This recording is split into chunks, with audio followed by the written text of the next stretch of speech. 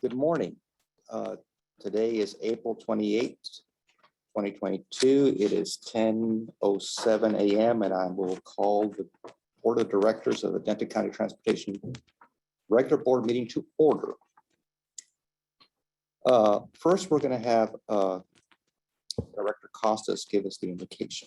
Thank you. Father, we come before your throne of grace, Lord, and we just thank you so much for this day. And Father, we just find ourselves in so many moving parts in this season, Lord, but we have ultimate hope because we know that all things are filtered through your loving hands. Father, this is a time of elections. Lord, we just ask that you would bless all those who have stepped out to run in different occasions, Lord. And Father, that you would help us all love one another the way you have loved us, Lord, that we can put disagreements aside and seek the goal of going forward for our community. Lord, I pray for each board member here and their families. I pray for all staff, all our visitors, Lord. Father, that for a moment in time, you will allow us to clear our minds of every outside situation, Lord, so that we can focus today on the purpose of our meeting. Lord, that you would give us the wisdom and knowledge, and most importantly, Lord, the sound judgment to make decisions that are best for our communities. Lord, I thank you as people come together to help those in the Ukraine, Lord. I know that has to hurt your heart, Lord.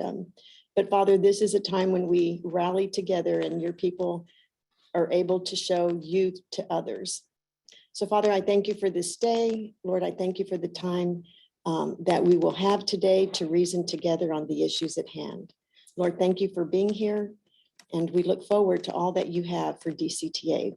We ask all these things in the name of your Son, our Lord. Amen. Amen. Now, please join me in the Pledge of Allegiance. I pledge allegiance to the flag of the United States of America and to the republic for which it stands, one nation under God, indivisible, with liberty and justice for all. And now the Pledge of Allegiance to the Texas flag. Honor the Texas flag. I pledge allegiance to thee, Texas, one state under God, one and indivisible. Thank you. Next, we have introductions. I don't have any introductions. Mr. Christina, do you have any introductions of staff at this time? No, Mr. Chairman, we'll have our cast of supporting folks come up as they brief their items, and we can introduce them. Okay, great. Thank you. Staff, sir, staff. Next item we have. Mr. Chairman, I'm remiss. My apologies. Not new, but our interim attorney standing in for Joe Gorfita. Would you like to introduce yourself? Yes. My name is John Oliver, and I'm here just substituting for Joe today, so don't worry, he'll be back next time. Love your TV show. Thank you, John. Thank you for that. Thanks. Next, we have public comments. This agenda item provides the opportunity for citizens to address the DCTA Board of Directors on any agenda items or matters related to the DCTA. Each speaker will be given a total of 3 minutes to address any item. Anyone wishing to speak shall be courteous and cordial. Any person who wishes to address the DCTA Board of Directors regarding any item may do so either by completing a request to speak card located in the DCTA boardroom prior to the meeting, or participating virtually by utilizing the raise hand function, ensuring when called upon your camera is turned on and your name is displayed. Citizens are not able to participate in person or connect virtually in the Zoom must email his or her public comments to Keisha Morris Perkins at dcta.net no later than 3 p.m. on Wednesday, April 27th, to ensure that the comments will be read. The Board of Directors is not permitted to take any action on any subject raised by the speaker during public comments. However, the DCTA Board of Directors may have the item placed on a future agenda for action, refer the item to DCTA administration for further study or action, briefly state existing DCTA policy or provide a brief statement of factual information in response to the inquiry. At this time, do we have any public speakers? I did not receive any via email. However, I do have some individuals in the lobby that have raised their hands to speak. Okay, The first person is Eva Greco, and I will allow her. thank you.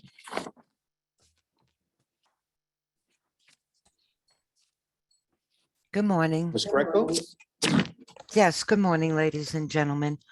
I apologize, my computer does not have a camera. I'd like to start off by saying that Miss McGuire is an asset to everyone she is in contact with. She is an asset to this board. She is an asset to Denton City Council. And what some of this board members did to her at the last council meeting was absolutely deplorable. Some of you played her and used her to misinform the public. The drivers, bus cuts were not due to lack of drivers. The drivers are there, but you won't bring them back. Instead, you just heighten go zone with the shady dealings that are going on with them. Next item, employees are leaving due to certain members of this board's micromanaging staff and staff refusing to be mistreated this way. There is a lack of governance and leadership at DCTA currently, and you need to stop sabotaging fixed routes. I'm asking this board to vote no to items 2 and 3 on the regular agenda. The numbers submitted by VIA are inaccurate numbers in item 2 to make you falsely believe they are better than fixed routes. The feedback currently going on is very questionable, to say the least. Questions that have always been optional on applications, forms, surveys, etc., now must be answered, or you cannot submit the feedback. In closing, I say board members who have not done so, if you care about the people you serve and truly follow DCTA's vision, mission, and core values, you would ride Go Zone and experience what the people are going through.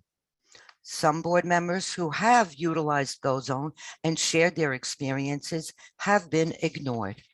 I thank you for your time, ladies and gentlemen. Have a good day. Thank you.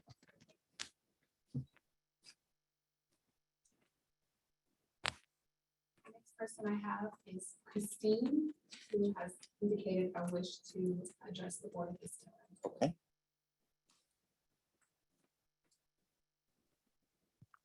Can you give her full name? Hello, can you hear me? Yes, could you provide your full name and address for the record? Oh, hi. My name is Christine Bray, and I live at 1204 Cordell Street, Denton. So I know that there's been concern over the fixed routes efficiency, and I just wanted to put forward an idea to address that. There has been a movement in transit planning recently. So, for example, Houston and Dallas have both made this change to move away from a style of route network called spoke or hub and spokes, where essentially the gist is that you have a bunch of routes that converge on one area. In Dallas, that's downtown. If you look at their train network, they all run through downtown. In Denton, it's the DCTA Transit Center and the UNT. So this kind of sounds like a great idea because that's kind of where the most people want to go, you might think. The problem is that actually, when you look at the data, only about 1/6 of trips made in the US are what you might call commuter trips, which is what this network type is oriented around. And so most cities are moving towards something called grid-based routes, where essentially you have a bunch of north-south lines and a bunch of east-west lines that just run as close to a straight line as you can get it. And the benefit of this is that you can reduce the number of routes that you have to run to serve the same area, which means that you can run the routes that you're running faster.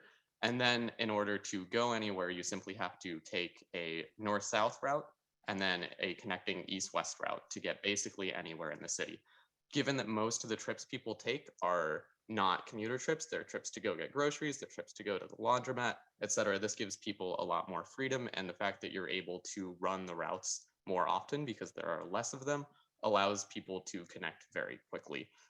Cities that are adapting this model are seeing that their transit ridership is rising instead of falling, and that their average trip time decreases. The network is just generally much more efficient for users. And so I would ask the DCTA consider switching to this network type, given the number of benefits for it. I had an entire PowerPoint, but given that there's only 3 minutes and I don't think I can share it, I won't. But if you're interested, you're more than welcome to reach out to me. My name is Christine Bray, and my email is Christine Bray, that's Christine with a K, @protonmail.com. Thank you for your time. Thank you. You have any further comments? Okay.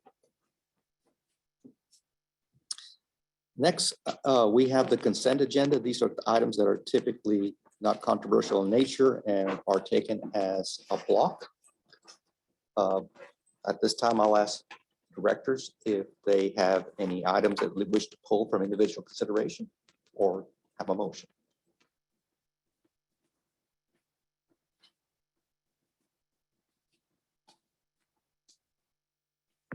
Move to approve the consent agenda as presented. I second. Yeah, motion and a second. Any further discussion? Seeing none, all in favor, signify by saying aye. Aye. All opposed? None. Agenda item passes. Next, we'll have the regular agenda item. We'll start with agenda item number 1. This is a discuss and consider approval of 2022 Title VI policy and approve a resolution adopting the program. The presenters will be Gibran Haj Kishik from Kittleson and Associates. I'm sure I messed that up. Krista Purser from Kittleson and Associates, and Athena Forrester. Who will start today? Athena, Oops. would you like to come up and make the start, or are we going to go right to the Kittleson? Good morning. Okay, so we have Jerron and Krista who are going to present on this matter. We're asking you to adopt our Title VI program, which is required to be updated every 3 years. Last time we did it was 19. It's due to FTA June 1, which then will be effective. We'll have to update it again in 25. And we're asking you to approve the program and adopt a resolution approving our program, which will be included into the Title VI program and submitted to FDA. Any questions so far? Okay. Krista and Jabron. Certainly. Thank you very much, Athena. Ladies and gentlemen of the board, we appreciate this opportunity to present to you. My name is Jabran Hadshik. I'm the project manager for our planning on-call with DCTA. Today, as Athena had mentioned, we'd like to be reviewing the policy update. Title VI of the Civil Rights Act of 1964 prohibits discrimination under federally assisted programs on the ground of race, color, or national origin. So this explains why we are doing this update and why this policy is required. What I'd like to do now is to turn it over to my colleague, Krista Purser, who has been our task manager for this effort, to provide a summary of the updates that have been made. Krista? Thank you, Jabron, and thank you, members of the board, for having us here today. As Jabron mentioned, and Athena, we are required to update this policy every 3 years, and it's time to do so. This policy covers a range of things, documents what types of services are being provided today, and documents how public outreach should be occurring, what strategies are there, establishes significant languages for translation of materials like how to ride the bus, how to submit Title VI concerns, and it sets system-wide service standards for what you want your services to look like. I'll go into the next slide as we covered that box down there. It does want to look at race, color, and national origin and ensure that we're not discriminating on those bases. The key change from the prior 2019 document to this 2022 document is what types of services that DCTA is currently operating And now that you're operating less than 50 fixed route vehicles in the peak, there are several items that you no longer are required to have in your Title VI policy. So you are still required to have a policy overall and to set those system-wide standards. However, you're not required to collect and report certain data like demographics, service profile maps and charts, and service data regarding what customer demographics and travel patterns are. You're not required to have a major service change policy or fare equity change policy or complete analyses of those. And you're not required to monitor transit service in certain levels of depth. However, throughout this policy document, if you take a look at that, you'll see several of these things in there. While they're not required, staff has elected to have some of those as optional to pursue still or include the information. You're still providing customer surveys, still monitoring different aspects of service performance. So while not required, we're in good faith providing those aspects of a Title VI policy. With that, I believe we're at the end of my presentation, so we'll be happy to take any questions, and again, submitting this to FTA by June 1 as our next steps. And I might pass it over to Athena to moderate around the room. Any questions? As Krista stipulated, we're not required to do some of those things, but the team that was put together of staff felt like it was important for us to still do some of those things along the way, such as collect the demographics, put our fare and service analysis out to the public to collect input. So as staff, we are electing to continue, even though legally we're not required to do that. So we would ask that you adopt our policy as provided, and I guess adopt the resolution is the right term, which is a requirement for FTA that we have to have proof that our governing body has adopted our policy. Yeah, I really appreciate that you and the rest of the folks working on this policy kind of went the extra mile to compile data that we weren't required to provide. I certainly hope that in the, before the next time that we're required to update our Title VI policy, that we are once again over that 50 vehicle threshold. And so hopefully we'll be in a good position if we're able to make that happen again. I move approval of the Title VI policy and of the resolution. Do I need to make separate motions? No, ma'am, we've included in the board packet in the slide that was up on the screen, the motion that could be made, so you could simply read that and. My apologies. There it is, right there. There it is. I move approval of the resolution adopting the updated Title VI program. Second. Okay, we have a motion and a second. Any further discussion? Just thanks to staff for going above and beyond. Appreciate that. All in favor, please signify by saying aye. Aye. Opposed? Motion carries. Thank you. Item 2 is discuss mobility service update. And this is going to be Javier Trila. Mr. Counsel, our in-house attorney. Since Javier is going to talk about a few things in item 2 that kind of goes to item 3, would it be okay if I open up both items at the same time and he'll make the presentation? Is that acceptable? At this time, I will also be calling on item 3, discuss and consider approval of contract amendment for additional GO Zone service hours and consider approval of a resolution approving the budget revision 2022-10B.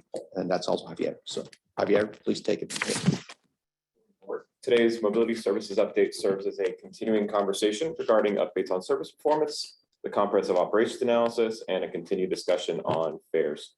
In addition to these topics, this month, we're going to actually be presenting some GO Zone customer service topics, as well as a walkthrough of the GO Zone staff dashboard, which has now been transferred to DCTA staff for ownership and management.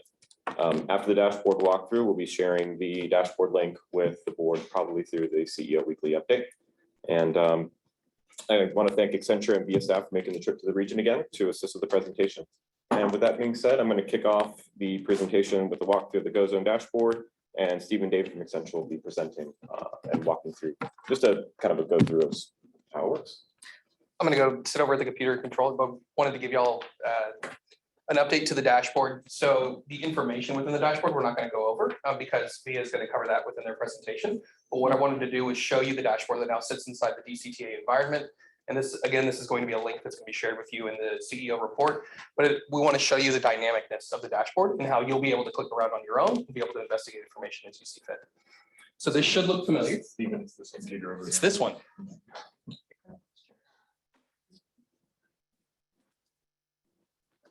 So as you can see in front of you, this should not be something that you haven't seen before, but you've been seeing static versions of this, actually a PDF and screenshot of it. So the first thing that I wanted to indicate to you is that this dashboard is filterable and clickable in pretty much every which way you see fit. So if you wanted to, for example, see February, you click February and everything within the dashboard repopulates, and you'll be able to see specific data points and metrics that align with whatever you're choosing to click. So February, for example, if you wanted to see Friday, if you care to see what Fridays look like, then it will repopulate to Fridays. Now, the important thing about this dashboard is that it is what's considered a sticky filter. So if you wanted to see all Fridays in February, you would click February and then control click a Friday. And now you have a very specific point in time reference. So I'll pause and ask any questions.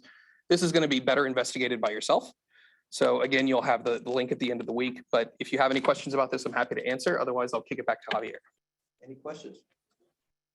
Yeah, I have a question. I'm looking forward to getting that link by the end of the week. Will this also be posted on the DCTA website for the public to take a look at? The intent is, yes, once y'all have the ability to review and see if there's ways that which we can improve. Excellent. Thank you so much. Of course. Any other questions? If I could just jump in here briefly, Yes. Mr. Chairman, and say, we all know, especially those of us who have cities and other organizations with dashboards, that the work is never done on a dashboard. It is continuously evolving. There's always, the more you dig, the more questions you have. And so we recognize that and we just offer this up as the first iteration of what this looks like. And then as more requirements are defined by the board, then we can talk about what it takes to make those things capable. And for Board Member McGuire, yes, we would like for you all to take a look at it. We're asking for a fatal flaw sort of look. If no fatal flaws, we'd like to go live as soon as possible. Any other questions, comments? So is the link that you're going to give this, are you asking us to keep that private? For the time being, yes. Okay, that's, I wanted to be clear on that because I didn't want to, I mean, I could social media this in a hurry, right? First of all, I'm very excited about seeing this. Second of all, we did a massive dashboard project with the city of Louisville a few years ago, and that was driven by council. I really appreciate you bracketing that as data that is important by the board. We can run down massive rabbit holes if each one of us is trying to get different little bits of data here and there. So I appreciate having the conversation so that we can all kind of agree on a master source of truth and how we want to parse this data. So I'm very appreciative. I understand the bracketing on that. This is looking great. Power BI is really cool. So thank you guys for the time and the work. Wonderful, thank you. And just a last point of reference, if I may, Chair. We are also working on a version of this for fixed route. So that is still in the works. You'll be seeing that soon, though. Thank you. Thank you. So I would encourage everyone, if we can at least try to get the comments within the next 2 weeks, so they can get it back and update it and then get it out to the public. That'd be great. Hopefully 2 weeks isn't too burdensome on everybody. Mr. Chairman, when we send out the link, we can put a 2-week timeline on it. And then that way we have a time horizon for getting it out. Thank you. Yeah. I was gonna say, thank you, Stephen, since you walked out the door, but with that, I'll go ahead and transition the conversation over to both VIA and Accenture staff.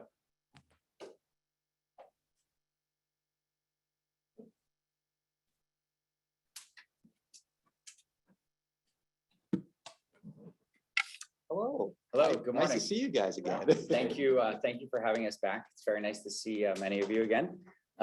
Just as a way of quick introduction, my name is Ari Lux. I'm the Vice President of Operations at VIA, and I've been working on the Go Zone service since launch, and let George introduce himself next. Again, guys, good to see you. General Manager of Transportation as a Service at VIA. I manage the alongside of us. Chris Newport, etc. Good morning. And it needs no introduction. So thank you so much for having us back today.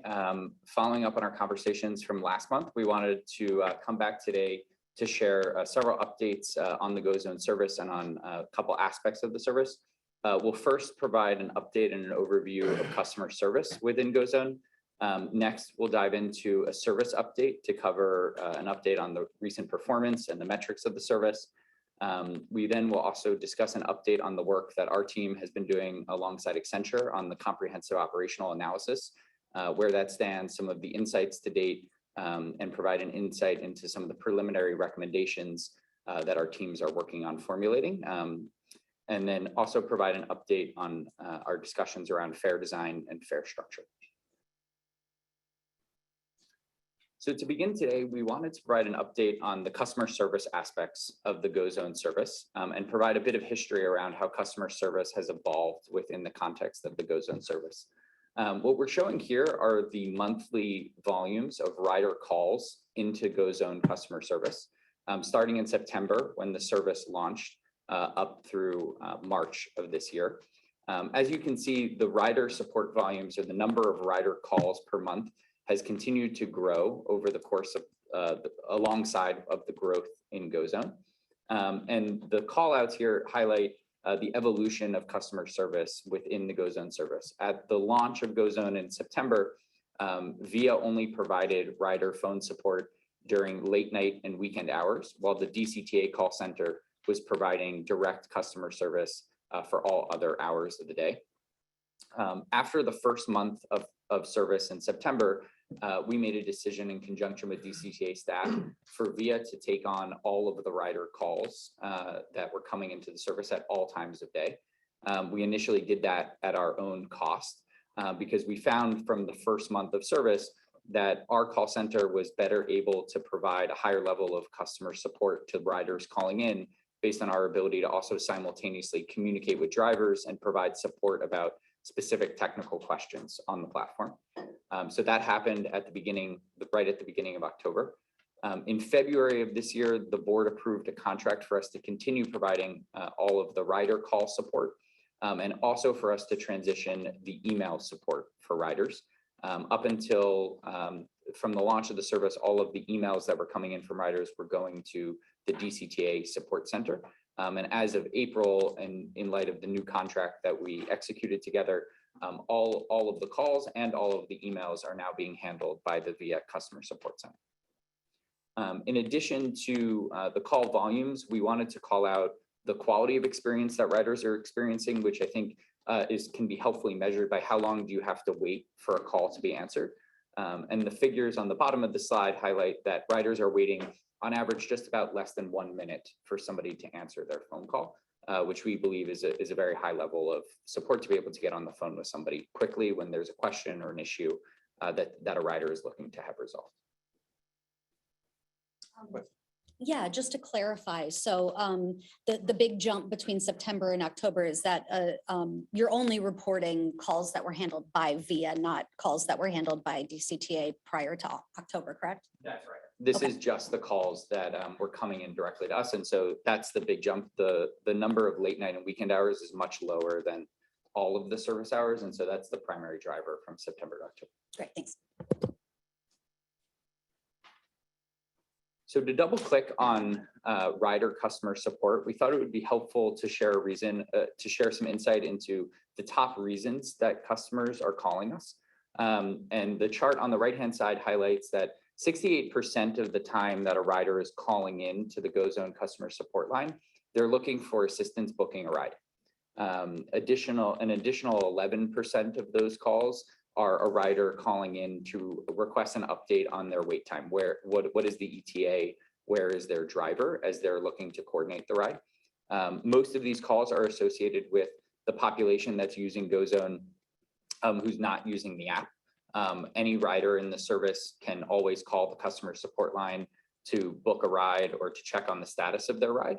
And this ensures that we're able to serve all members of the community, not just members who have the ability to use a smartphone. The other topics you can see are spread out across a number of items. Sorry. Oh, yes, apologies. Thank you. Just a quick question. On the 68% that are calling to book, is that a consistent number month to month, or is there a change in that? I mean, are we seeing any improvement in people using the app is my question. That's a great question. We can pull those numbers over time of the percentage of riders that are booking by phone versus the app. I believe it's been relatively stable, but we can pull those numbers and share them. Let me, just to clarify, based on our previous question, the 5,400, this is just the percentage of calls, not of the app. This is just of the calls, right? This is just of the calls. Okay. Right. yeah, So thank you. in March, our service center received about 7,900 calls. About 5,400 of those calls were just to book a ride. And there's another 40,000 requests for service via the app. So that's something else you'll talk about later, I know in your slide. Yeah. That's right. Okay, Overall in March, we completed about 48,000 rides. And so that gives a sense of, usually when you're booking a ride, you might call more than one time to book that ride, or you might want to check how long the wait time is before you book that ride. So we can also pull the specific number of those 48,000 rides, how many were done by app versus by phone. I just wanted to give everybody understand, this 80%, you're talking about just the 8,000 calls you got. That's absolutely right. All right, quick question. Are the agents trained to try and redirect people to the app as part of the conversation? That's not currently part of the script that we have with agents. The agents are to really make sure that we're providing a high level of service. They're focused on understanding what the rider needs and making sure that they can serve them.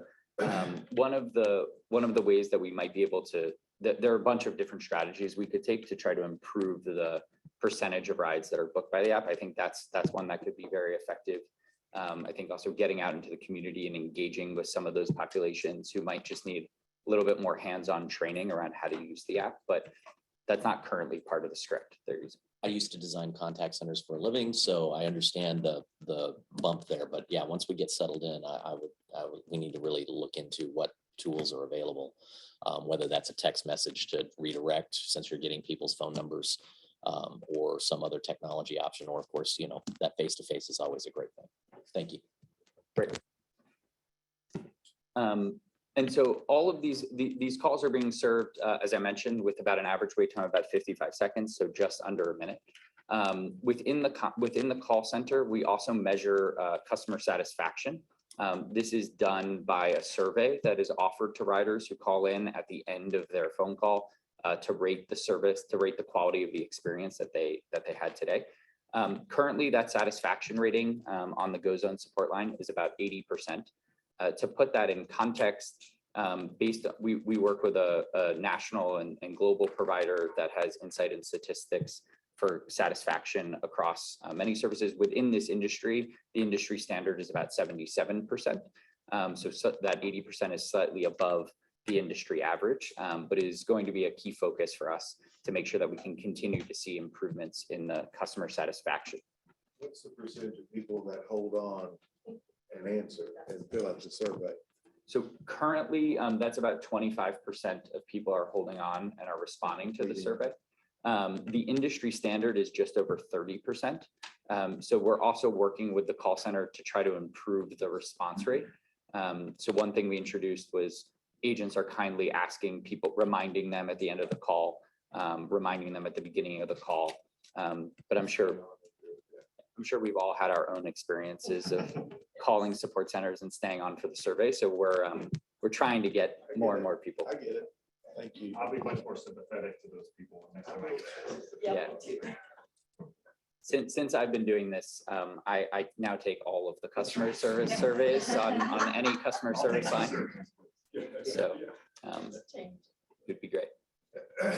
So that quality will also remains a key focus for us and is a key metric we're looking at week to week, month to month, as we do agent training, as we do retraining, We also look at this metric on an individual agent basis. So not just what is the performance of the call center, but if there's an individual agent who's an outlier, they're pulled aside, they go through a retraining program to really make sure that there's a quality focus and improvement.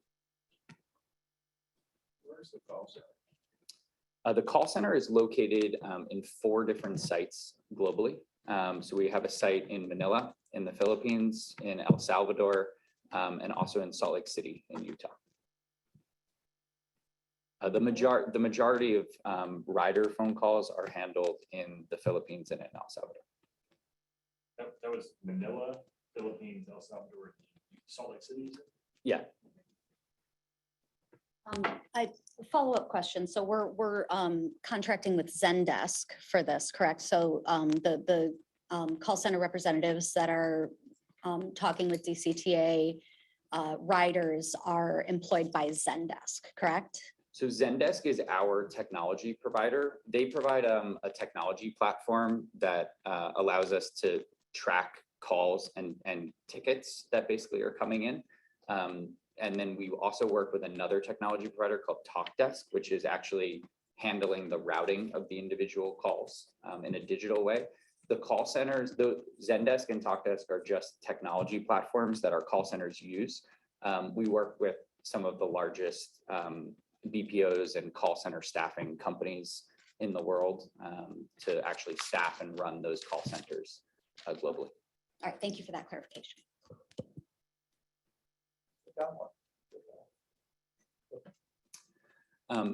Another important aspect of customer service is to understand the negative experiences that customers are having with the service. And as a follow-up to our discussion last month, we wanted to double click on the topic of rider complaints and what are the things that riders are complaining about and what is the frequency of those complaints. We define a complaint as an active piece of feedback that we're receiving from a rider about a problem that they have with the service. And in March of this year, we completed just under 48,000 rides, 47,800. And 99% of those rides did not have a complaint associated with them. We have about 458 complaints in our system from the month of March. So that represents about 0.9% of rides had a complaint associated with them from that rider. And of those 458 complaints that we're receiving in March, we wanted to provide some color on what are those complaints? What are the topics? The pie chart that's shown on the left-hand side of the page shows how those 458 complaints break down into a few key categories. As we can see, 81% of those 458 complaints relate to a rider issue with fees or charges. There's a bit more detail on the right-hand side of the page, but a rider issue with a fee or charge would be a question that a concern that a rider has about the fee that they saw for the ride, or because of their experience, they do not believe that they should have to pay for that ride, or they're having an issue logging into their account. They're not able to access it for some reason. They have an issue with a payment method. Their credit card no longer is working and they need to switch it out and they can't get it to work on their own. And so that's the predominant category of complaints that we're seeing. There's, as you can imagine, somewhat of a gray line between somebody calling in and actually complaining about that as a concern that they have with the service, rather than I'm locked out of my account right now because my payment method expired. Can you please help me? And so we count all of those items as those are all included in the complaints category, because we believe riders should be able to use the service and have a seamless experience. The other larger categories are rider issues with the app. That represents about 5% of complaints. And then the other category is about 11% of those 458 complaints. So about 50 complaints in March were specifically related to drivers' behavior, performance, driving. That could be the driver did not show up. It doesn't look like the driver is moving towards my ride.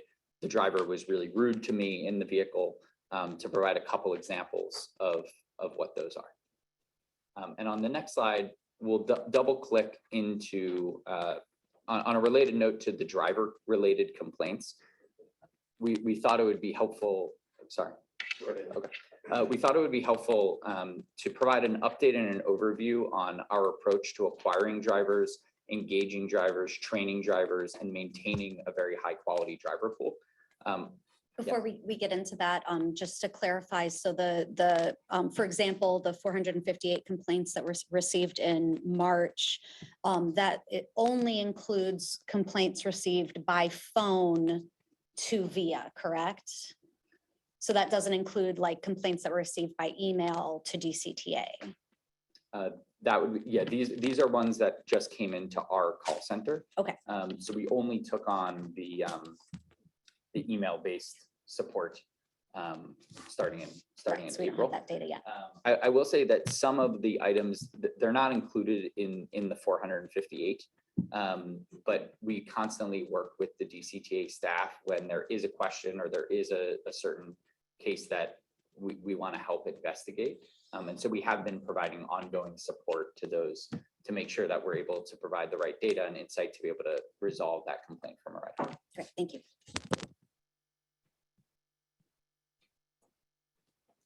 And so as it relates to drivers, as it relates to understanding the complaints that we're seeing about drivers, as well as the overall discussion that we've had around the drivers in the service, we wanted to provide an update around how we acquire, how we engage, and how we work towards a high quality driver pool in the GoZone service. And so on the left-hand side, it all starts with how the drivers come to the service in the first place. There's really three components of driver acquisition. The first is a marketing and screening process. We go out into the community and source drivers to come work in the service, who then go through a robust screening process that includes checking their driving history, checking their criminal background, checking that they meet all of the insurance and licensing requirements to drive in the service. They must pass a mandatory drug test. Pre them starting to drive, and on an ongoing basis, they're randomly drug tested. And so once drivers go through that screening process to ensure that they're qualified to work in the service, they then go through a mandatory onboarding program or training program to make sure that they're ready to actually drive in the service. This includes an onboarding program to tell them about the service design, what it is, who it's serving, specific things that they will need to do in the service. For example, understanding the fare payments that riders might be using in the service, that maybe they need to check a transfer pass, or understanding when they need to collect cash. So making sure that they understand the service design components, making sure that they know how to use the app, that they're familiar with how the app works, that these are shared rides, what are the expectations of them, what are the expectations of riders. Additionally, drivers who are going to be operating one of the many wheelchair accessible vehicles that we have in the service have to go through an additional training and certification program to make sure that they know how to operate the wheelchair lifts, that they know how to properly secure wheelchairs into the vehicles. And only drivers who complete that wheelchair training and certification process are allowed to operate and drive wheelchair vehicles. And so then once drivers complete that phase of the onboarding and training process, they're now part of the driver pool, and the focus is on retention, engagement, quality, and safety. And so on the right-hand side, our approach to driver engagement and really a focus on quality and safety is underpinned by us really looking at both the overall metrics of performance for a driver. So just the statistics of how they are driving in the service and how they are providing service to riders, as well as leveraging the individual sources of feedback that we get about individual drivers. So we take the data that we have about driver performance, we combine that with specific feedback that we get from riders, from the community, from DCTA staff, from our own staff about those drivers, and use that as a way to ensure that we're providing feedback to drivers, re-educating, retraining in cases where it's necessary, and also removing poor performers and bad actors from the service in a fair but expeditious way to the driver. And so numerous feedback channels where we're sourcing information about drivers. Within the rider app, riders can rate their ride and their overall experience. we're receiving feedback from all of these calls and emails that we're receiving about riders and about specific interactions that they've had with drivers. We're also receiving input from DCTA staff or the community about what people are seeing out in the real world about individual drivers. And then, as I mentioned, we monitor a number of operational metrics to understand how a driver is performing relative to other drivers and relative to our overall, what we would view as our standard of quality in the service. I think it's also important to note more than 80% of the fleet, on more than 80% of the fleet, we've also installed safety dash cams. These are provided by a company called Naudo, which works across the country, that helps alert drivers to impending accidents or objects in the road. Also provides alerts to drivers if it detects distracted driving, if they're texting or speaking on the phone when they're driving, as an additional source of both monitoring driver performance, but also being able to really provide real-time feedback to the driver to make sure that they can stay safe in the moment in the vehicle. All of that feedback and all of those metrics, we classify based on the level of severity, and depending on the level of severity of that feedback, our team will take a different set of actions with that driver. So for example, two different examples of driver feedback that would have different levels of severity or different actions associated with them. If a driver is involved in an accident or has a report of really unsafe driving behavior, we're going to probably immediately suspend that driver from the platform, get them on the phone, understand what happened, perhaps try to meet with them in person, rather than compare that type of set of actions to a report that one rider said where a driver may have done something or may have seen a vehicle, kind of the driver was rude to them, or there was a customer support level interaction. We might take we might not immediately restrict their ability to drive on the platform, but we would still want to speak with them, understand what's going on, make sure that they understand the level of customer service that's expected. So we try to take all of that feedback and understand its severity and match our actions appropriate to that level of severity, all in the service of quality and safety overall. And finally, I think it's worth mentioning, we do have several policies that are red lines that we've drawn in the service that are, I think, really important. There's a zero tolerance policy against any alcohol or drug use or threats or acts of violent behavior. If there are any reports of alcohol or drug use, especially this being an FTA type of service, we follow all of the FTA protocols around allegations of drug and alcohol use, where a driver would be tested immediately, and if there's ever a positive test, they're immediately removed from the platform. We also have a very strict anti-discrimination policy to make sure that if there are ever cases where a driver is discriminating on the basis of any protected class, they would be immediately removed from the platform. And there's also a no weapons policy that prohibits all weapons for drivers and riders in order to maintain a safe environment inside of the vehicles. I think that's very good for you to point out.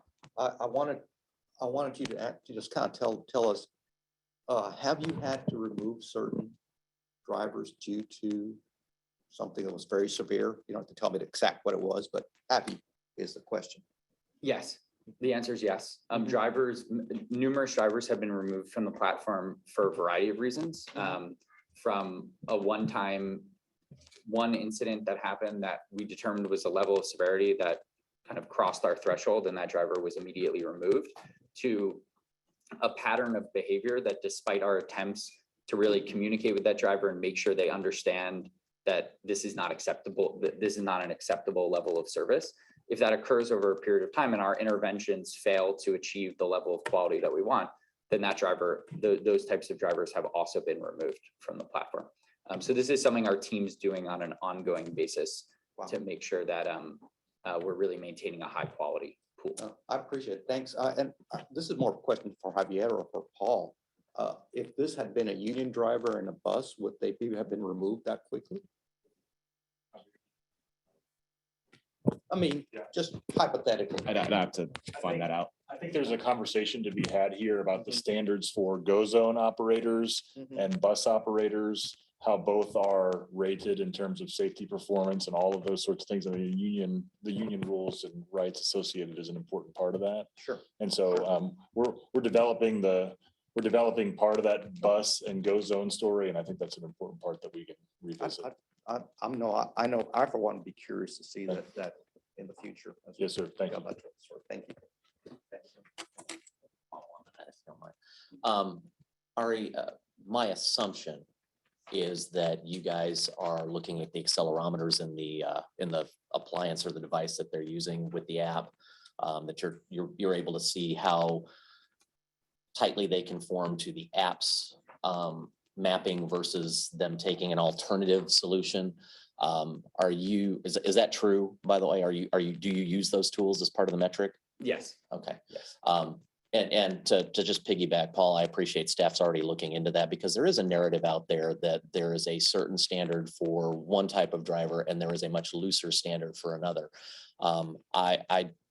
If you're using this device to track my activity, I don't believe we have that level of attention on the Connect or on the bus services. But I would love to see a side-by-side of how we hold drivers accountable, simply because if there's truth to that narrative, then we need to figure out how to square it up. Or if there's not truth to that narrative, we just need to put the facts out there. Understood. If I could ask for you to speak to the drive cam technology, and I call it drive cam from my experience with it in other places, the technology that monitors what's going on inside the vehicle. What is your deployment of that device across the entire fleet right now? And George, keep me honest, I believe it's at 80%. And that's just due to some of the vehicles have been non-permanent vehicles in the fleet. And so we definitely want to get that to full deployment across the fleet. Okay. My time with waste management and the amount of technology in the cabs of just the trucks, if it's anything close to that, which I think, if I know the vendor, I think it is, it's an incredibly comprehensive set of tools to see what's going on both within and without the vehicle. So I asked the question to bring clarity to the fact that technology exists, not in 100%, but in 80% of the vehicles right now. That's right. Mary, I want to do a follow-up to that. Were those active at the very beginning? They were not. Okay. We were working on our contract with Naudo. We've developed a national partnership with them where we are deploying Naudo drive cams across all of the services that we operate, or many of the services that we operate. And so that deployment of those dash cams only started in the last several months.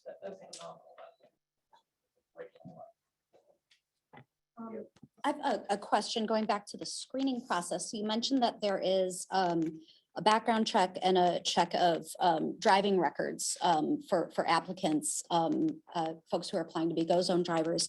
What does that look like? What types of things might disqualify someone through that screening process? You want to speak to this, or? Yeah, happy to. So the background check itself is a background check that we run through one of our other tech providers, which is called Checker. And that's a pretty standard background check that complies with the 40NC regulations in the state of Texas. So kind of all of the standard things or infractions or parts of a person's record that might disqualify an individual from that background check would contribute to them failing that part of the process and ultimately disqualifying that driver from completing onboarding. Okay, and I apologize that I'm not very familiar with state standards related to those kinds of background checks. So, for example, if someone has like a single traffic accident on their record, would that disqualify them from being a Go Zone driver? If it's okay, I'd like to just check on I don't know off the top of my head whether it's one instance or if they can have less than 2 or 3 instances. The different states and different, they're set at different thresholds. Okay. So if it would be okay, I would love to just check on that number and, Sure and thing, be able yeah. to get that back to you. Yeah, and I can certainly Google it later. I'm sure that's publicly available information. I also have a question about training. So you mentioned that, when you receive feedback that a driver is driving in an unsafe way, that you communicate with that driver. Does that, is there defensive driving training involved in that, or what does that look like? So there's not a defensive driving training course that a driver has to take in order to operate in the service. So what that would look like would be, to take a hypothetical example. Let's say a rider calls in and said, I just got out of a Go Zone ride. My driver made an illegal turn, or was speeding in a certain area, or did something unsafe. Our team would take that feedback. We would then share that with, we would then look at that driver's record of performance on our platform and understand, is this the first time that we've heard this about this driver? How long have they been driving on the platform? Understand the context in which that feedback should be considered about a driver. Oftentimes, I think there's a assumption that the rider is always right and the driver is always wrong. And we want to make sure that we understand what happened and also put things in context, because we know, just based on human interaction, there's always two sides to that story. And so based on the context that we have about that driver, we would then decide what the appropriate action is. Is this something, what's the best form of communication to let the driver know that this happened? Is this something we want to give them a heads up about? Is this something we want to speak to them on the phone about? Is this something where we actually want somebody to go meet with the driver in person? Do we want those actions to happen before they ever drive again on the platform? Do we want to suspend their access while that feedback process is happening? Or do we feel comfortable that this, in the context of the feedback about the driver, that it's okay for them to remain on the platform while that happens? And so our team takes into account all of that information and then makes an evaluation and a judgment call on what the appropriate course of action is. And as you can imagine, in terms of managing this type of service with close to 100 drivers that are active on a weekly basis in the service, we want to make sure that we're taking the feedback extremely seriously. We're taking safety extremely seriously, but we also want to make sure that our approach is balanced in the context of a driver's history with us, and also in the context of understanding what really happened in that specific example.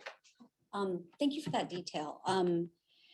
I guess, my feedback on that would be, I would love to see us taking a proactive approach.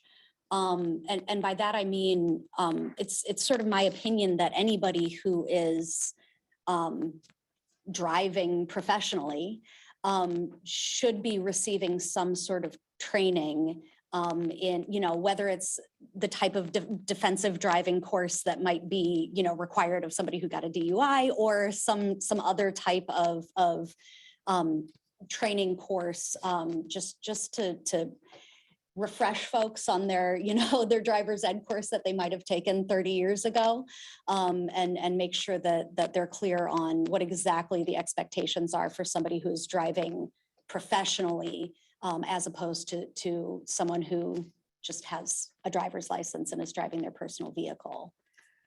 That makes a lot of sense.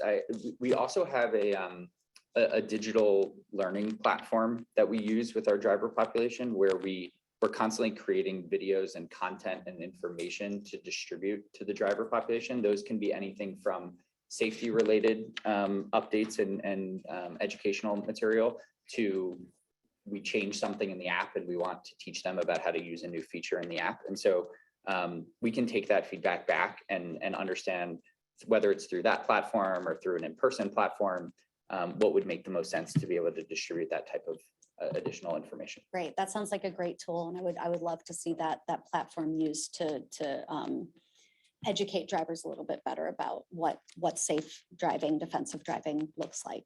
Okay, thanks. Okay.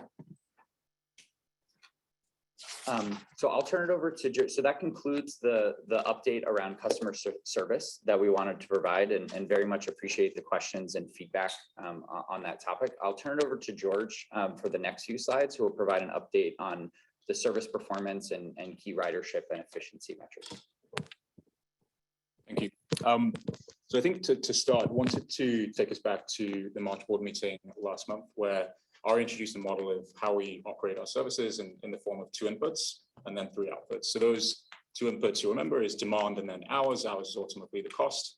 And then the three outputs critically are ridership, service efficiency, and then service availability and service quality.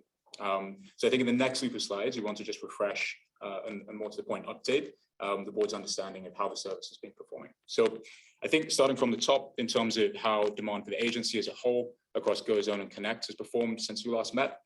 March continues to show, I think, a story of robustness where we pretty much equaled the total number of rides on those two services compared to January. Obviously, that's a recovery from February, which was down because of a shorter month and also because of obviously the inclement weather that was experienced. I think the last highlight here is obviously this time series that we're showing, which is between fiscal year 20 and fiscal year 22. Obviously, the comparison or the critical comparison here is between pre-pandemic ridership and post-pandemic ridership. And again, the story is that DCTA is to some extent nation leading, being 30% above pre-pandemic ridership, whereas most agencies are still in the 40 to 50% below pre-pandemic ridership. Two quick comments or questions. This slide, that Connect number, is that inclusive or not of the UNT ridership? It is Connect only. Didn't Connect, okay. And I appreciate you making the point of pre-pandemic versus post-pandemic. It feels like 700 years ago. Are these fiscal year 20 numbers for October, were we really in the pandemic at that point, or would a 2019 number be more effective? I think. I just have an asterisk on any data point that says 20 or 21. I just put an asterisk. It's like MLB. If you were on steroids, you don't get that record. So I've just wanted to make sure that we're kind of, that's my benchmark internally in my head. So. Yeah, so fiscal year 20 October would have Yeah, been would October calendar 2019. 19, so we would have been good there. See that start to Yeah. March. Yeah, March of FY20. Okay, cool. Appreciate it. Thanks, guys. Cool. So on the next slide, we double click on GoZone ridership specifically. I think a similar time trend in March. So we return to our January ridership numbers there or thereabouts. But I think the critical comparison is obviously between March and the latter part of last year, where we're still significantly up on total rides. I think the other piece here is just around kind of what do we expect looking forward. That's obviously a critical part of some of the additional discussions that we're going to have later on in the session. But I think there's definitely confidence and some evidence, the potential flywheel effect, where as we improve the quality of service as well as its availability, we'll see something of a virtuous cycle and could see some increase in demand moving forward. Obviously, there's some seasonality that we expect as well in June and July. But I think those are two of the potential trends, macro trends that we should expect to impact these numbers in the next few months. So we considered ridership. Now moving on to service efficiency. I think in addition to the utilization number, which we presented last session, and utilization, just to refresh everyone's memory, is the number of rides per vehicle hour. We've also included two additional measures of service efficiency, again, to give as comprehensive a picture as possible of how efficient the service is. From the original metric of utilization, again, the story is very much one of continued strong performance. I think 3.6 rides per vehicle hour is the performance of the service as a whole. I think it's worth noting that is driven by improvement across both Louisville and Highland Village, as well as Denton. In Denton, we saw utilization increase from 4.0 to 4.1 February through March. And then in Louisville and Highland Village, it was 2.3 to 2.6. So again, we've seen consistent efficiency growth across both zones, driving the increase in the aggregate. I think, again, we're pretty pleased with this performance, and it definitely ranks DCTA, GoZone, and then Denton zone more specifically as the top or one of the top performing services in our services across the US. Who's your top? Sorry? Who's your top performer? It is Jersey City. The Jersey City service is very differently designed. It's a very dense area with a much smaller service zone. So it's difficult to compare. It's also been around for, it's a more mature service as well, which also contributes to higher efficiency. So onto the next metric, as we discussed, aggregation. So this is defined as the share of time where the vehicle has a ride on it. And what the share of total time where there is sharing, so more than one individual on the vehicle divided by the total amount of time that is spent on ride. So it's basically a measure of how much time is spent with more than one individual in the vehicle. And as we would expect, this is related to the previous metric. We've seen an increase in efficiency since launch. We've also seen an increase in the share of time where there's more than one passenger on the vehicle, and it's almost 50% as of last month. And again, this is very competitive and definitely among the top services across the country from a comparison standpoint. That's a great stat. I love seeing that. So the final efficiency metric is passengers per booking. So I think one kind of slight nuance here is that this metric is more a driver of efficiency than necessarily a measure. Ultimately, the higher the number of passengers per booking, the higher the efficiency you expect. The trend here is the opposite of what we've seen in the other two metrics. It's decreased since launch. I think some additional context is worthwhile in terms of what we typically see immediately post-launch in a service is lots of people taking their friends as additional passengers, increasing this number when the service is launched, introducing their friends to the app, the organic growth effect. And over time, as those individuals travel with their friends, they discover the service, they download the app themselves and then travel individually. So that's typically why we see this decrease. But again, it's a relatively small decrease. And I think given the performance on the other two metrics, we should feel pretty confident in the story that service efficiency is continuing to improve as demand grows.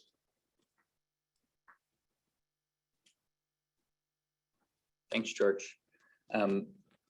So in having reviewed the ridership and the efficiency, we also wanted to provide an update on where we stand with regards to the supply that's coming into the service, which is represented here on this chart by the amount of budget that is being deployed. So this is the same view that we reviewed a month ago, where the green line represents the actual amount of spend on GoZone by month.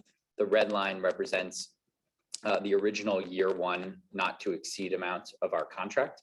The contract year runs from up until September 6th of 2022 for the first contract year. The GoZone contract is a 2-year contract with 2 different not to exceed amounts for year 1 and year 2 of that service. And so based on where we are tracking relative to the budget, we've updated this analysis for the actuals that we have from the additional month of data, and updated our forecast of how we would manage the spend towards the current not to exceed amount. And as you can see, we are currently constrained relative to the amount of supply that we can continue to put on the road. We had also been anticipating some seasonality during the summer months. We have not yet seen a summer in GoZone, but based on the analysis of historical Connect data, we know that there is traditionally a rather meaningful slowdown in ridership on Connect during the summer months. And so as part of our projections of managing the contract over the first year of service, we've been anticipating some slowdown in demand over the course of the summer. However, it's worth noting, we also typically in Connect would see a slowdown of seasonality in December associated with university ridership in Denton. It's worth calling out that in GoZone, we did not see that trend, the same trend that we saw in Connect, which we think is insightful to point to potential differences in the service design and use relative, which makes us believe that it's less likely that we will, based on that data point from December, is less likely that we will see a seasonality effect in the summer. And so as it currently stands, this is our plan subject to no further investment in, if there was no additional investment in GoZone, how we would use the constrained supply best over the remaining months of the first year of service, and what the impact to ridership and service availability would be. I have a question. So I see that in April and May, there's also a projection of the ridership decreasing. What's the assumption for those months? So the assumptions for those months were, as you can see on the green line, the drop in ridership is really associated with the drop in spend and therefore the number of hours that are available on the road.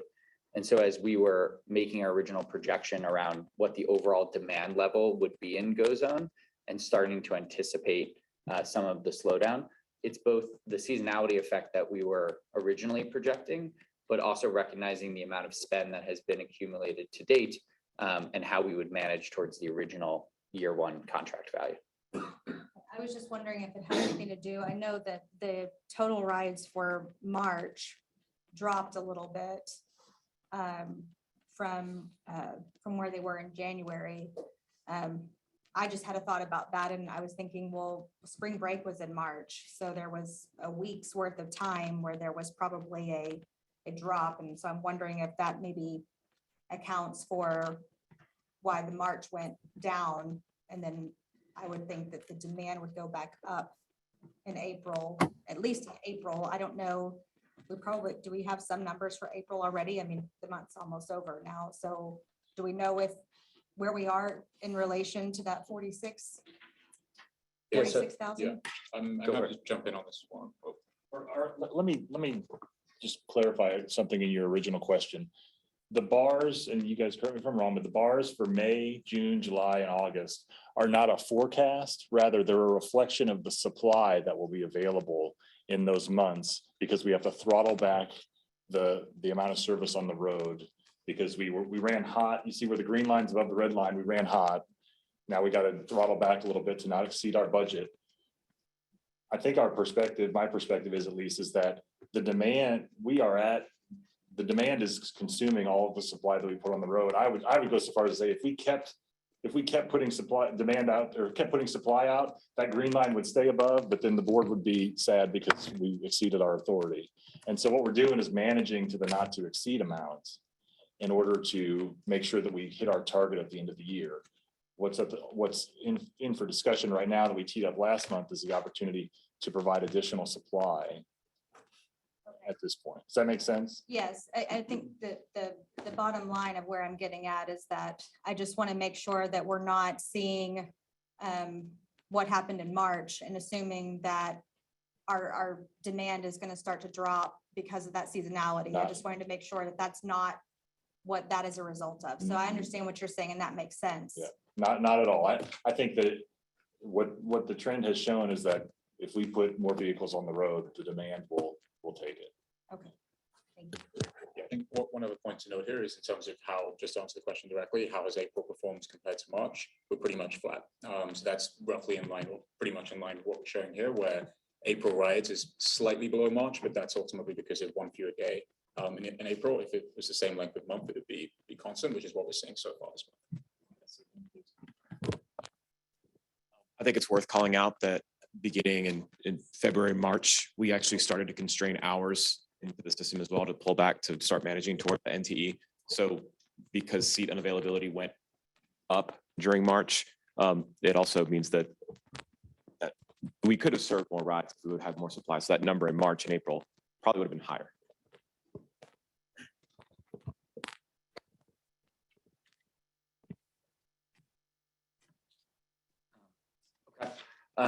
And so given the supply constraint and given demand remaining high, important to call out kind of the difference between there's the demand for the service and then the amount of that demand that we're able to translate into rides. So demand is remaining high for the service. The supply is being constrained as we manage towards the budget. And as a result, that has resulted in additional deterioration in the availability of the service.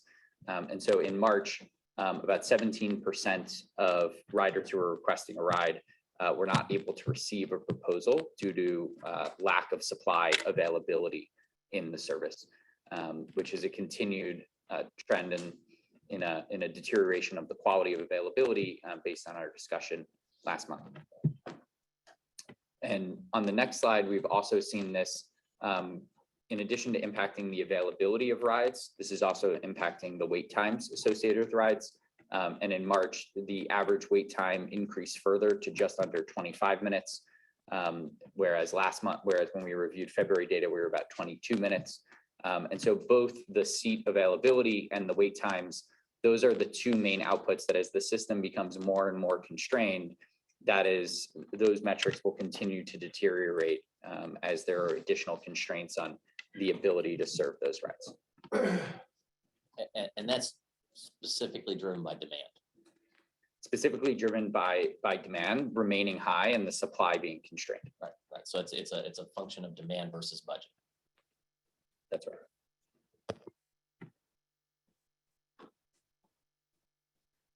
Oh, sorry. Looking at that, the average wait times. So you're giving us for March an average wait time of 24.5 minutes, and you know, I see that 83% of rides are under 25 minutes. So it's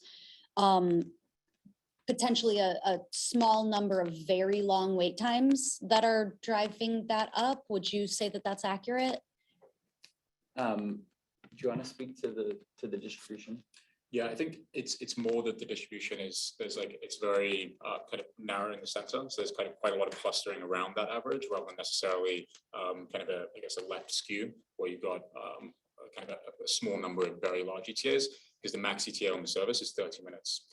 So the kind of that outlier effect is constrained by that cap. So when you say the max ETA is 30 minutes, you mean that if wait time is longer than 30 minutes, it'll just show seat unavailable? Precisely. Thanks.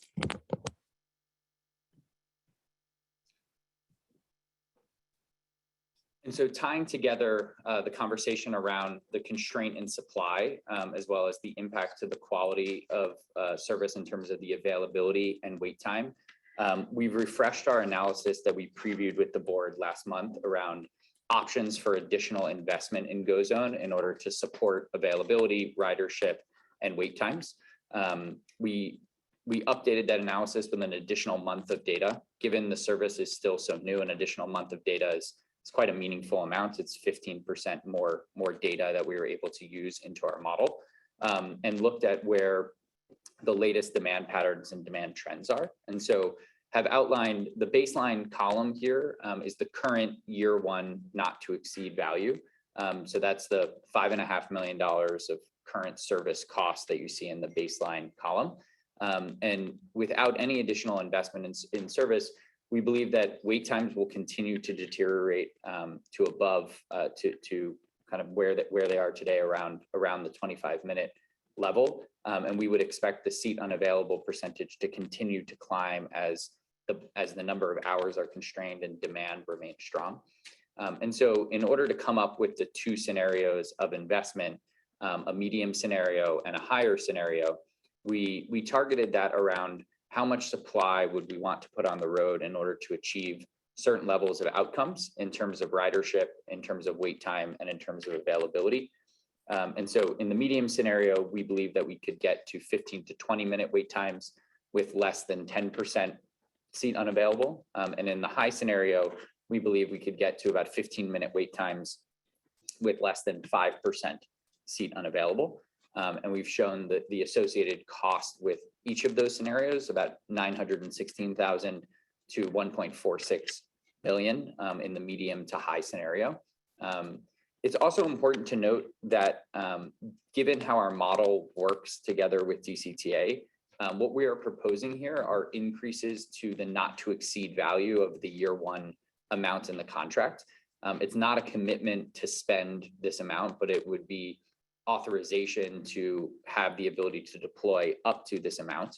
And given the flexible nature of GoZone, we meet with DCTA staff on a weekly basis to review service performance, ridership, the quality of service metrics, as well as the budgeted spend.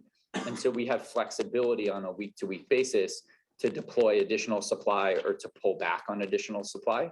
And so that allows us flexibility in the deployment of the service to react to real-time changes. If we start to see a seasonality effect in the summer, we can react very quickly to reduce the amount of supply on the road.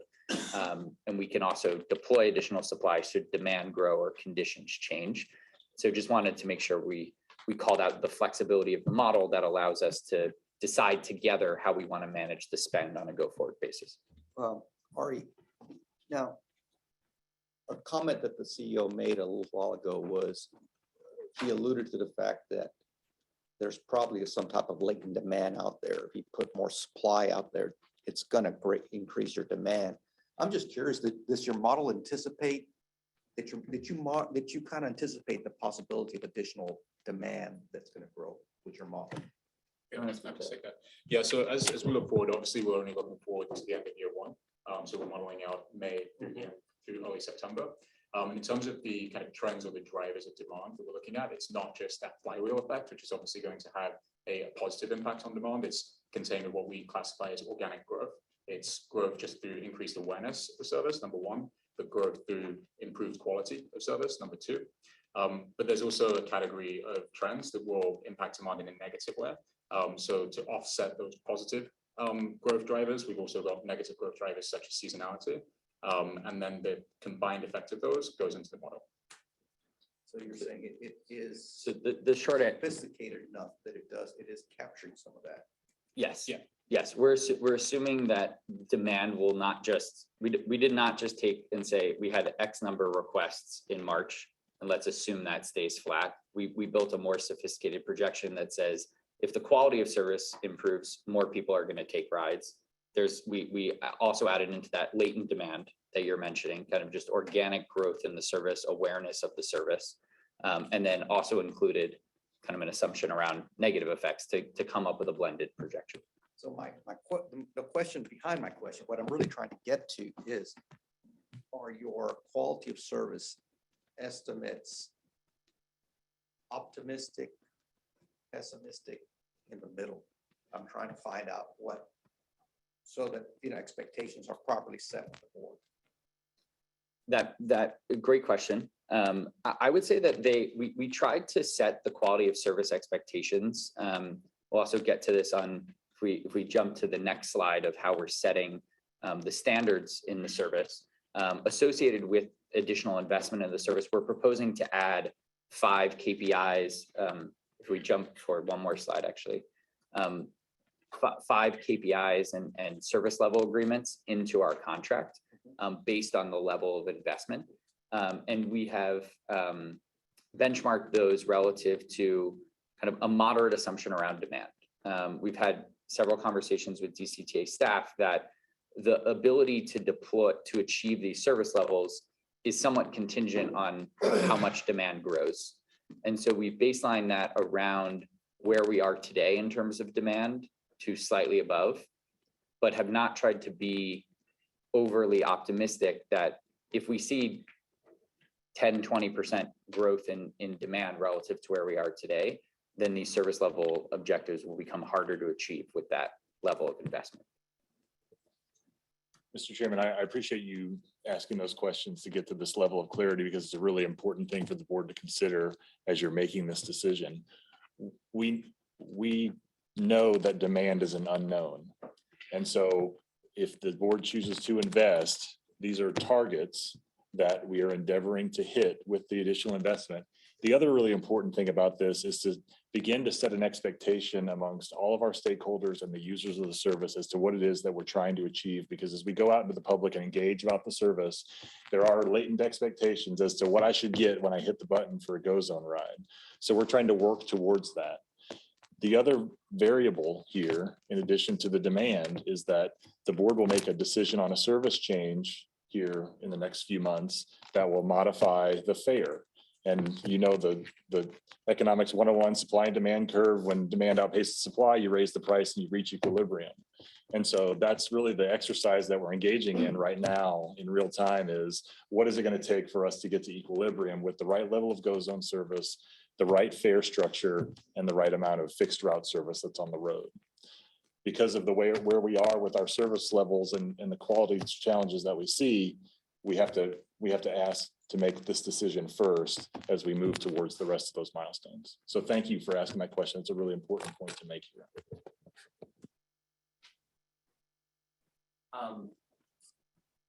Quick question on wait times. My personal preference is that we never see a seat unavailable. I'd need to get your input on it, Ari. Would it make sense to be able to move that out to a 45-minute or a 60-minute on that hard cap? What are the pros and cons of that conversation? And the reason I have those two numbers in mind is because our bus service ran at 45 and 60-minute headways. So when I'm trying to create a new structure, I still have some legacy data points. We thought Connect at that level was an acceptable wait time. Is that something that you guys, is that going to degrade service? Is that, I'm curious. Yeah, I think it's a great question, and it's one that we contemplate and have discussed with a lot of our partners, and it's also one that we've trialed in a lot of other services. And the outcome of increasing that maximum wait time, it ends up in pretty much all the scenarios that I've seen, it pretty much it always achieves the opposite outcome of what the original goal was, which was to improve the availability of service. And it's counterintuitive, but the reason is that those trips that are being cut off at that wait time are the trips that are the most inefficient for the algorithm is always trying to serve the most demand in the most efficient way possible and balance those two. And so that trip that can't be served within 30 minutes, but could theoretically be served by a vehicle in 45 minutes or an hour, that trip ends up tying up that one vehicle for that one ride for a very extended period of time between the additional 15 to 30 minutes that vehicle is traveling probably empty to go pick up that one ride, and then taking it to somewhere that it wasn't able to aggregate with anybody else. And so that will be a very low utilization or low aggregation ride. And so in that time that van is then serving that ride that was served with a 45-minute or 60-minute wait time, there are now tons of additional rides that are coming into the service that van could have served, could have aggregated together, could have provided 15, 20-minute wait times to, and gotten a bunch of people moving to the same place. And so by choosing to serve that one additional ride or two additional rides with a much longer wait time, we end up not serving many more rides that would have otherwise been served in the system. And so what we've seen when we've increased that maximum wait time is actually ridership can go down and the seat unavailable percentage can actually go up. Because while you would serve a couple of those rides that are longer than a 30-minute wait time, a bunch of other rides that would have been normally served are now going to get a seat unavailable proposal. And so our recommendation, we never recommend for an on-demand service to have a maximum wait time of more than 30 minutes. And in several services today, we're actually experimenting with reducing that to 25 or 20 minutes, which can have the kind of opposite potential beneficial effect where you start to show lower wait times, you reduce the variability of ETA that people will achieve, and you can focus the service on serving more rides at a higher quality of service. So our recommendation or direction on that based on our experience would not to be to experiment with longer wait times, given the dynamics of how the on-demand system would function. I appreciate the additional context because in my head, I'm seeing the framing in my head is I'm having to wait an hour because I'm picking a peak time. And that's not always the case. I may be picking a real odd, and when we get to the further maps, there's, I can see where that actually can start getting heavy on the other side. So I appreciate the context. I have a follow-up question to that. So does that mean, in the context of what you're saying, does that mean that there are going to be, somebody was trying to take a trip from their home to their place of business, and it would take more than 30 minutes to serve that ride? Does that mean that they're really just kind of out of luck and then they're never going to be able to get a ride regardless of the time? No, that's not what it means. It means that as long as we have a vehicle that can get to the pickup point within 30 minutes, that ride will be served by that vehicle, regardless of whether they're in that vehicle for 5 minutes, 20 minutes, or 45 minutes. So it's solely based on limiting the time that a vehicle will travel to pick somebody up rather than the duration of their journey once they're in the vehicle. Okay. And do we have a way to kind of see, are there certain locations within the zones that are getting a lot more of those seat unavailable? And is there a way to dedicate a vehicle to service that area to reduce? I just wonder if if you're looking at like the Louisville Highland Village zone, if you're in the middle, your chances of getting a ride are a lot higher than if you're kind of on the outskirts of the zone. So the way the system functions is it tries to anticipate that as it's allocating vehicles. So unlike other services, the on-demand services, our system, the vehicles are routed at all times, whether or not they have people in the vehicle or whether they don't. So when passenger A gets dropped off at their location, that vehicle immediately starts getting routed to an area in anticipation of future demand. So based on where we think that vehicle will be needed in the future, rather than just having it wait. And so we can definitely look together at the geographic distribution of wait times and of seat availability, and perhaps make some adjustments to how we're distributing vehicles in the zone to make sure that it's achieving the right balance of the rides that we want to serve and the quality of service that we want to distribute. So we have some flexibility to adjust that in the system. We would just need to look at some analysis of the geographic distribution of seat unavailable and wait times. Frank, could I make a comment? Yeah. Just to draw a parallel with the previous discussion and traditional Transit agencies. Think of the maximum wait time as a headway in the behavior that Ari was describing that they've observed in their experience fits the behavior that's been observed on fixed route, for instance, when headways are expanded, you would tend to expect that ridership, you would see a negative impact to ridership. As headways are reduced, as frequency is improved, you would expect ridership to increase as well.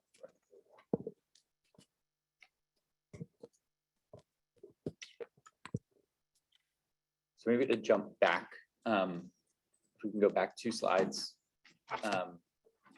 So I think that covered how we thought about modeling out a medium and high level of investment in the service. And if we jump to the next slide, we also wanted to provide some insight into, given GoZone is a 2-year contract, but has these 2 individual years within that initial 2-year term of the contract.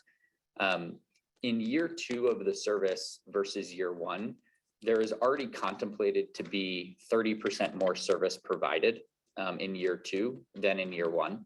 And so as we're presenting options for additional investment in GoZone in year 1, we wanted to provide an advanced kind of look around the corner of how the service, as it transitions from year 1 to year 2, which is going to happen at the beginning of September, how the amount of service and budget being deployed at that time would compare from year 1 to year 2.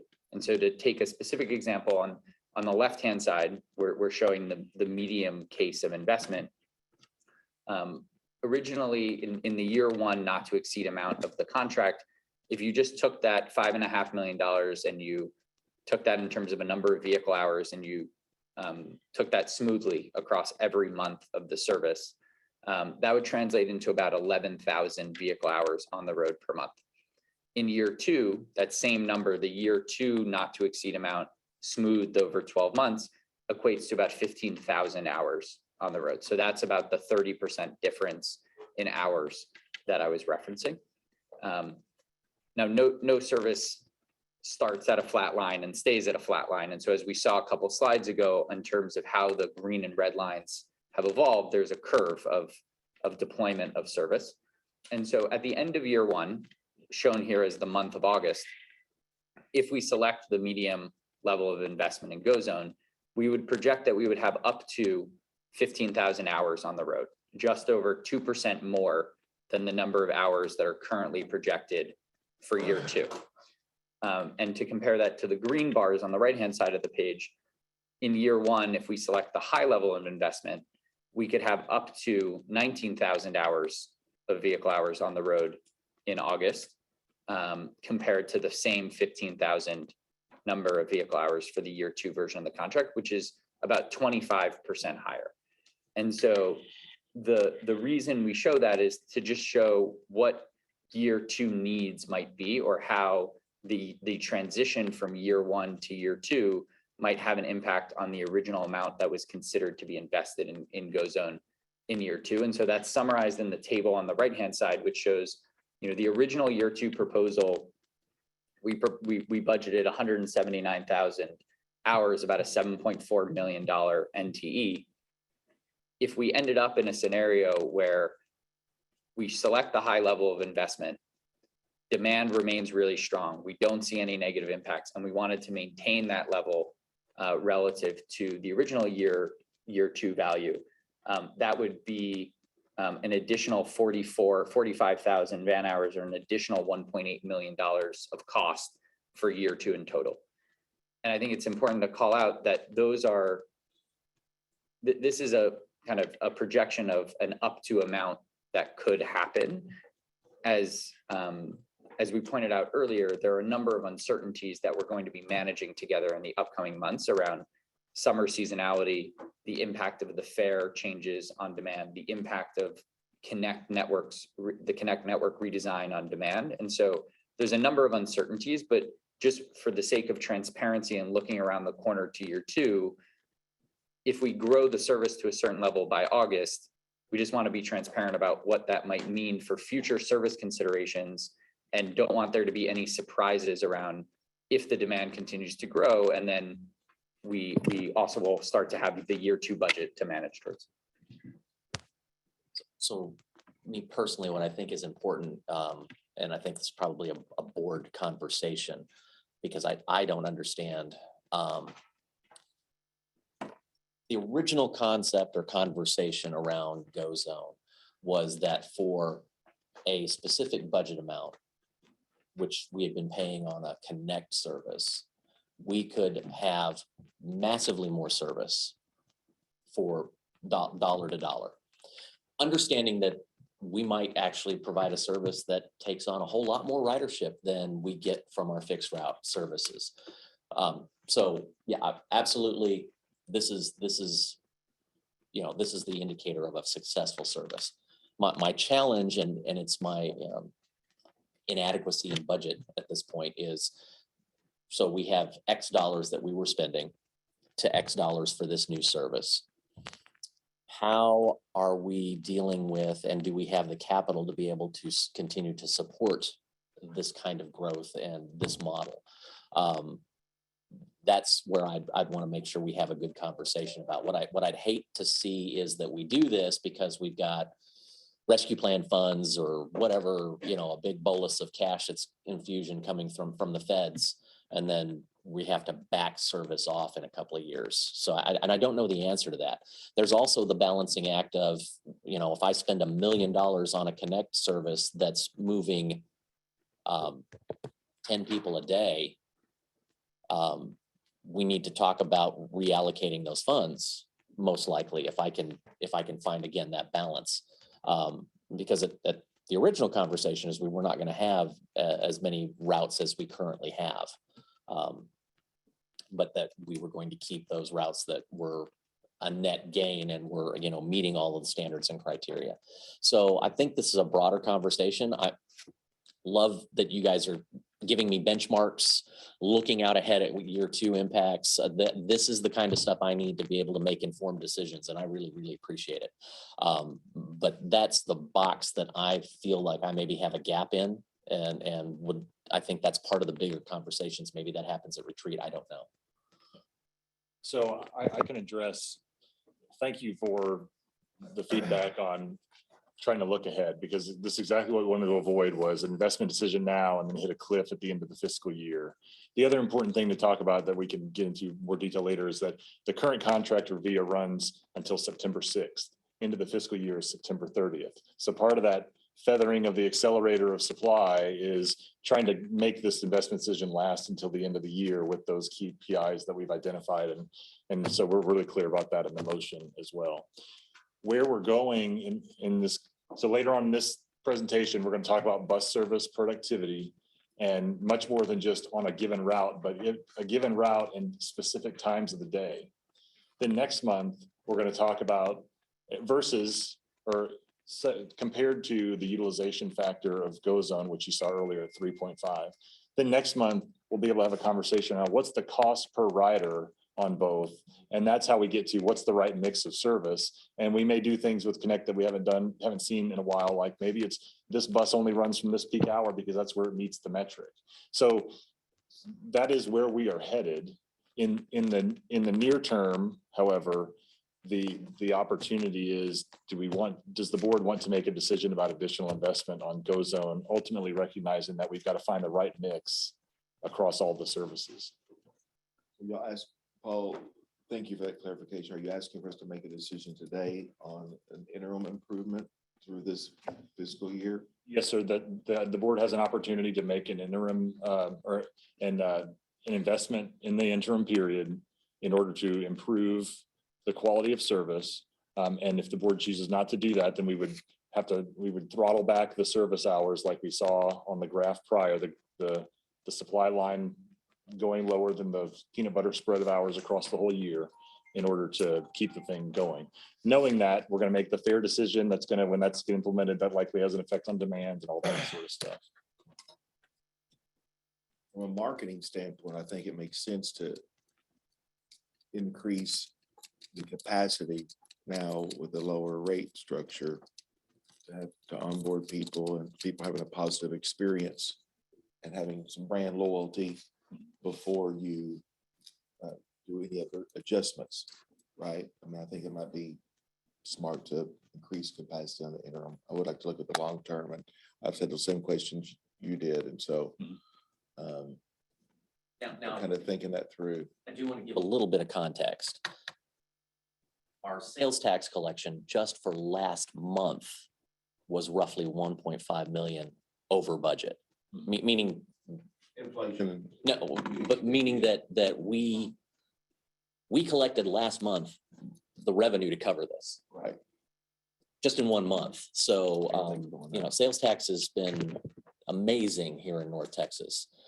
So I don't have any heartburn on this just from that data point, but I don't want to live in a world that assumes that much delta every month. Right. And I wouldn't be prepared to decide the next year today, but an interim thing for the summer, I would be inclined to expand that so we're not having a service decrease right when we're going out to the public and asking for more ridership and we're throttling back. I don't think, that's just me. Support the wishes of the board, but I don't think that's totally smart. And with in Louisville gone, I mean, that's all our riders have, this opportunity. And so to go out there and, as we've been promoting it, and say, well, we're going to have to cut back, and the increase in wait time is not okay. It's just not okay. And so if we're going to continue in our zone to, and I know Denton's doing the same, to encourage this, how do we do that? But go, oh, but you may not get a ride, or but maybe the wait time is going to be 26 minutes. I don't, to me, this always was like a pilot program without being named a pilot program. We had no idea what this was going to look like. And kudos to you guys for constantly, moving and adjusting. But I think it does come down to the board now for our constituents who we've said, hey, this is going to be great. Let's do it. I don't want them waiting all that extra time or not even have a ride. So I almost feel like this is kind of at least on the short term, until we get more history, this is where, in my opinion, we need to go. So to clarify, are you looking for board direction at this time regarding service level agreements? Or are you looking more for board direction on, whether we're willing to increase the amount of funding in this budget year? Well, I have both items open. So since they're both of them, that's why we're allowed to talk to both of them. So he's doing the discussion, but embedded in this discussion is the discussion about increasing service level, which is what item 3 is, or through the end of September or through September 6th, through their contract amount. So yeah, there is, as they're wrapping this up, there's gonna be the ask, which is where he's kind of going to. That's kind of where this conversation is moving towards. Just to note that the approval of the additional supply and the SLAs that we're speaking of, they're both in the same contract. So approval of the spend also approves the SLAs we're discussing. So regarding the terms of the SLA, you know, I guess on the next slide, you have sort of proposed, you know, average ETAs and proposed percentages of seat unavailables with various levels of funding. I don't actually know what our current service level agreement is in terms of, you know, our goals for average ETA. And, you know, I'm assuming that we have not met those goals. And I don't actually know what the terms of the agreement are in regard to when we don't meet those goals. So much of the service was based off a proposal, but there really were never, these SLAs that we're putting into the contract now are ones that we've worked with via team to come up with a mutually agreeable solution that would make sense.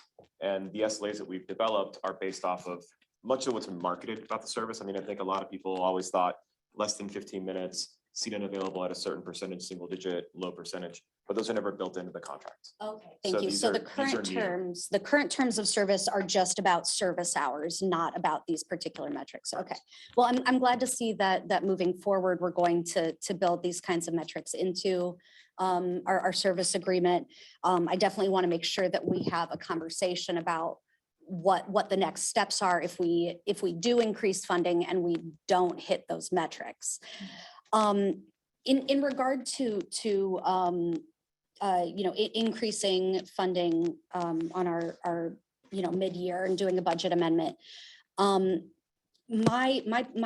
where I'm at on that is, you know, you just shared with us that we have the second highest efficiency. GoZone has the second highest efficiency of all of VIA's services, which to me says that we're probably getting pretty close to maxing out efficiency of, you know, of what the potential efficiency is of the service. Would you say that that's probably pretty accurate? I think based on the other data points that we have, I think that's a reasonable interpretation of the data. However, I think that this service has several characteristics that are very unique relative to the rest of the services that we operate. So we operate about 35 services across North America. There's many others using our technology, but of ones that we operate now 4 services in North Texas. I think that we have not had the uniqueness of the service design, the combination of denser urban areas with less dense areas, the opportunities as we're seeing the differences in efficiency between the Denton zone and the Louisville Highland Village zone based on its density, based on its ride characteristics. We've had periods of time in other services where we've achieved greater than 4, 4.5, close to 5 levels of rides per vehicle per hour. So obviously a much denser service, but Mayor Gilmore asked about the Jersey City service. That service routinely operates at levels of efficiency above 4.5. And so I think there's actually quite a bit of room. And so if we think about the number of vehicle hours that are being deployed, you know, another 0.5, 1 point of efficiency, not saying that this service can definitely get to an efficiency of 4.5, but an additional 0.5 of efficiency or additional half a ride or ride per vehicle per hour. If there are 20,000 vehicle hours on the road, that's an incremental 10,000 to 20,000 rides that could be served on a monthly basis, is quite meaningful on a service that's currently doing about 48,000 rides per month. So I think that there's quite a bit of, while the number might look small, 0.5 to 1, when you multiply that by the number of vehicle hours that are on the road and then take that as a percentage of growth on the service, I think that could be, you know, tens of % of ridership growth on the overall service, which feels like pretty meaningful opportunity from an efficiency improvement that also translates into a ridership improvement. Okay, so, yeah, okay, so we're currently at 3.6 rides per service hour. It's conceivable that we, on Go Zone, it could get as high as maybe 4.5 rides per service hour. That might be, kind of a pie in the sky number, but it's conceivable. I mean, the ceiling on fixed route is much higher than that, right? I mean, there's just the size of the vehicles means that the potential for increasing ridership and increasing efficiency is much, much higher on Connect, right? And we are about to, here in a couple of months, discuss and implement some changes across the multimodal system, which hopefully, the goal I'm thinking, and Ari, you have expressed this goal to the board before. The goal is going to be to increase ridership across the system and including and especially on fixed routes because of the high potential for efficiency that's even higher than 4.5 rides per service hour.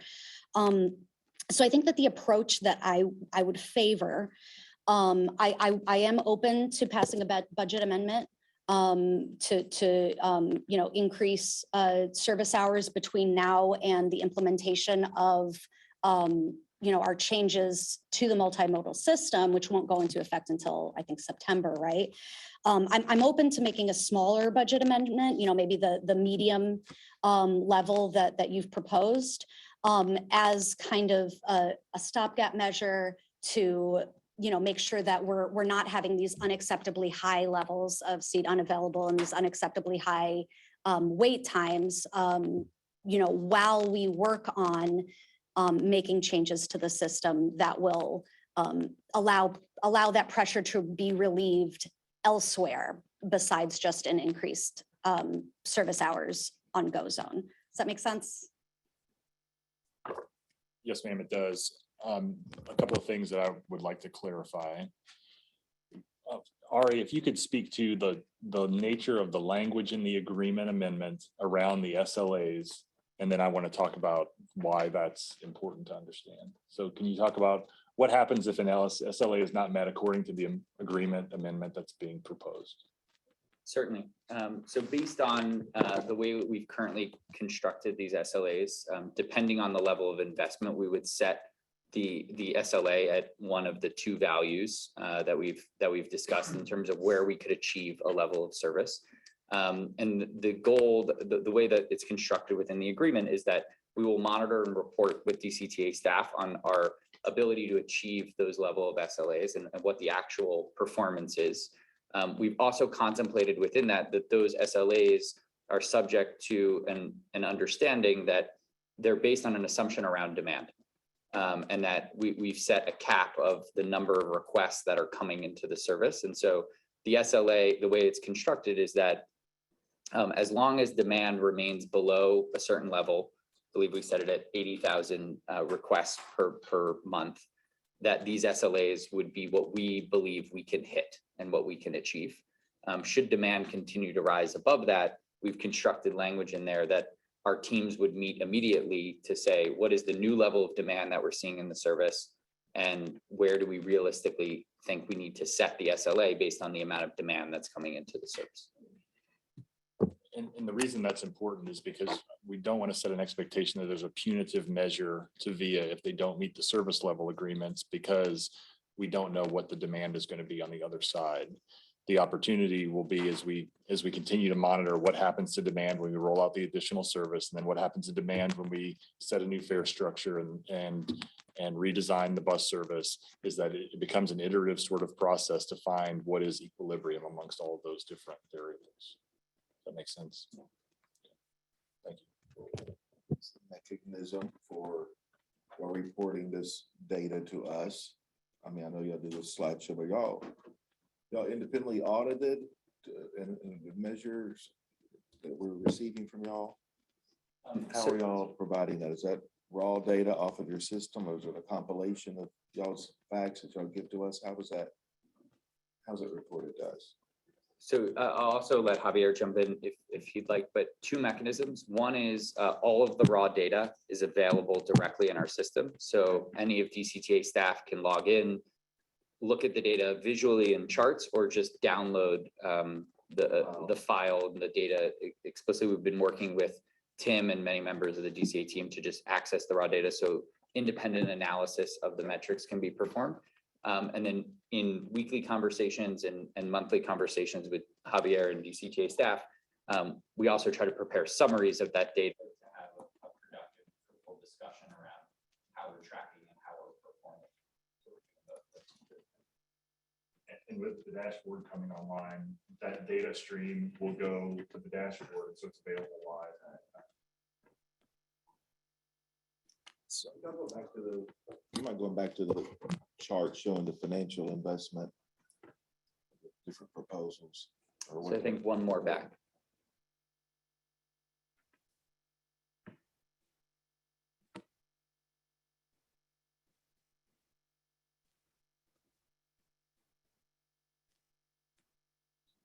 This would be a mid-year budget amendment to get us through the end of the fiscal year, September 30, to do a new contract amendment for revised. September 6th. Through September. The year one of the contract ends on September 6th.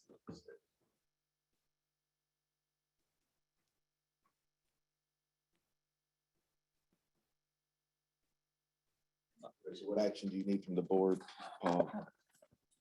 So if the board wanted to take action right now, there's a motion on the next agenda item that we could go to if the board wanted to take action right now. Item 3. Comments before we Yes, jump sir. to Go that. ahead. I, for a couple of reasons, I would be really comfortable with the high investment, the 1.4, simply because we have that in the overage from sales tax collections just for last month. I want to see what this service can do unconstrained. And I feel like we really need better data than that. We've got a cap. I also think that we have a discrepancy in equity as far as spending goes between the zones. And so Give more room to spread it so out. you know, I mean, if the representative from Denton would like to see a lower price point, then can we funnel more of that money to the southern zone to keep the level, or to raise the level up, and maybe provide the baseline or medium to Denton and provide the high level of service to Louisville Highland Village? My point being here is I want to see it unconstrained. We have one modality down here, and that currently I've been running some just baseline numbers. But if you just pull operational dollars from the budget for this year, the dollars spent in Denton versus the Louisville Highland Village zone are roughly 9-1. So to me, that's a really short amount of dollars to create some equity. I've always said that the modes may be different in the different regions. We may approach this and I am very excited to see a number that says dollars per ridership, regardless of modality. I think that gets us to a really good conversation on what we're doing here. But for 600,000, which we have in overage, I don't think this is a medium versus high argument. I think we go high, we figure out this is a massive game changer for residents in Louisville and Highland Village and Denton.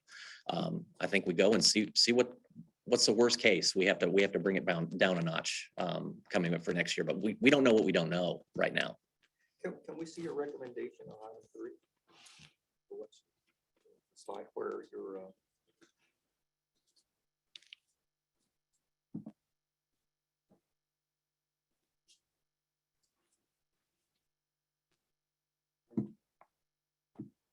there we go.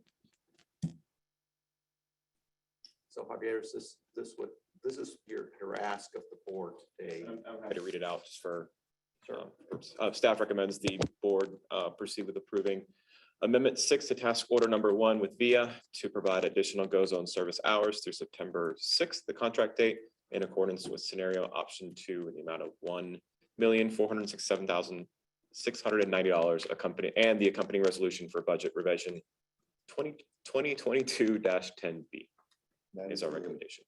That's the higher version. That is the high version. For approval. Motion to approve. Second. Motion and a second. Any further discussion? Yes, I just want to be clear. I'm not comfortable voting for the high proposal across the board.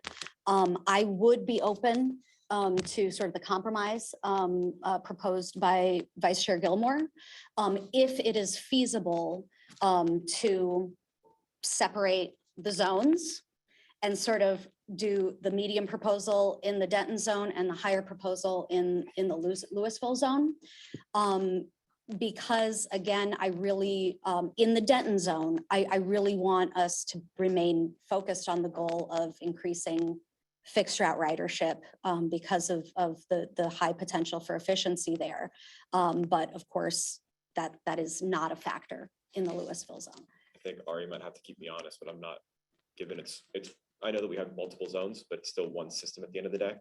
I don't know that it's really feasible to do it that way, but So I understand what you're saying. I would be curious to hear from our team as to how we would figure out what is that ratio. We would take the total service offering and then we would proportionate share the medium scenario to Denton and the high scenario to Louisville.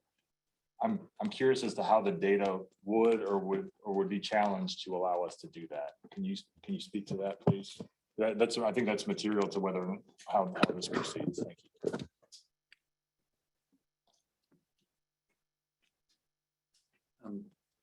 So I think another piece to answer that question, I think another piece of historical context that's important is following discussion we had with the board, I believe back in December, when we were considering changes to the connect routes and the future of some of the connect routes in the Louisville Highland Village zone.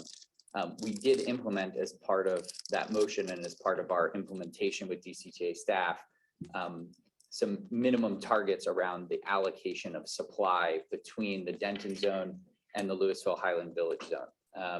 George has some additional specifics, but as a high level, about 30% of the supply currently in most of the times is being allocated to the Louisville Highland Village zone. I think the challenge with taking a proportionate amount of a budget increase is it would be somewhat complicated to take that incremental amount of supply and allocate it in a disproportionate way between those different zones.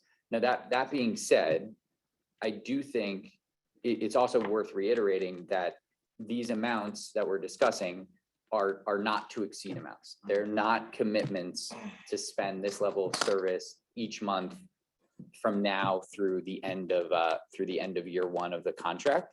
And so as an alternative idea that we could work with DCTA staff on is on a monthly basis, we can definitely adjust the proportion of supply allocated between the Denton zone and the Louisville Highland Village zone. So if we're uncomfortable with the amount of spend that's being spent in the service overall or in one of those zones, we can make adjustments. And we also can continue to present data on an ongoing basis about the quality of service and ridership and the availability of service, such that we're going to provide an update very shortly on the work around the fixed route redesign and then have recommendations in the upcoming months. There's enough flexibility from our perspective to manage the service in conjunction with DCTA staff and in conjunction with these board conversations to make adjustments in the coming months to make sure that we're not over indexing or over deploying in a way that would hurt the future potential of fixed route ridership. And so just wanted to call that out as an additional lever that's available to the board to make an adjustment today, but then we have flexibility with staff and with future board conversations on a monthly basis to manage the service how we want to manage it towards the outcomes we want to manage it as that other process around the future of fixed route will be determined. Ultimately, we can continue to tweak it. And as you're saying, we may not ultimately spend the 1.4. That's right. This gives you just a top. amount. Okay. I got a question. I'm just confused. So are you advocating for less resources in Denton, which would be longer response times and longer delays, and then the other part of our system may have more efficiencies if the other cities want to go faster and have improved the overall system? And then we have, I'm just worried about the tracking of that. If we're in the days and weeks to months, if we're looking at 20-minute response times, we got it down to 15. Well, it's really 12 minutes south of the bridge and it was 25 minutes north of the bridge. We're skewing, we're starting to divide out the data sets as we move forward. We're just trying to prove. My it my overall. suggestion had been that we have separate data sets, separate service level agreements for the two zones. I think what I'm hearing is that that's not a feasible. And mine was just blue sky thinking on the process. I get that it's a one service piece. You know, if it can't be done or it creates more complexity than it solves, I totally understand that. I think some context to all of this conversation is this entity has had 15 years to get fixed route to meet numbers that are considered industry standards. That's not this board that has been out here tinkering with, you know, we're not making decisions on where the stop should be or anything like that. We have professional transit folks for 15 years have tried to get this bus service to work. And there's a narrative out there in the marketplace that this board has been tinkering and trying to destroy fixed route buses. And that's not at all the case. We have a suite of professionals back here that have been designing and trying to find a way to hit those industry metrics. And with the budget that we have and the resources that we have, fixed route has never met those numbers except Route 7 borderline. And that is in the #1 growing by population county in the country. We've had every advantage. We had 35 shut down for crying out loud, and those numbers never went up. So I think the narrative that there's some magic to fixed route bus that, oh, if we only just did this, we're going to get it there. I'm going to be really hard pressed to see that. I think the dollars per ridership is what's going to give me the data that I need to make that decision correctly. But that I think we need to have some context on that, because I hear it all the time on social media that this entity, this board, destroys fixed route buses. And the reality is I have a budget and I have one goal: to move as many people as possible with that budget. And I think VIA is working hard to do that. I think our staff is working hard to do that. And I appreciate that we're trying to work out the multimodal piece of it. But let's see what this thing does. And let's see if we can find some fixed route pieces that make sense where we can pick them up and do that. But you know, if it's $1 million in budget and we find that it's just going to continue to move empty buses around the city, I'm not going to be in favor of that. So I do, again, we've got a motion and a second on option 2, but that's kind of a tangent. Allison, I'm sorry. I wanted to clarify one point on the sales tax discussion. The Mayor Gilmore referenced a $1.5 million overage for the month of sales tax collections. That's actually year to date. Oh, is that year to date? Okay. Yes, that's year to date. It's on page 395 of the sales tax report. We have a budget revision later on in the agenda where we're capturing that additional revenue to offset some additional expenses that we're also recommending as part of a budget revision. So this budget revision as presented would be a decrease in net position of 1.5. The budget revision 11 that's later on in the agenda is an increase in net position of roughly 850. So the net of those two is, including that sales tax capture for year to date, is roughly 600,000 decrease in that position. Thank you for the correction. Yes, no problem. So Allison, I was just going to say, you know, there's always been a north and south view of our county. You know, there was just something about the bridge. I think we have come a long, long way.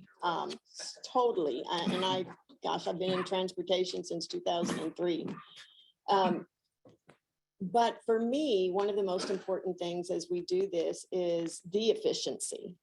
And I feel that certainly that's going to drop if we don't have the number of vehicles. And I have family in Denton. I want them to have the same opportunities that we in Louisville and Highland Village have. And I like that it's a short term. I like that, you know, it's not to exceed. I think they put a lot of precautions in there. And I just don't want anything more that kind of divides our cities. I think, let's look at it. Let's look at the numbers in September and we'll have a better idea of what that might look like. So. If there's no further discussion, we have a motion and a second. So now at this point, I'm going to go ahead and call the vote. All in favor of the recommendation as stated, signify by saying aye. Aye. Aye. All opposed? Nay. Okay. Motion carried 4-1. At this time, I want to go ahead and take a 30-minute break. We'll have lunch. And then I want to come back and I want to give Ari an opportunity. I want to hear the rest of his update on number 2. I appreciate all the time this morning and thank you for the questions and for having us and for the feedback and look forward to continuing after the break. So when we come back, I will reopen item back. We concluded 3, but 2 we kept open. Yes, sir. So, okay. Oh, the time is 12:18.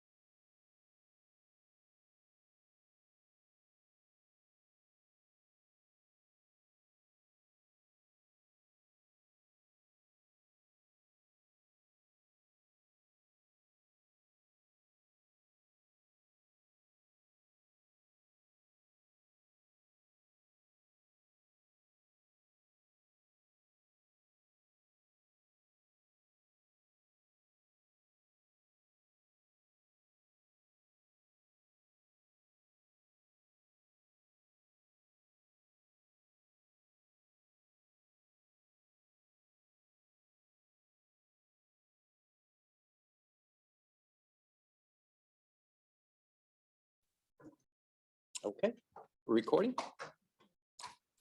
Okay, it is now 12:47. I'll reconvene the Board of Directors meeting of the Denton County Transportation Authority. We left off, we were still going through item number 2, and I will now turn it over to Chris Newport. Good afternoon, Chair. Thank you very much. Okay, so we'd like to move the conversation as part of item 2 into a status update on where we are with the comprehensive operations analysis and progressive discussion regarding fair design, picking up from the robust conversation that we had in February. So this first slide is seeking to orient the board with where we are, what the entire process looks like end to end. And then I'll just make a comment on where we are today. And if you don't mind, I'll just gesture at the screen. So we have completed steps 1 through 4. It's not to say that there's no possibility for refinement. That certainly will be accomplished. We'll review the findings as we continue to have discussions with staff and the board on the work that's been conducted through the conditions, existing conditions analysis and the service alternatives. So we're developing initial points of view around what service alternatives could look like based on the existing conditions analysis. The next step that has begun already is the cost benefit analysis that we had some discussion about as part of the discussion of the first part of this item. And then the board will receive a look of initial recommendations that are starting to take shape at the next meeting in the month of May. And then I know that there are discussions happening around the ultimate decision and the timing of that for both service profiles and the service mix, as well as fare. But we're holding to our initial work to have service alternatives at least ready to be modified by public input, of course, but ready and enable the board for a decision in June. So one of the things that I want to highlight is Ari made a comment in the first part of the discussion that the VIA service in Denton County is unique. We will see that play out in terms of the type of analysis that can be utilized to inform service alternatives for DCTA compared to what is typically available to agencies that do not have the type of service that GoZone represents in DCTA service area. So there are traditional tools in the first couple of slides that we'll look at will reflect the typical tools that are used to assess the potential demand for fixed route, as well as other types of transit modes, and how that can inform route profiles, frequency, et cetera. So with that, we can proceed. Chris, can I pause just for a second? Yes, sir. We moved through the last set of slides, but slide 33, I need to make a comment on. Can we go back? Yeah. I need you guys to talk with my planning director. He took 10 minutes on this. My request is that we cover the residential, and so circled area number 5, that's almost all floodplain except for 2 businesses. Circled area 3 is empty. Service area 4 is Sam Rayburn Tollway frontage. The purple area on the very far right actually has 2 of our largest employers, Cisco and Apparel Group. No, far right. Yeah, that's correct. You're correct. He was incorrect.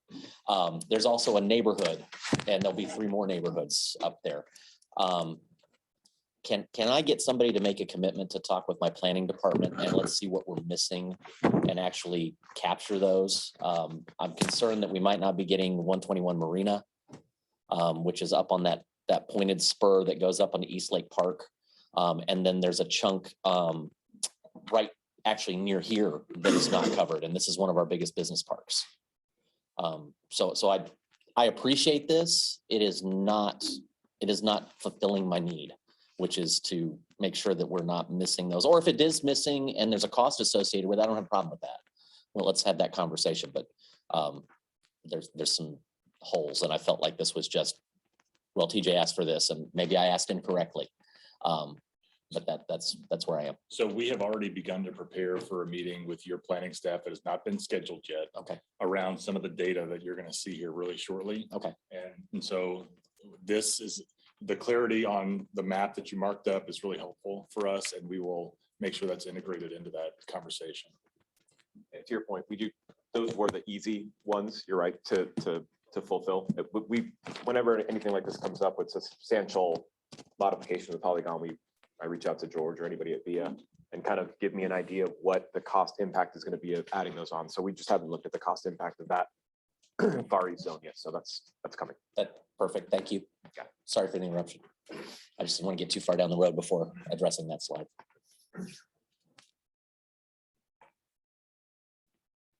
Thank you. Okay. One of the first steps in the existing conditions analysis is to refresh what's called transit propensities for ridership. So the table that you'll see, and I'm just going to summarize this and not drain it. What we're seeking to do is to compare a number of different factors that contribute to individuals or groups of individuals that have different demographic characteristics that can make them more likely to utilize transit compared against the baseline in Denton County. So the baseline in Denton County for transit propensity factors is average of 0.7% for folks that have these factors. And then you can see that the demographic groups and the transit propensity factors for different characteristics, if we think about in transit parlance, two very, very broad categories of describing potential transit riders. There's transit dependent populations and choice potential ridership or likely riders. So these characteristics are typically describing factors that can lead someone to be more dependent on transit than not. And transit dependent riders are more likely to utilize the service and continue utilizing the service independent of quality factors and fare and so on. So we combine this with the population densities, and we can move to the next slide. The population densities of different census tracts within DCTA service area to estimate what the geographic areas are that would be most likely to utilize transit in general. So what you see depicted on the screen right now, and this is another typical approach in the planner toolbox that most agencies utilize to estimate what potential demand could be. And what we see is the darker colors of orange correspond to a higher degree or greater concentration of transit propensity, higher transit propensity ridership within those areas. And we could see that for the darker orange census tracts represented here, that there is generally, and even specifically speaking, there's good intersection between the fixed route network as it exists today and those populations where that exhibit higher transit propensity factors. Does that make sense? Okay. We can move to the next slide. And this is really what is unique about DCTA. What DCTA has available to it, what we have available in DCTA that's not typically available at other transit agencies. You have, given that GoZone's available across the service area, you have demonstrated demand. And again, what we see, this is another way of looking at the geospatial analysis. What we're seeing is actual GoZone trips within the Denton zone, along with the red dots that you see are points of interest or larger employers. And there's one red dot, but we see this large aggregation or concentration of trips occurring at the largest employer in the Denton zone, that being University of North Texas. But again, you can see that this generally corresponds. Would you mind just cycling back? If you could just hold this briefly, cycle back, you can see that there's still pretty high level of correlation between the transit propensity analysis, geospatial analysis, and where trips are actually occurring as depicted by the GoZone trips. And then we also have good coverage across the Denton zone for not only those transit areas where high transit propensity exists, but also the points of interest and the employer bases, with the notable exception west of 35 here over near the airport, and then down at the state school to the southeast. Well, that's interesting, Chris. Your propensity is one of your factors was zero vehicles. Zero car thresholds. And they just also seem to be concentrated near the university. Okay. I just find that, it just struck me that they happen to overlap. It's just coincidental more than anything. Right. Any questions on this? Comments? Okay. Okay. Next, we'll show three. I'm sorry. Did I blow past Louisville? This is Denton. Okay, we're going to get to it. Okay, looking at three successive views of fixed route or connect ridership within Denton. The first is average monthly ridership, and again, this falls into the typical tools of analysis. Average monthly ridership, what in aggregate does ridership look like by route within our fixed route network? We can see that routes 4 and 7 carry the highest level of ridership. Route 1, which of course has been discontinued, carried the lowest level of ridership. The width of the band that you see on the map indicates higher degree of ridership relative to a more narrow representation. Moving to the next slide, a different lens to understand ridership is the productivity of the service as measured by ridership per revenue hour, again, in aggregate on a monthly basis. And again, 3, 6, and 7 are the most productive as indicated by the wider line on the map.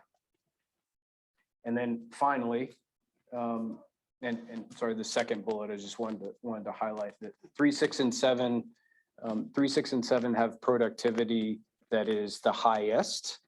7 is the most productive route, approaching 10 riders per revenue hour, even within the last month of service, as fixed route ridership has generally declined with expansion of the GoZone service.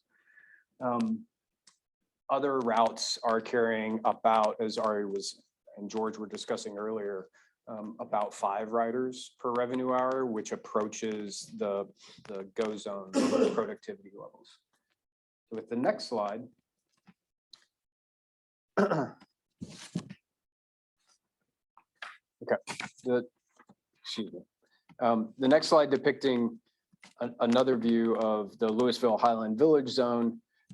We can see that there is a clustering of ridership that's occurring, and we have good coverage, generally speaking, of the major employment centers and residential areas within Louisville Highland Village as well. And one of the things that we're starting to see is some clustering in several different areas of GoZone trips along the corridor between the A train and 35 here in the southeast portion, as well as running east to west a little bit further north, which will lead to a couple of opportunities that we're chasing down as part of the service alternatives analysis. Okay, next slide, please. So this slide being this is an example of a tool that was not available to DCTA previously, which is understanding productivity by time of day, which increases the opportunities as we look at where and when fixed route may be the mode that can move folks cost effectively have a different level of understanding of when you might design routes during time of day that wasn't previously available in terms of analysis. I'll just make a note here. We've got Route 5. A number of the routes the board recalls that there were several routes that were discontinued or launched in March. There's ridership productivity information included here for Route 5. I highly recommend to the board that you view this as informational only. This is not statistically significant.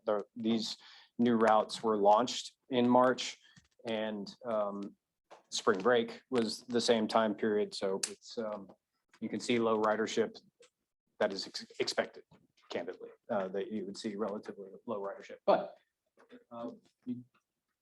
of note, I think, is average weekday productivity and even Saturday productivity being above on Route 7, being above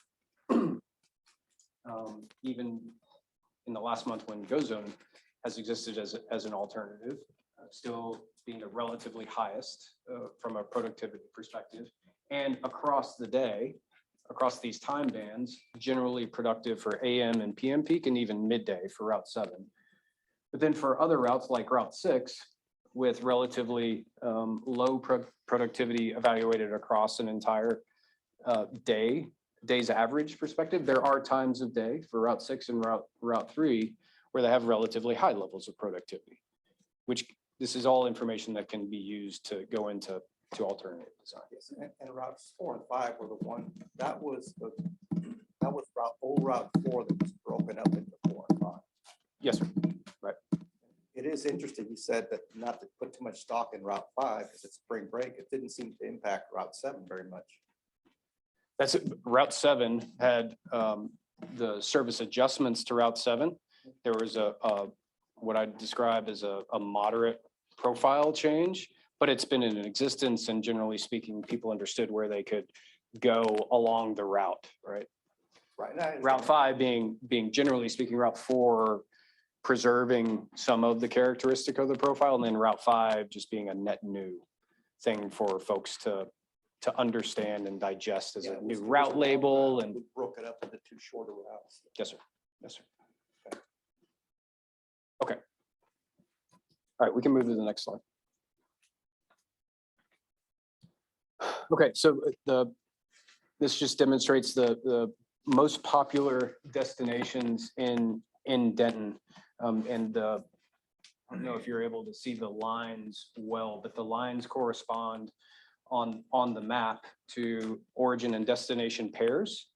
And what they're depicting is the blue dots represent the most popular of the top origins and destinations within Denton. If we go to the next slide. UNT is a significant driver, as I think we would all expect, of GoZone demand.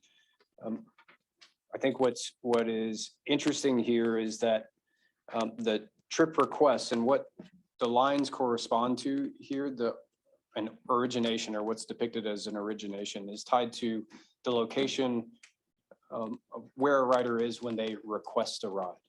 That is different from where an actual trip begins, which is at a virtual stop.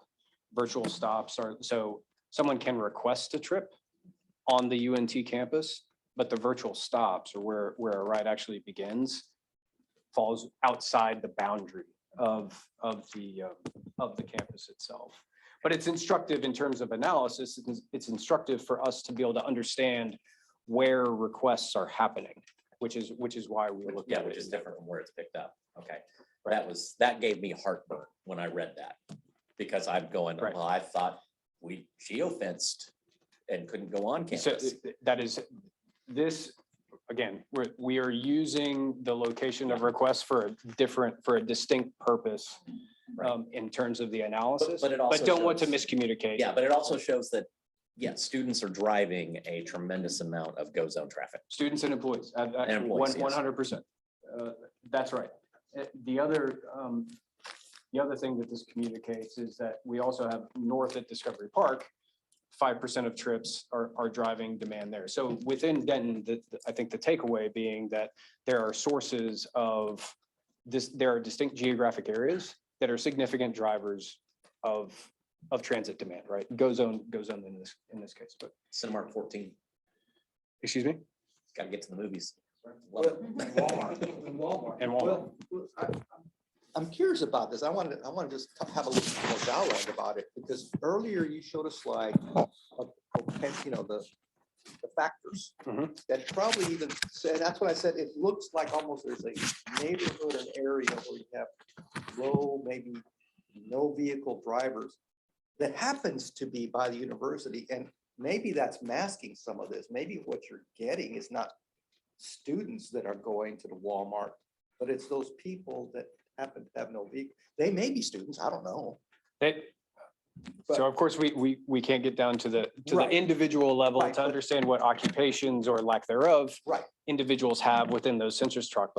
But we also understand, like many universities, there's housing adjacent or very proximate to the university that can house students as well as other individuals. But typically, students possess or share characteristics among other population groups that contribute to their dependence on transit. Those for whom car ownership is a relatively expensive and is not possible given their personal circumstances. That of course goes along with relatively low income compared to the norm within a given area. So your thinking is aligned with ours, Chair, and I'd say good conclusions from the assessment as well. Is there anything else you wanted to add to this slide, Ari? No, I think our interpretation is very much similar to Chris's in that I think it's also worth calling out that a lot of these trips we do not believe would be well served by the existing fixed route network, either that being the UNT network or the Connect route, that many of these trips are, and you can kind of see it on the lines, are actually quite long trips that would require multiple transfers or particularly long journey time on one or more fixed routes. And so worth considering that in the context of kind of the ability for GoZone to bring in new trip types that might not have existed before, similar to the conversation we had around the broader dynamics of the service. But to be fair, that's part of the analysis that we still have to do is what is the cost and benefit of getting people from in this graph or in this chart, UNT to Cinemark 14 or UNT to Walmart, based on all the different options that are available. So thank you. Another thing to note, because this could be helpful for a discussion later, is that the distance between, generally speaking, the UNT campus and Cinemark 14 Walmart on the southeast portion, Discovery Park down to primary campus, about 3.5 miles, a little bit under 3 miles is a pretty tight concentration of the trip distances, and obviously the longer trip distances to Ari's point, as you look at the spider threads that shoot up from, say, southwest up to northeast. And I'd kind of just like to, note, we had a member of the public call in at the beginning of our meeting talking about the sort of hub and spoke design of our fixed route system, which in which the hub is the downtown Denton Transit Center. And I think that what the data is bearing out is that the actual hub of most of our transit use is in or around UNT. So, I mean, when we think about future route design, whether we choose to keep a hub and spoke kind of design or shift to some other type of design, the actual hub is UNT, and perhaps we should take that into account in our route design. Yeah, agree that is that's the advantage, like Chris said at the outset, of the data set that we have when we're making this consideration. I think what's fascinating about this, and as we get into it a little bit more detail, this agency has always had kind of a push-pull with UNT utilizing Connect services over and above the rest of the city. And there's maybe some conversation around, is that fair to residents? You know, is it subsidizing UNT further? Just conversationally. And so I think what I worry about is at some point UNT just says, you know what, we're fine. We're not going to do any kind of contracting with DCTA. And yet there's going to be a tremendous amount of utilization by students. Good, bad, or indifferent, that's just the reality of it. So Just on initial conversations we've had with UNT, I mean, they're very content with keeping their fixed route, and the UNT ridership for March alone was over 100,000 rides, almost twice as much as goes on. I mean, they wouldn't be able to move the people they need within the campus. and that would be a different contract, right? Because we don't go on campus now. But I think it's a good conversation to understand, you know, UNT drives so much of the transit in Denton. And the impacts that it's having on Gozo. And for what it's worth, with the board's information, we are energizing our conversations with UNT's transportation planning staff, just like we plan to do with our member cities, to make sure that we have a cohesive whole across all of our different offerings. So. Good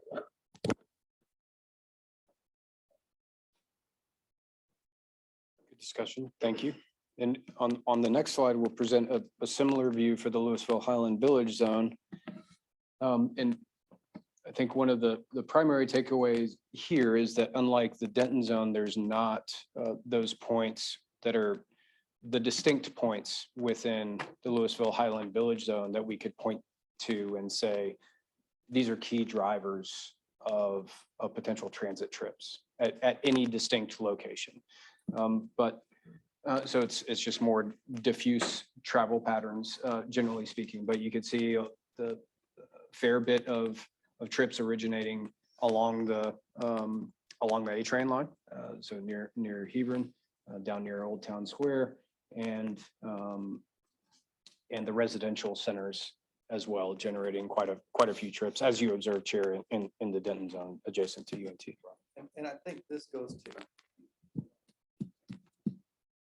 what Director McGuire said earlier about the collar. I think he talked about a grid system sometime. And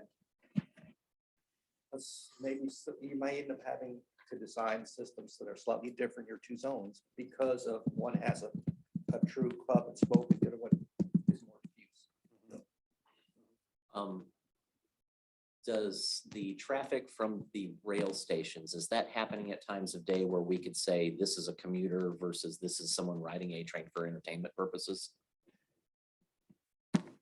Riding A train for Like to go down that- generally speaking, the rail ridership and the associated transfers along GO zone are associated with the traditional AM PM. With a traditional commuter traffic. Okay.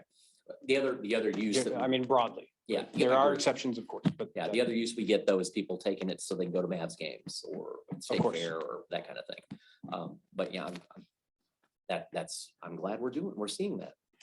So between this described a few trends that we're looking at and pursuing further in the analysis that the board will see some results of in May, is whether or not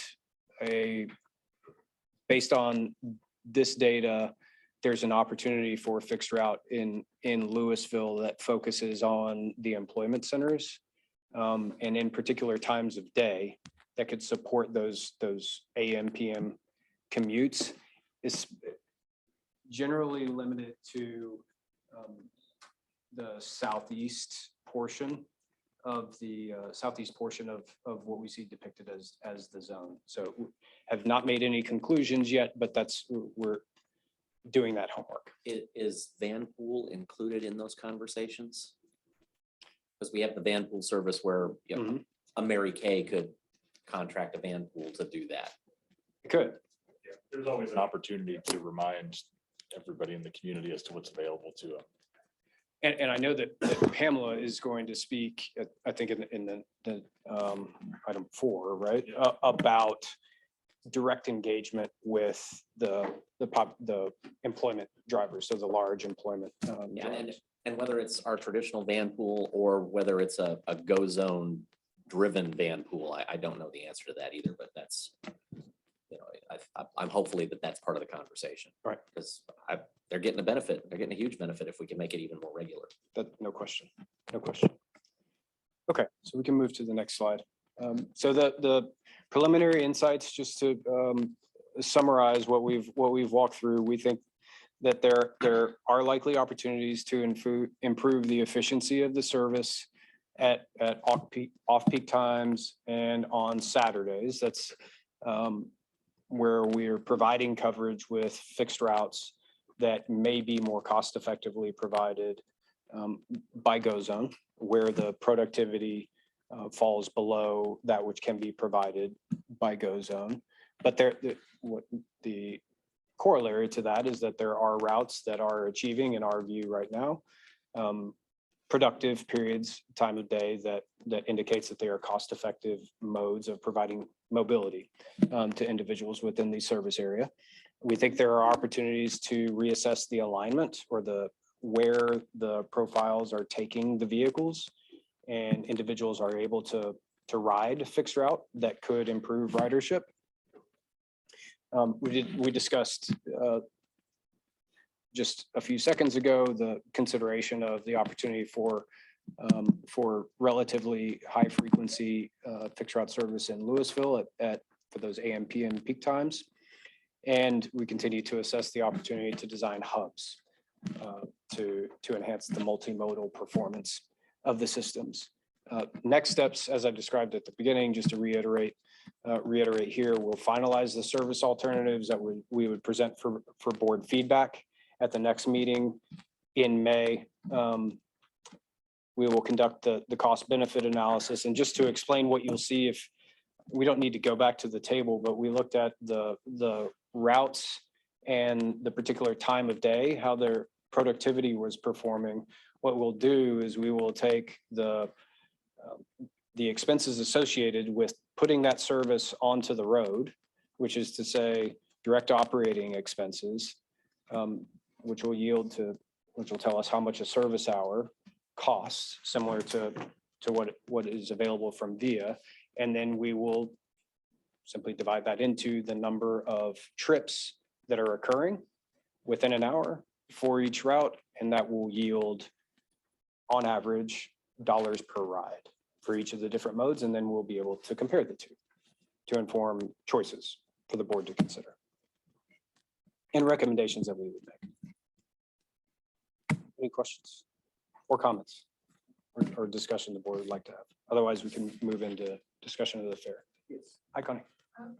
One question, just when you talk about having different levels of service at different hours, what have you found as the acceptance of this kind of variability among the public? I mean, I have an airline background, and they tend to try to keep schedules the same every day because of, just familiarity. I think consistency is probably the most important watchword, and comprehension being directly informed by how consistent something is. So I think what's almost needs to stay the same and not change. That could be within a day's schedule, or it could be across a number of months. So long as people understand that service design, schedule, performance is reliable, they can plan against it. If they can plan against it, they will be more likely to utilize it. And to the extent if it's more understandable, comprehensible, it is easier to plan, therefore easier to utilize. So I think what this is looking like, generally speaking, is I believe where we'll end up is that we are going to be more likely to make recommendations for fixed route to be provided in distinct, understandable windows of the day, and that are rational breakpoints for riders to understand and be able to plan against, as opposed to having a multi-peak availability during the day. Does that make sense? So if we looked at Route 7, right, there's just assessing the productivity, you see a large drop. It is performs well across the day until you get after the PM peak period, right? So I think draw conclusions about where the recommendation might be headed on that route, just as an example. Was that responsive? I think so. You're saying that there is a comfort level as long as it's consistent and understandable and makes sense, that you can And go there's- with different schedules based on peaks. Right. And that the public will adapt to that. Yes, ma'am. And that's a common feature in much larger cities, for there to be different headways. For instance, during different times of day, you look at transit signage across the country, across the world, really, there's typically multiple entries, right? AM peak, Monday through Friday, AM peak, Monday through Friday, non-peak, different arrival times, every 30 minutes, every 15 minutes. Same thing, and 2 other entries for Saturday or weekend service. Reliability and rationality, I think, being the most important. I think this also gets to the conversation that Board Member Eads talked about last month, where we were talking about everybody trying to aggregate on a peak time on a go zone. That is not how go zone functions, and so that requires to guarantee a seat at that time is difficult. But if you have an employment hub and we can find that there is we're not so smoothed out, that there is a cluster, then yeah, that makes sense to me, that it takes the burden, and I don't have to staff up 50 go zone cars for 2 hours and then drop it back down to 4. Right. I can smooth that. So if we can show the dollars making that make sense, then yeah. All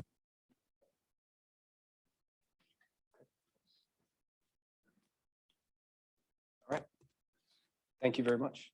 I think I'm gonna pass the dice back to Ari for a few minutes. So transitioning into the next part of the discussion that we want to have around an update around FAIR. And Chris and I will divide a few of these pieces. The first, as we transition to discussing FAIR, we wanted to follow up on our discussion from last month and provide some insight into how we are thinking about a potential FAIR increase to impact demand for GoZone. And we have two main methodologies that we would typically use to analyze the potential impact on demand of a price increase. The first being a traditional demand elasticity to price.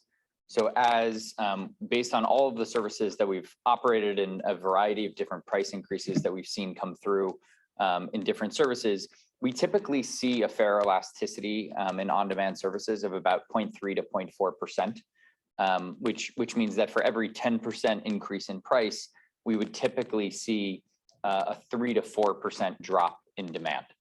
And so that's one methodology that we can use to understand if we take the fare of GoZone from 75 cents to, let's say, a blended average or around $2 based on a base fare and the distance component. That would be an increase of about 166%, which would get us to about a 50 to 60% drop in demand with that type of associated price increase. And while that obviously is a very high number around a potential drop in demand, I think it's important to balance using traditional elasticity metrics with a recognition that the price for GoZone is extremely low today, even when compared to other costs of transit, given we are in this promotional fare period of GoZone post-launch. And so we wanted to, as a second methodology to balance that perspective, look at several case studies and examples where we've transitioned services from being free services to being paid services. And while 75 cents is not free, based on our analysis and experience, I think it has a lot more characteristics of a free type of price than a service where, when we're looking at elasticity, we might be looking at a service that's going from 2 to 225 or 3 to 275, where there's already a meaningful amount that's being, a much more meaningful amount that's being paid. And so we looked at a few examples of free to paid transitions. In the last year and a half, we've done free to paid service transitions with St. Louis Metro, with Miami-Dade County, and with Ben Franklin Transit in Washington State. And these present on the right-hand side, you see each of these case studies. The light blue is what the ridership per week was before the transition, and the blue was the ridership per week after the transition. And we've denoted what the fare is. So in St. Louis, we went from free to $3. In Miami, we went from free to $2.25. In Ben Franklin Transit, we went from free to $1.50. In St. Louis, we saw a drop in demand associated with that implementation of fares. Interestingly, in Miami and in Ben Franklin, we saw demand continue to grow despite the introduction of fares. And I think there's a couple factors at play in that regard. Obviously, this creates a wide range of potential outcomes that we could see, but both the Miami service and the Ben Franklin service, the free fare was a promotional fare that was associated with the launch of the service. And it was within the first year of service where we launched the introduction of fares. And I think it speaks to the stickiness and the value that an on-demand service that really serves a use case well, that people are reliant on, that they've been able to use at a very low attractive price for a long time, that there is some resilience and willingness to pay that kind of contradicts what maybe a traditional price elasticity analysis might share.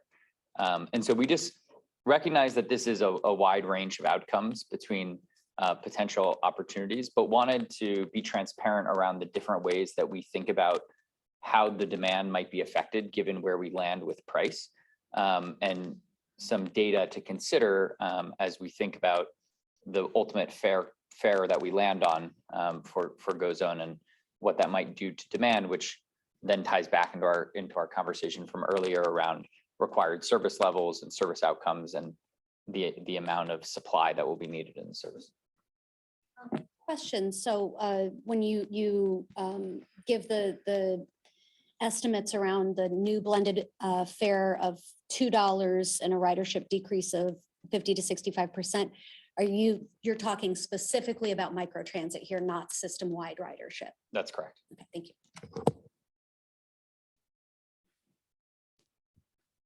This slide raises so many questions for the social and behavioral scientist in me.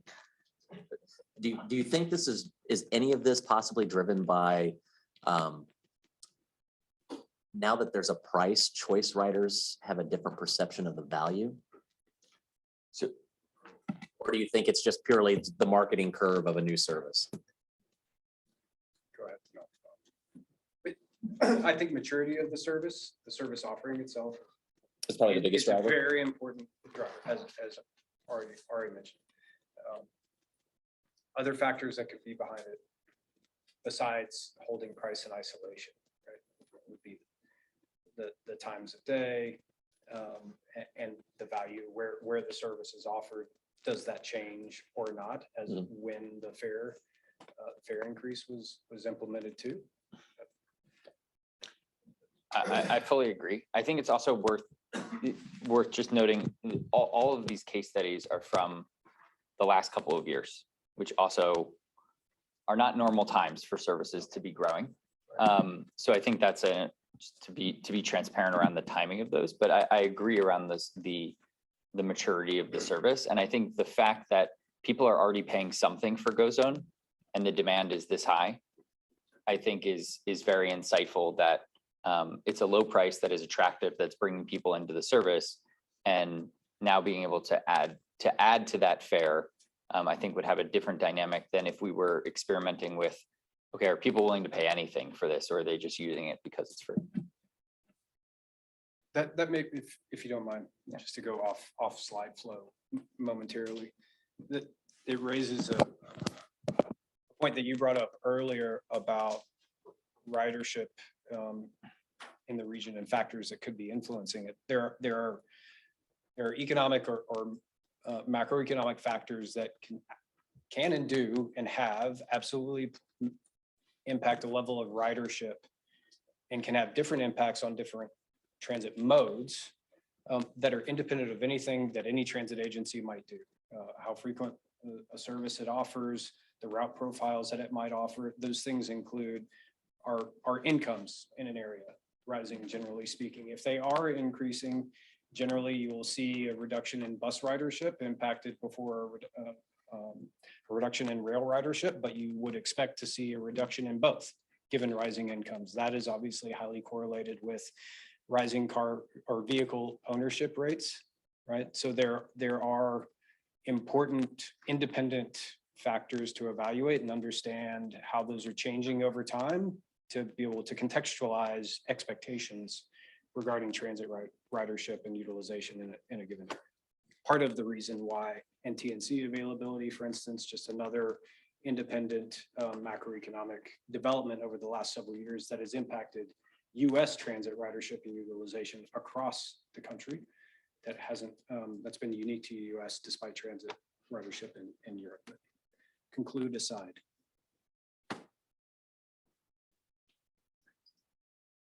And so then, do you want to jump in on the next slide where we then wanted to go through a specific example around some revenue scenarios that Chris can walk through? So the next two slides build off where we left the discussion in with you all at the last meeting. So to the right, you can see the table to the right depicts several different scenarios where the fixed fare distance that you see, that describes the distance that would be included for the base fare element that we discussed last month, and when the fare per mile component would kick in. So and then we depict, and this is illustrative only, this is not based on a recommendation, we're just trying to communicate what potential impact could be had. So built off those 4 different scenarios for when the distance-based fare would begin on a given trip, you can see forecasted fare box revenue that would result. And then if we saw a potential 15% increase in the demand, as Ari was describing earlier, that may be the result of continued increase in organic ridership compared to the fare box impact if we saw a 15% reduction in demand. So we've depicted those 4 different scenarios, and then the graphic on the left focuses in on the 3 mile distance-based trigger. And what we see in the dark orange columns that you see on the left, that is the distribution of GO zone trips by distance. So the red line, you see the bulk of those 60% of GO zone trips being of 4 miles or less. And then the blue bars, the blue columns represent what for that 3 mile base fare scenario, where for trips after 3 miles, 25 cents per each additional mile, what the potential fare could look like for different trip distances. So you can see that it stays focusing on the blue bars. A potential rider having a trip of 1 mile would pay $2, trip of 2 miles, $2. For a trip of 4 miles, pay $2.50, trip of 5 miles, $3, excuse me, and on through a trip distance of 10 miles. And then you can see the introduction of this notion of a fare cap in the purple bar at the very top. So that being the fare cap we discussed, had a lot of good discussion about where that fare cap might be, $5 compared to $6. So this represents a fare cap of $5. So the trips being covered under this potential fare design or fare strategy, the trips over 10 miles would be capped at that $5 level and would not have to pay more. So there are many different scenarios that could be presented. This is one. But I'd say based on the fact that 60% of the trips are 4 miles or less. If we remember that spider, and I think we can go to the next slide whenever we're ready, based on the fact that looking at that spider map, the web thread distribution of trips, that the large number of trips, just speaking to the Denton zone, are occurring below that 4 mile trip threshold. And based on the board discussion at the last meeting, at this point, we believe Resonate can provide a good experience, can reflect the board's feedback and express preferences, and is supported by trip characteristics.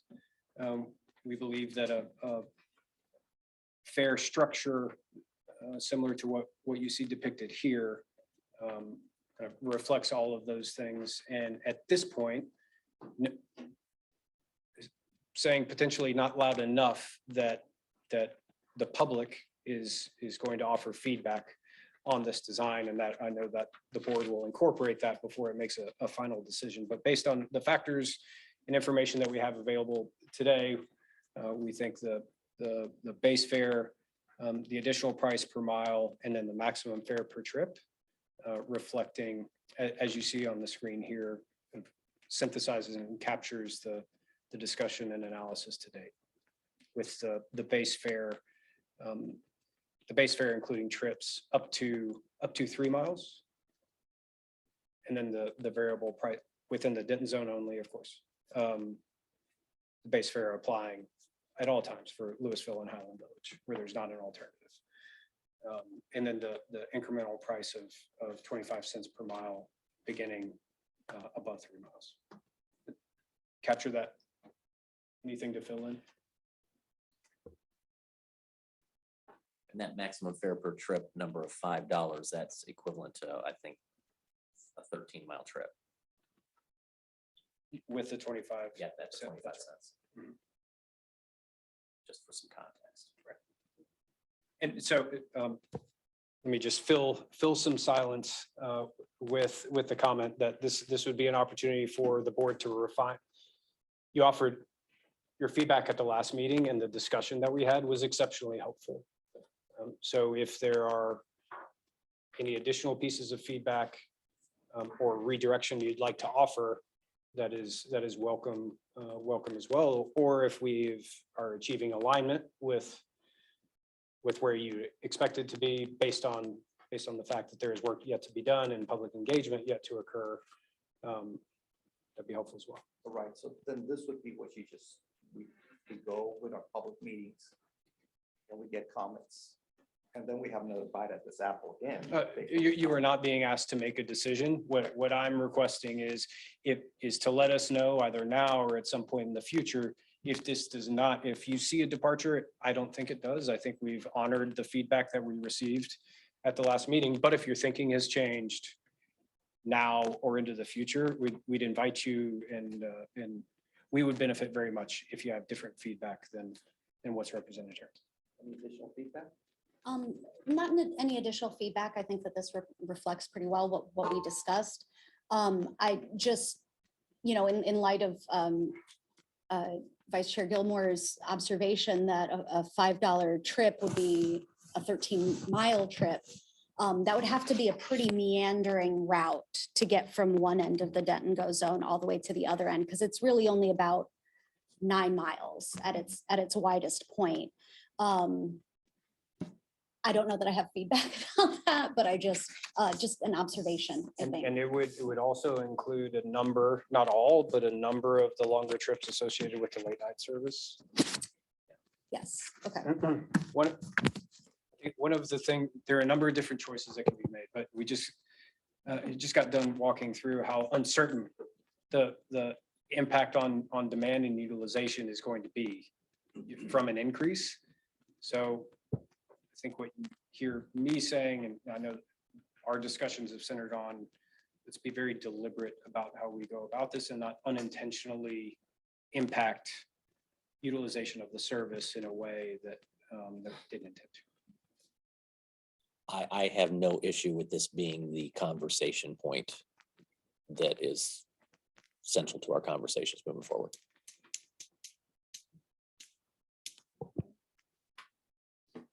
So perhaps, and now we're brainstorming as a team here, perhaps the options that we ask the board to consider when the time comes for the fare change.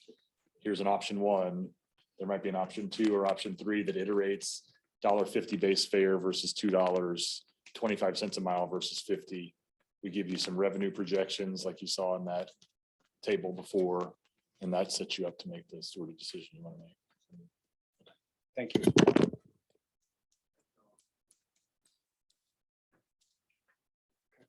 The last piece we wanted to discuss, or we can move through very quickly, and I think we can also cover it at a later point in time, was just to discuss, we've been focused on the fare discussion around individual Go Zone ride fares.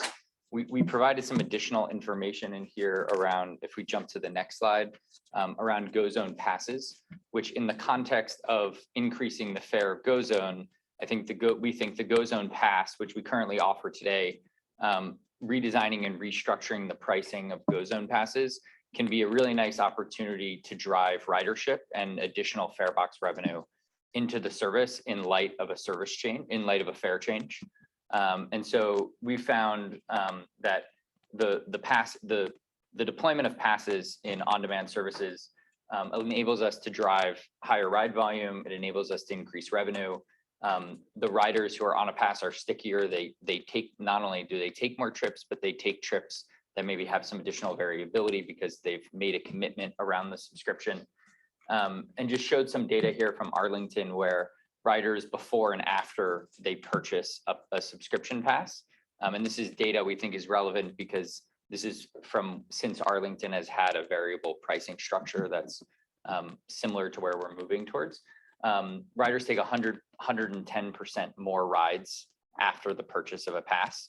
And even though on a per ride basis, those rides are effectively priced at a small discount, on a total fare box into the system, those riders are generating 80% more fare box than a non-subscription rider. And so the pass provides us a nice tool to be able to provide some discounts and incentives in a way that drives revenue and engagement into the service. And so on the next slide, we laid out an initial concept around how a Go Zone pass could look in the world of this new fare structure, where we would envision keeping the same structure of a 1-day pass, a 7-day pass, a 30-day pass, but would reprice those based on where we're currently projecting the individual rides to be priced, such that you would get a, let's say, like 15 to 20% discount on an individual ride that you're purchasing. Because you buy a 1-day pass,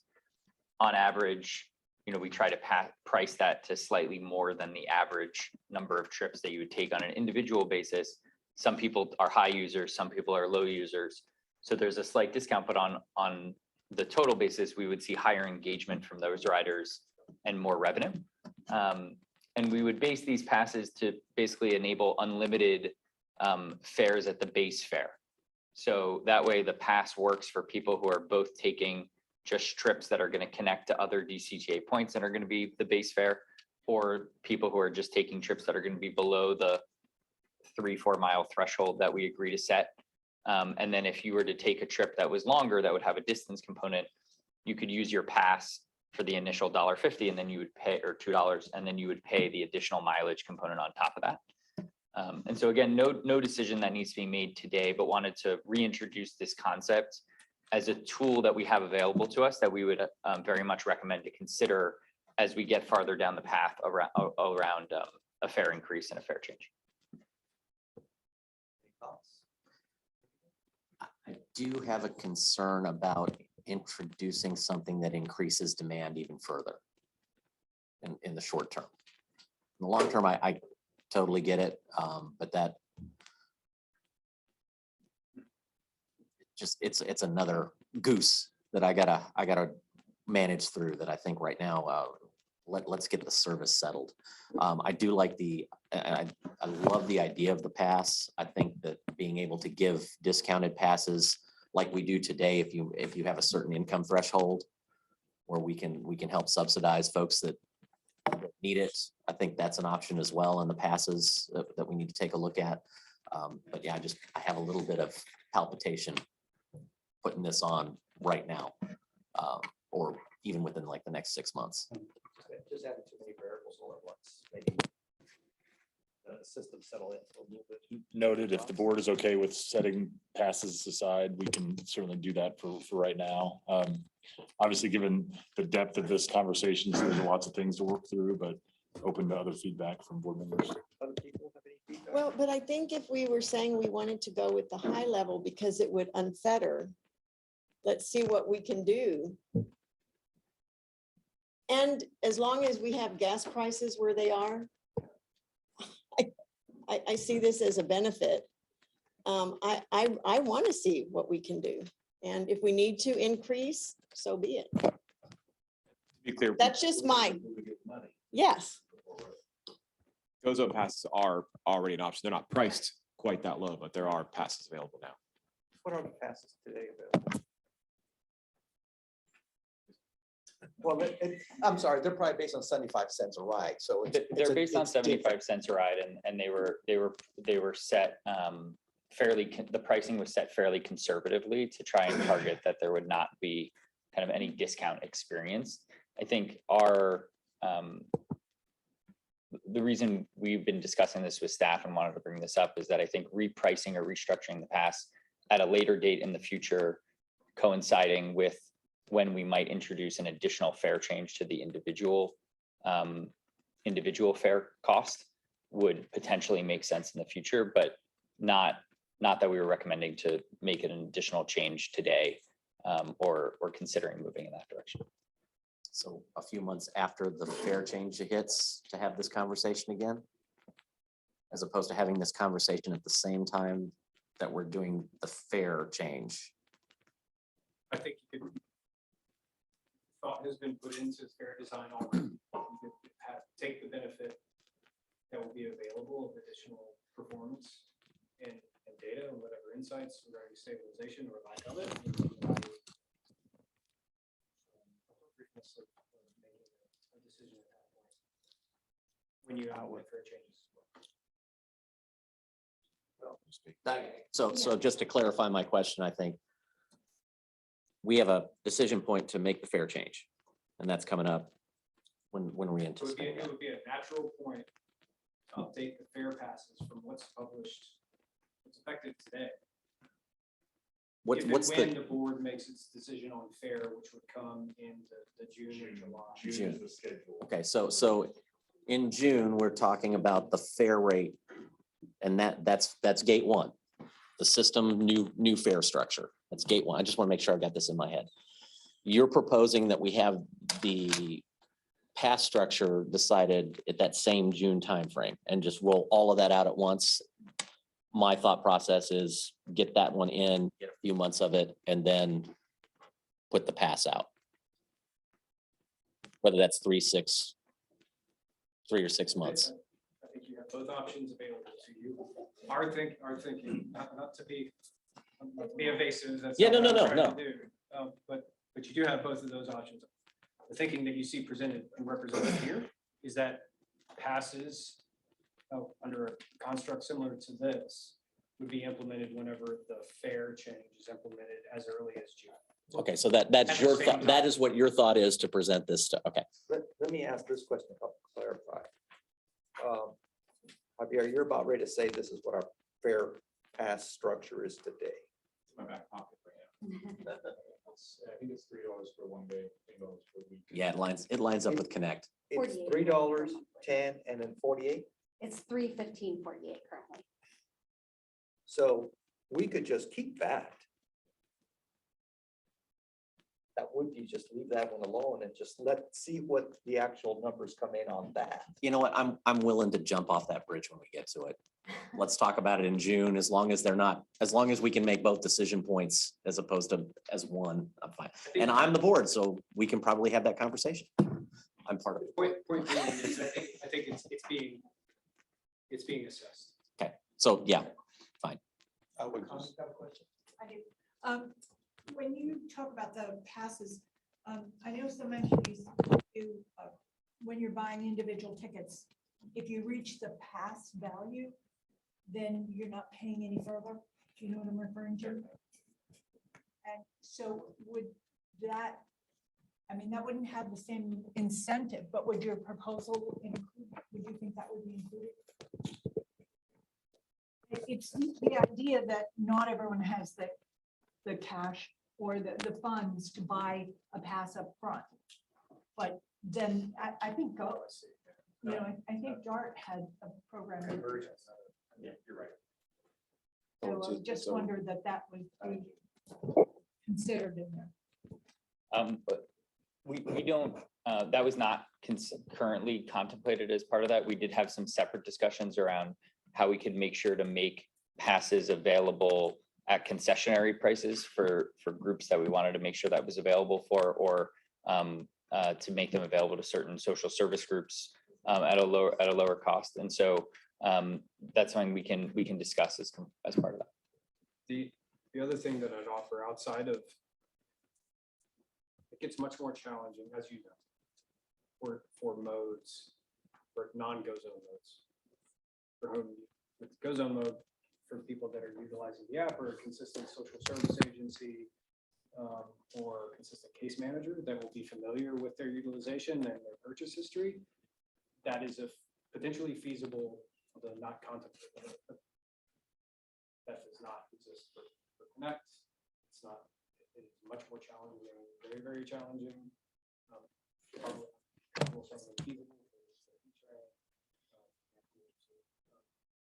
That opportunity would be limited to, which admittedly is what the passes are being presented in the concept. So.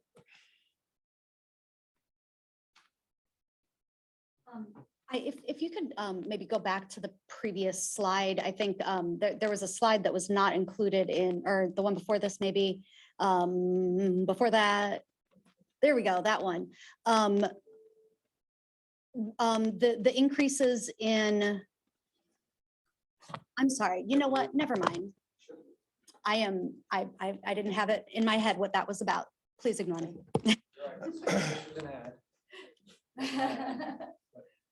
I was going to ask about that compared to our current pass prices, but that's not what this slide is even about, so never mind.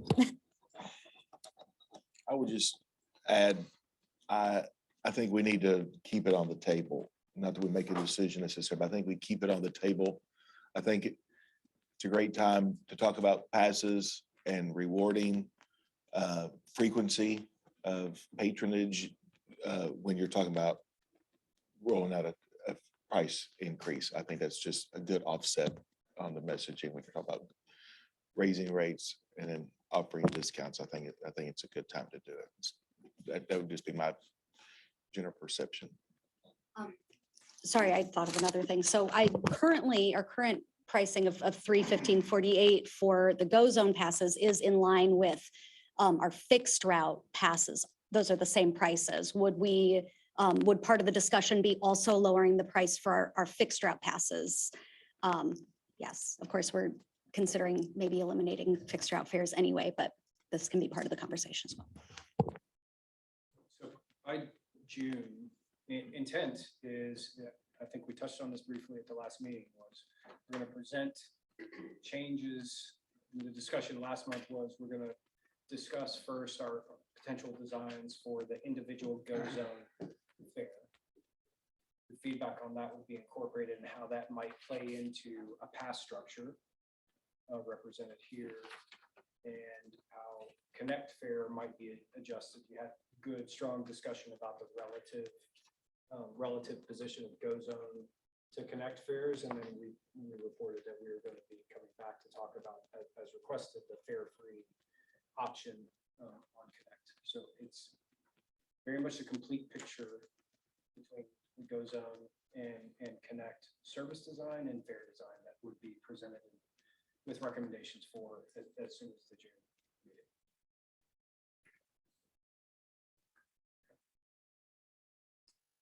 Highly aware of the time invested in this agenda item. The next to last slide after this is a very brief summary of the research that was performed, market scan and literature review of the studies to date on fixed route fare-free policies.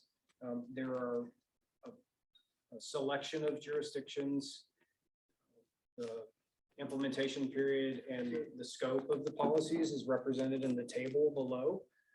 There are more examples that could be shared with the board, but the high-level summary of the takeaways from the review of fare free policy and the impacts that it can have on fixed route. Number one, there's generally observed benefits that include an initial increase in fixed route ridership that is sustained over the long term, if the policy is sustained. That you generally see an increase in ridership, and that varies in magnitude depending on the jurisdiction. But it is statistically significant and significant, I think, in other phrases, other intents of the term, excuse me. The challenges that have been observed and documented that have come along with this is there have been, typically in larger jurisdictions, in larger cities, so populations over 1 million in size, there has been some negative consequences associated with graffiti, with some light disorderly conduct, rowdiness associated with the implementation of these policies. I will note that it is not always, there is not a causal relationship. There are some other explanatory factors that the academics anyway identified that could be behind those things. But that's what has been observed. And then finally, the best fit agency characteristics. So we're characteristics of places and jurisdictions where the maximum benefits have been observed with the least challenges are in 3 types of communities. Relatively smaller communities, so 1 million or less in general, resort and university towns, to generalize, and that is a big generalization, but the examples of jurisdictions that began as fare free and remain so are all have at least one large university as an employment or activity center, and other places that have seen the largest benefits and have preserved fare free policies similarly have at least one large university as an employment and job center. The last thing that I'll say on this is, I think you all recognize the size of the fixed route fare box as an element of total revenue available to the agency. We explored presenting the board with the view of, if you were to forego that revenue, excuse me, another characteristic of that was included that could be material for that you might be interested in is when in Boston, for instance, and other jurisdictions where a fare free policy was implemented, the transit agency had the revenue foregone replaced by one or more other entities, by a member city, by an MPO, by the state, some other agency kind of filled that fare box revenue foregone. But we were not able to isolate for the board the revenue collection expenses if you were to show you a net impact of eliminating the fare, because many of the activities and the equipment that's used to collect fixed route revenue also collects A-train revenue. And so it would not be a true cost avoidance opportunity unless the board wanted to adopt a fare free revenue policy for A-train as well. I just, an observation, the UMass Amherst model being partially funded by student fees, that's awfully similar to what we currently do with the UNT service, yeah.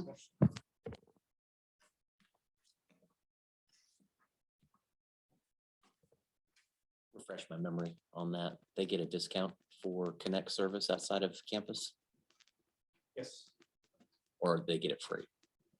student free. It's part of the, don't let me mistake, it is part of the UNT service where there's a Connect access fee that is paid free to, but not It is part of the. It's part of their, contract with UNT, I it's believe. part of that UNT contract is that there's a student access There's a fee Connect access fee that is paid. and that students allows them to are utilize able Connect, utilize students and staff to utilize Connect. Okay, it. Paid by the university. Non-priced. yep. Free. I'll say. Student fee, Free. yeah, it's like free access to student union and all that other stuff. Yeah, it's all part of the fees. I paid them once. And I'm paying them again for 3 children right now, so. I got one there too. Okay. Any other comments on this? Okay, Thank you for the extended amount of time. We very much appreciate it. this is really good Really- dialogue. Thank you all. This is really good. Appreciate it. Thank you for having us. Okay, so for the public, that concludes item 2. There we go. And since we already did item So, 3. Mr. Chairman, Board, if I could just commend the group of people that gave that presentation. Oh. 3 organizations, DCTA, Accenture, and the team from VIA. Many man and woman hours over the course of the last month to bring what you got, but also thanks in large part to the dialogue from last meeting and this meeting. So this is the sort of conversation we need to have to march towards that service decision. So thank That's you. great. Thank you. Item number 4, discuss public involvement plan as it relates to the comprehensive operations and fair structure analysis and general communication plan update. Pamela Burns. Yes, thank you very much. And I'll try to keep it brief in the interest of time. If you can go to the next couple of slides, please. This is just a discussion item, so no action today. So I'm going to start talking about our budget and contracts as requested from the last board meeting and the previous one to that as well. So I've taken our department services and supplies budget and broken it down here for everyone to see. Under our budget for advertising, we originally had $220,000. And I do want to mention that when this budget was created, approximately this time last year, we were planning for a very different scenario than what has transpired over the past 7 months or so. So at this time, we currently have contracts that are executed or planned expenses in the amount of $159,000. So we are under budget. We typically leave at least some cushion, I would say. Normally, it would be closer to about $30,000 just for contingencies, new items that come up. In our professional services category, you will see that we are overspent in that. And that was largely due just to the increased support that we needed from brand ambassadors related to GoZone and our different onboard surveys. I've also outlined some of our printing costs, computer and software, our community involvement, and our promotional supplies too. So as you can see, just in this services and supplies category alone, we are still under our budget projections. Next slide. So I've broken up our advertising spend plan for this fiscal year into 3 different categories for you. We have our print ads. So all of this is money that we pay to different advertising vendors. Our print ads are everything from print newsletters, magazines, paper ads, and things like that. Digital ads, a lot of these are the same outlets as our print ad vendors, but this is on their website through social media and different email blasts that we might be using. And then we have a budget of $19,000 for social media as well. This is not all accounted for. Social media spending is a lot different than our normal contracts with advertising vendors. So that is just spent down as we need it. Next slide, please. As requested, this is a breakdown of our current contracts and service providers. So we currently have 3 active consultants that are providing professional services. The KJ backpack was a one-time facilitation expense, and that's already been completed. So as you can see, the brand ambassadors make up a majority of that consultant budget for this fiscal year. Furthermore, on that second table, you will see what we're referring to more as our suppliers. So these are contracts that we have for people who are providing us not really consulting services, but like an actual product or service. We have two different print companies that we use. Skillin, which is also known as Sinorama, prints most of our large scale items. So like the really big window cleans, posters, things like that. And then Data Pros does most of our small printing, brochures, booklets, and things like that. You'll see Planetaria on here twice. We have that broken down into web services that they provide to us, and then hosting fees as a separate category. Next slide. So moving on to the Go Zone bus stop signage. I've provided here a mock-up of the supplemental signs to promote Go Zone that we would use on our discontinued stops. So the cost that you see here is for approximately 250 signs, and it does include all of the printing, hardware, and labor costs. The graphic that you see off to the far right is for illustration purposes only. We recognize that some of our bus stops might be a little bit taller. Some of them have other things on them. So we're working with our installer to make sure that we're following all appropriate requirements under the MUTCD and any normal city or county regulations as well. Real quick, Pamela, if we could. Yes. So this is where we carried on the conversation from last month about if the board would like to have these signs installed, we can move forward with that. Likely the cost would come under an authority that I could grant. And we put this on the places where the bus stops have been closed to give a very specific direction on how a user may access Go Zone. If we don't want to do every bus stop, we could do every other bus stop where there's line of sight, that sort of thing. But if we wanted to move forward with this sort of messaging, we're prepared to do that. Question about the call number. Yes. So that's going to DCTA. But if they're there and they want to put those on, that's a separate number, or is it? It's all routed through the same number. All routed. Yes. Gotcha. Option 3 to book a ride on Go Zone. Yes. If I remember. Yes, it's one number just for simplicity's sake. That way the public doesn't need to know more than one number to get where they need to go. That's right. Absolutely, thank you. Call the Philippines. No, let's not do that. I need to call something. So is there any type of discussion concern about wanting to move forward with this? I'm definitely good with moving forward with this. I just want to make sure that we are complying with ADA sign mounting height requirements. So between 48 inches and 60 inches is what Google's telling me those height requirements are, just so that, you know, a wheelchair user can actually reach high enough to scan that QR code. We will definitely take a look at that and put that in all of our specs when we move forward. Yeah, no, And this would be done under an existing print contract with one of the vendors that we already have, so there wouldn't be any other contracting issues. my only quibble is I want Go Zone logo to be bigger. But that's micromanaging. You guys do what you do. Yeah, I like it. I think it's a great use of the existing facilities. I think we need to not rush yanking out bus stops. That's still a physical plant that we can take advantage of. Absolutely. Okay, you have no direction, Paul. Thank you. Okay, we can move to the next slide. So now we're going to discuss our service and fair public involvement plan. This is the same slide that I've shown you for the past couple of presentations, and I believe it's been in the presentation from Javier and Accenture as well. But this is just an overview of our public involvement timeline as it currently stands. We're currently in the listening phase of our public involvement process. And at this point, we're scheduled to wrap that up on May 17th to then review all of the data that we've collected and compile that into a report and analyze it along with all of the other ridership data and things like that that we and Accenture are helping us with. On the next slide, you'll see a list of events that we have been or will be attending between April 18th and May 17th, which is our public comment period.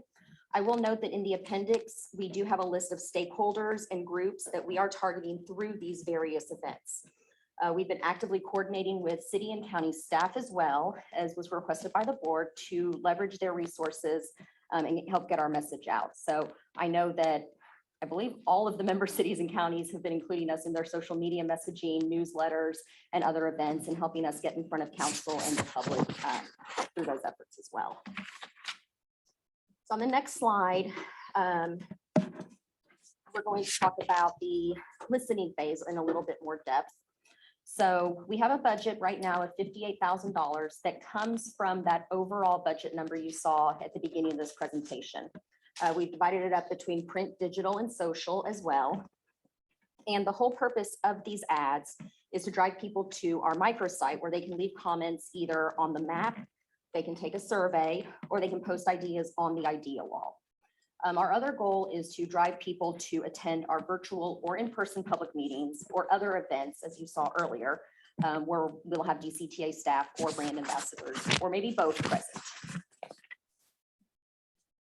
And that website, which I should have included on here, is dctafeedback.net, in case you don't know. Thank you for helping us get the word out. Okay, on the next slide, this is a revised timeline. So if we were going to adjust the service and fare decision and move that to the July board meeting, we would have an approximate 2 extra weeks to 4 extra weeks, depending on how that falls, to do additional community events. We've already identified 3 events that fall within that time frame. Thank you, Mayor Gilmore. I understand you've been working with us on some Bike to Work Day events and other things. So we're excited on that. We'd also have. I understand your pain.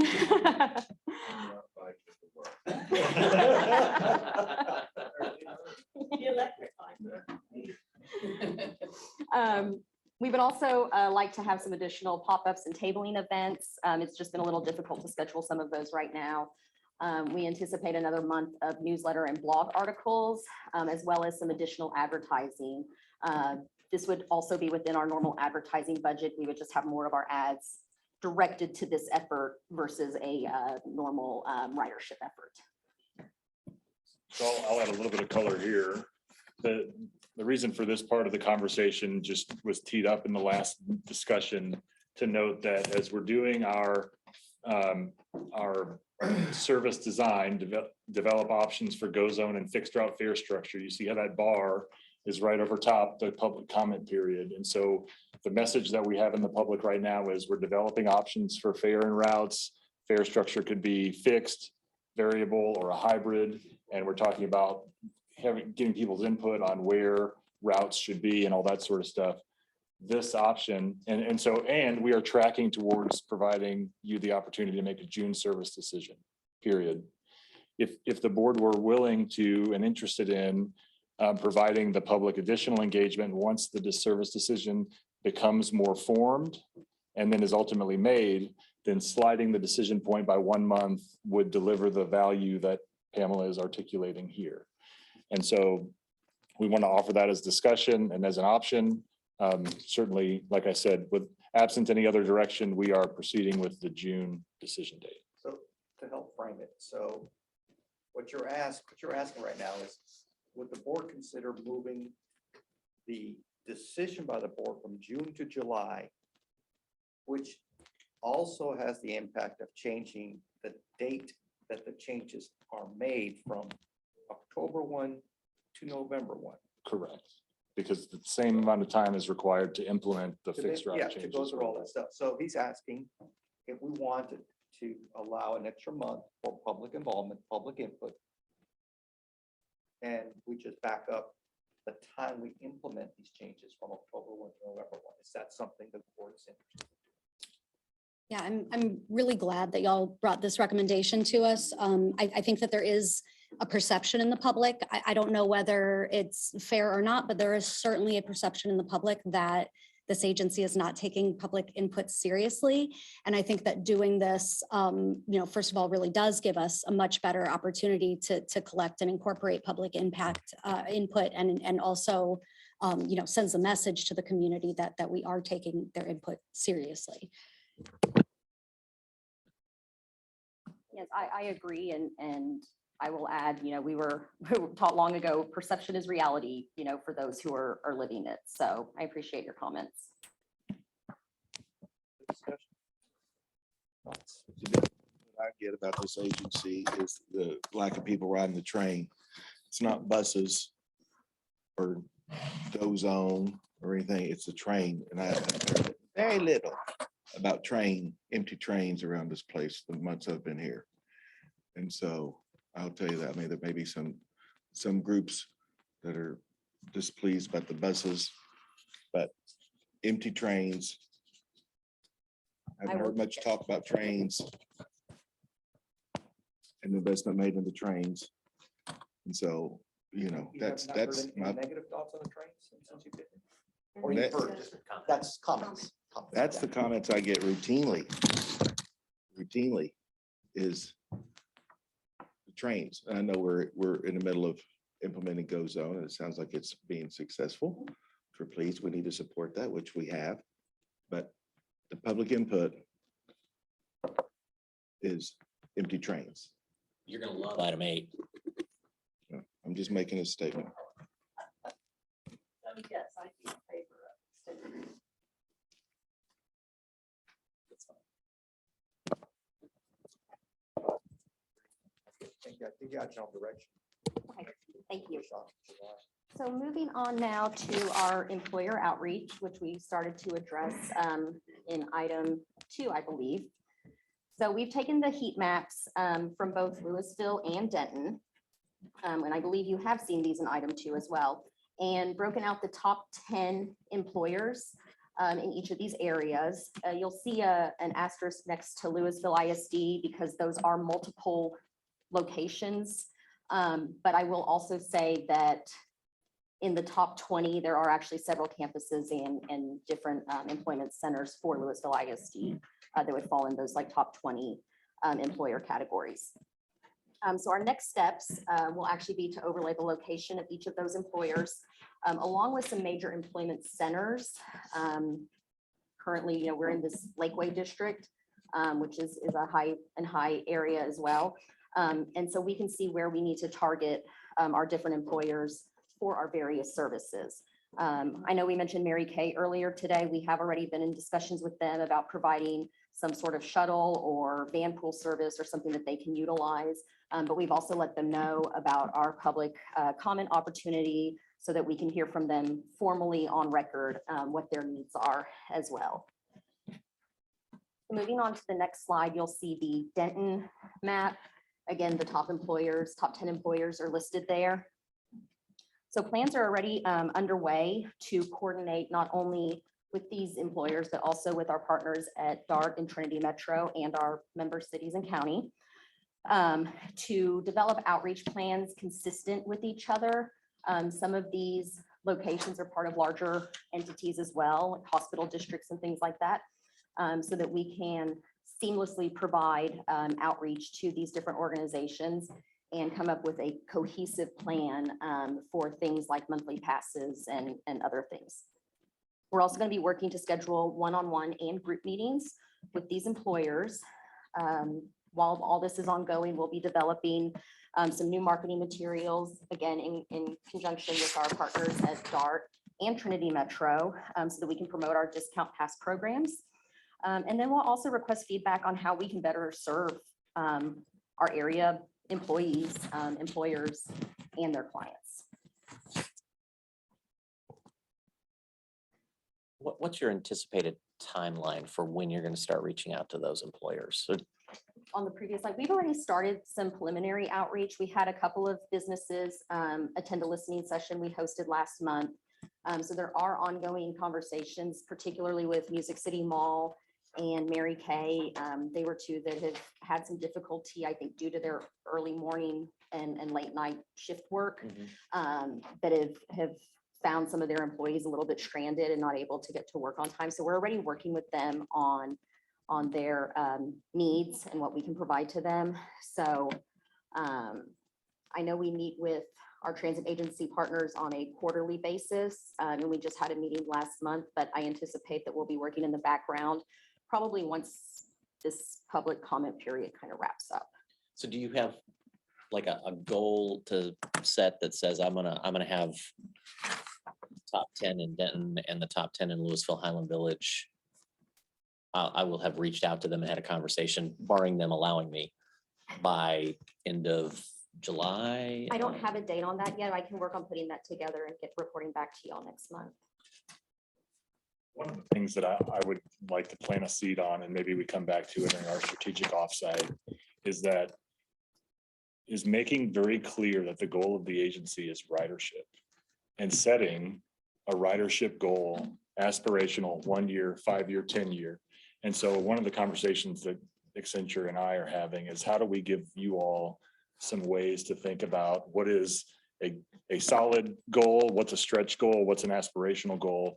And from there comes campaigns for targeted employer outreach, schedules of events, all those sorts of things. And so just, we're gonna come back to that conversation probably in the strategic offsite, but just know that's top of mind. And Paul, I think that's a perfect segue into our next topic, which is ridership campaigns. So we talked at the last meeting about high gas prices campaigns, and this is just a quick snapshot of what our other transit agencies in the region are doing.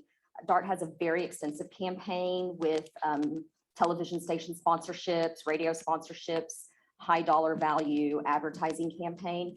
At this point, our friends at Trinity Metro have a much smaller, limited campaign, primarily focused on social media and some reports that were done in the local paper.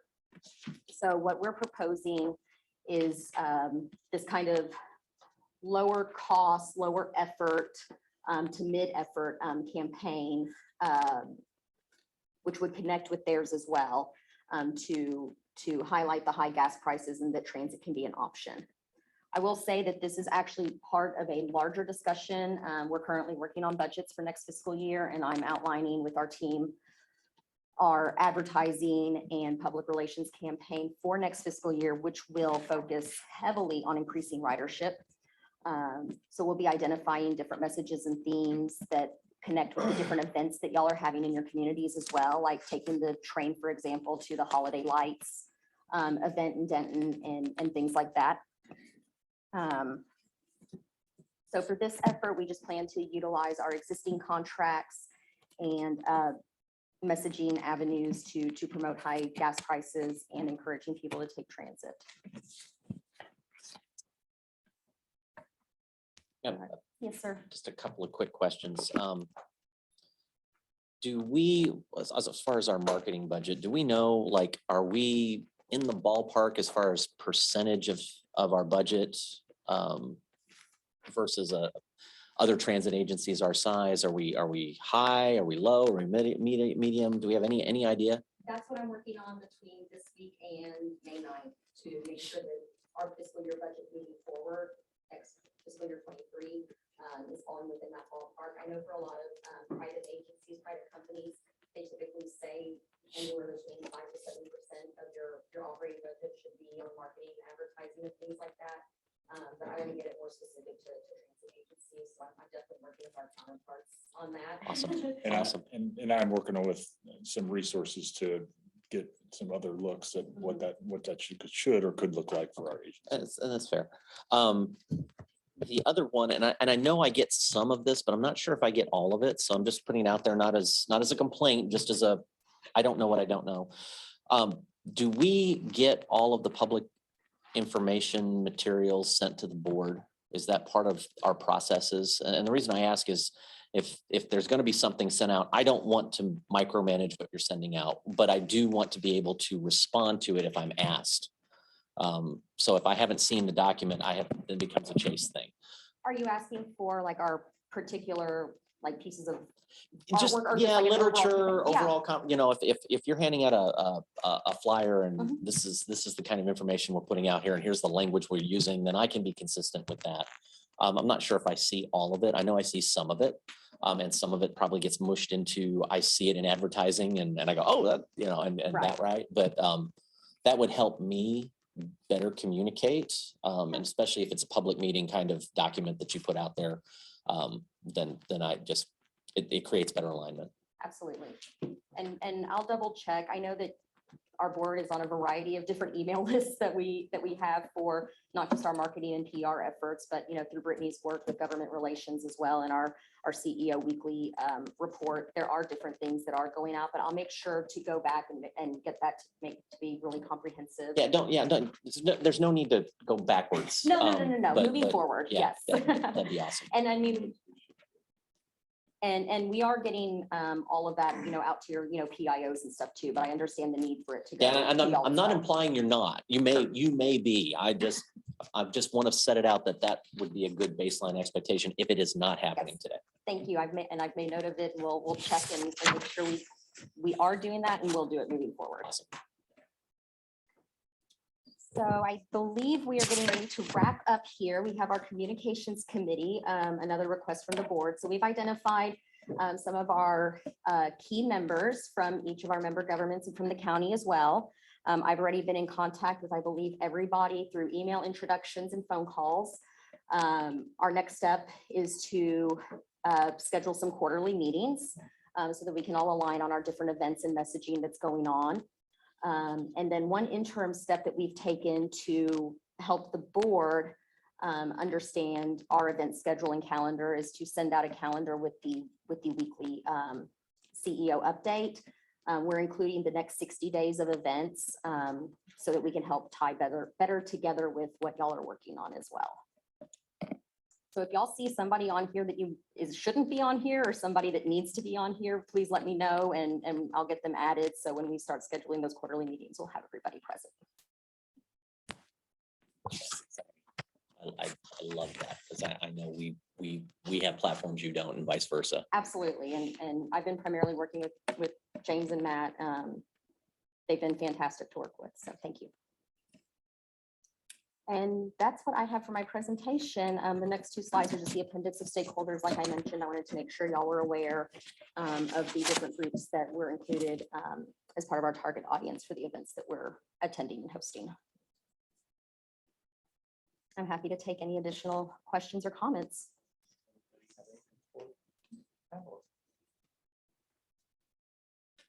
Great job. All right. There are two slides of this. There are chambers of commerce are on there. They are part of our group.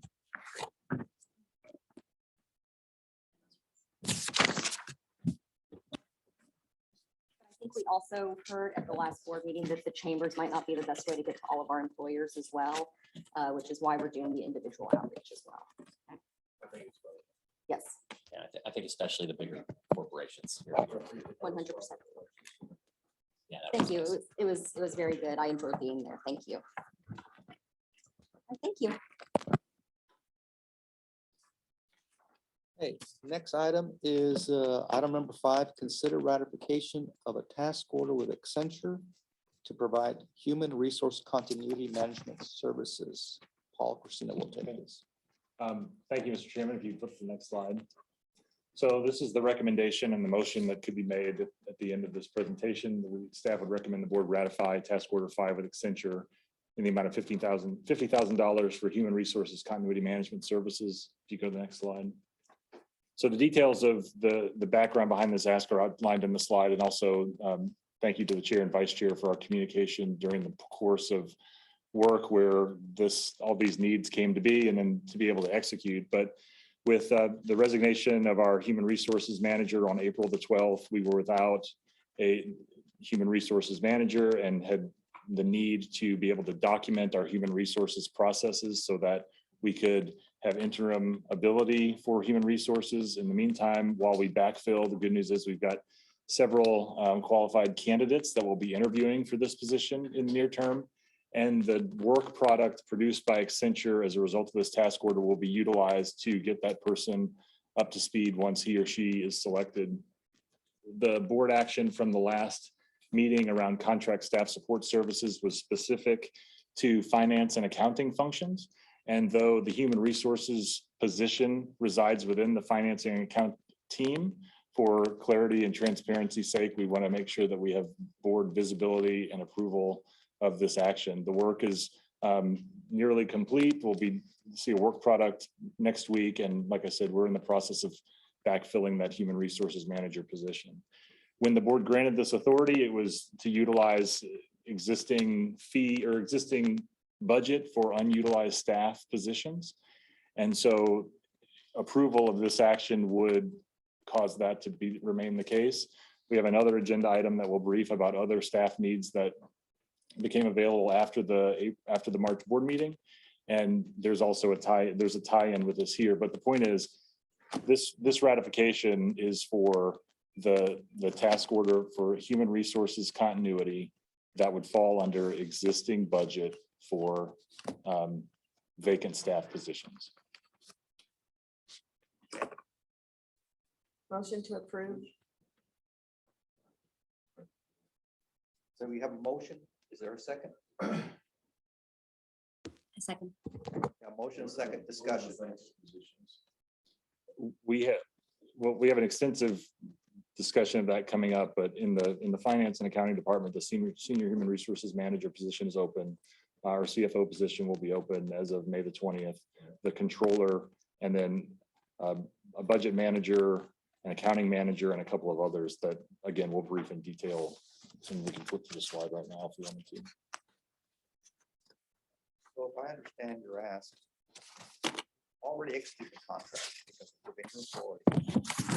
I'm asking the board to ratify what you did. Right. It's within our authority, my authority. However, utilizing budget that was approved from a different discussion in the prior board meeting. Very good. Other discussion? I think we have a motion in a second. Seeing none? All those in favor signify by saying aye. Aye. Aye. All opposed? Motion carries. Let's move on to item 6, discuss and consider approval of financial authority to execute task order or orders with Accenture and agreement or agreements with Robert Half account temps for interim staffing support services. Paul. Okay. Thank you, Mr. Chairman. So in this task or in this agenda item, we're asking the board to approve an authority for expenditure not to exceed $236,250 to execute task orders with Accenture and Robert Half account temps for interim staffing support services for the human resources and finance departments. Next slide, please. So this is a picture of our finance and human resources organization to the judge's question. The orange, dark blue boxes are DCTA positions that are currently filled by DCTA staff. Orange boxes are positions that are vacant or soon to be vacant. And then light blue boxes are positions that are filled by temp employees. In those boxes, you see the dates by which those positions were vacated and or filled by temp employees. Next slide. So I'll tag team with this agenda item with Chris and would ask him to speak to what he's been doing with regard to the business continuity support relative to the task order that you just ratified on the human resources side and the other task order that was approved for continuity services on the finance side. Chris. Thank you, Paul. So it's been around for several different functions that are currently performed by human resources and the offices of specifically HR administration functions, things like reclassification, recruiting, onboarding, offboarding, as well as payroll for both NTFC and DCTA.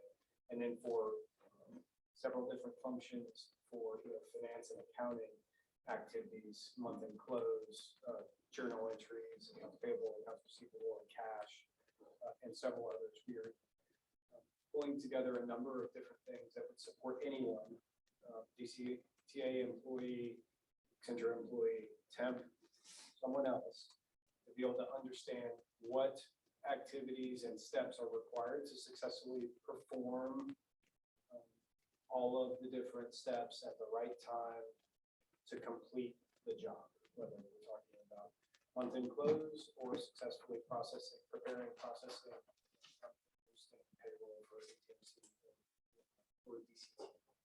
there are several different elements that we're pulling together, and staff has been helping, that staff has been phenomenal. Call out for participation in our partnership and hours with us. Document, create this documentation. We start with an interview process. We sit shoulder to shoulder with that interaction. We then create a set of process maps. For each activity, developing a process map, which is a full decomposed diagram of the steps performed by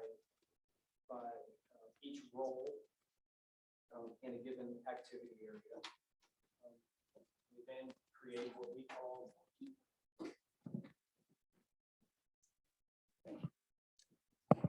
I've just been describing without the microphone on the process by which Accenture and the DCTA staff are creating documentation for human resources, payroll, and finance and accounting activities that were in scope of the approvals that the board has just provided.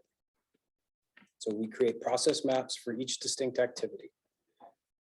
We create what we refer to as desktop procedures, which is a step-by-step manual of which individual roles, what steps they must complete, in what sequence, with screenshots of different applications or other tools that must be used, what documents must be referenced or used as inputs, where those documents are located, what documents are created, where they should be stored.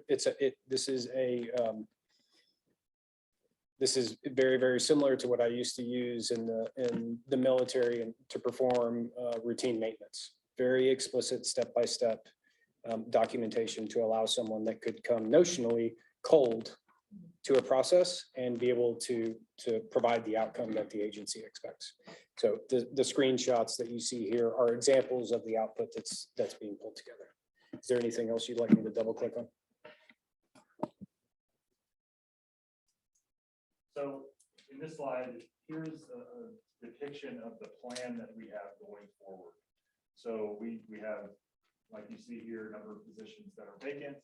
We have, thank you to the board for allowing Accenture to come in and do this process documentation so that we can have continuity of services with some mixture of permanent and augmented and temporary staff.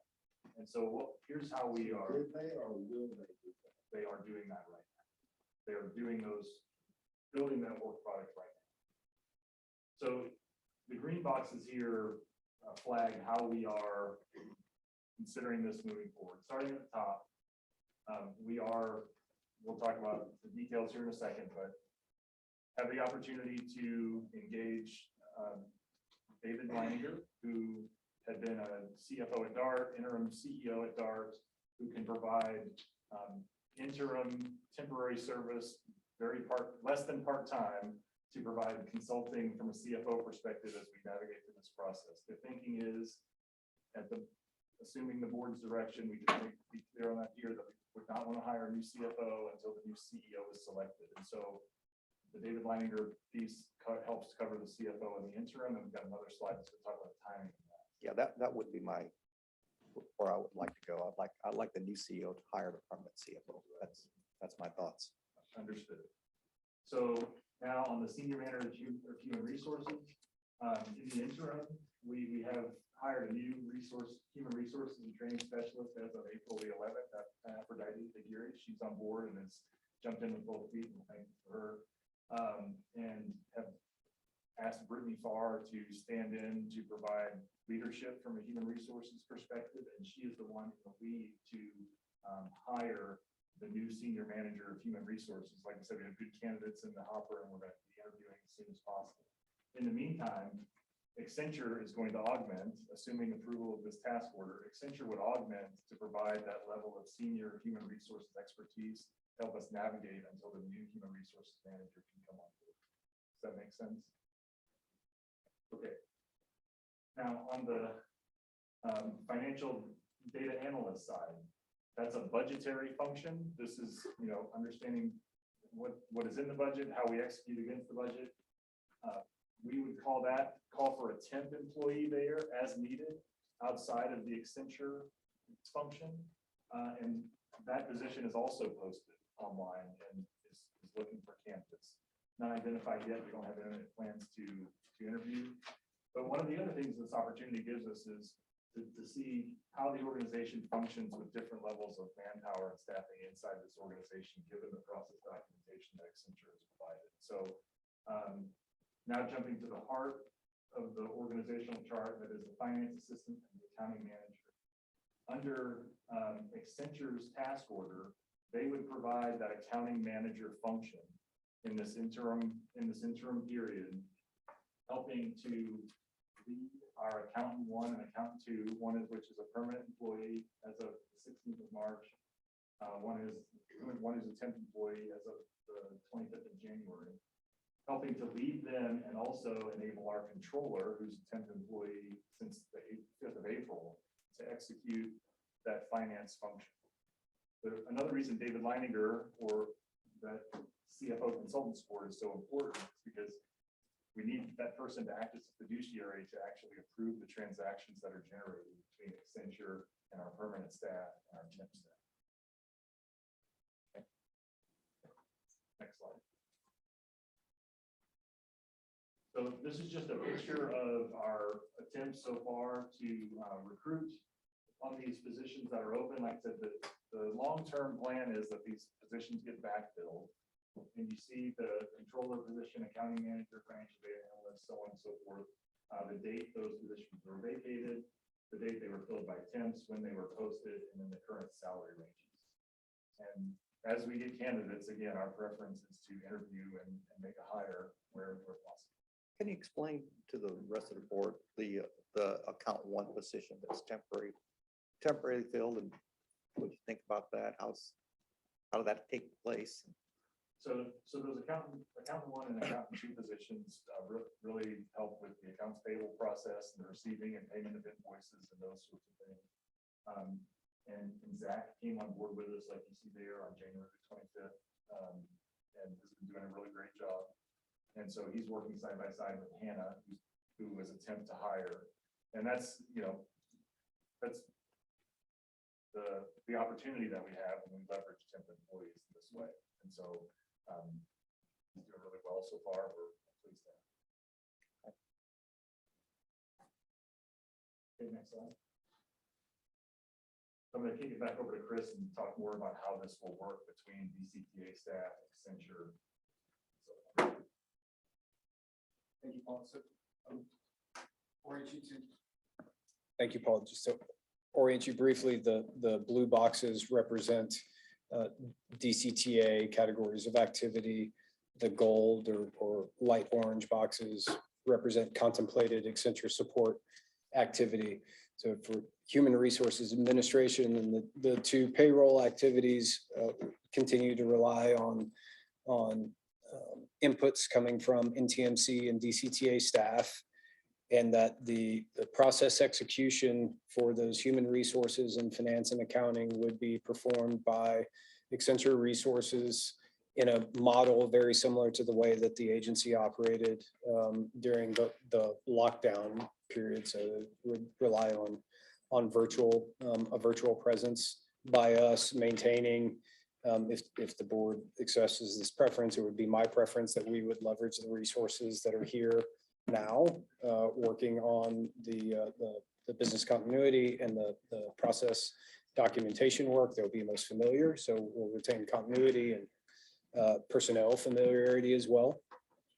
That they would be working with, as Paul said, the accountant one, the accountant two on the finance side, the controller in the temp role as well, and with Amanda, the senior budget manager, for each of the contemplated activities, and rely on DCTA where relevant to make those to fulfill the fiduciary roles and so that we can maintain a separation of duties where that's important to do so, or required to do so, I should say. The box that you see below is part of our role is not just to execute the processes as they exist, the opportunity that we have in documenting everything is to take a step back and leverage the experience that that our folks bring from our experience from supporting a number of different clients to identify areas where processes may be streamlined in practical fundamental ways to enhance the throughput of those activities. So we'll be providing that as well. And as the model that we're using is a not to exceed, so we assume that knowledge transfer will be performed by us as the vacancies are filled either by temps or by full-time hires. That would be So basically, once it's backfilled, you begin to disengage, may go through transition. We period, disengage. Yes. That Make goes sure off. that everyone is set up for success Correct. and that the outcomes are delivered with as low risk of variability away from successful delivery as possible. But exactly right.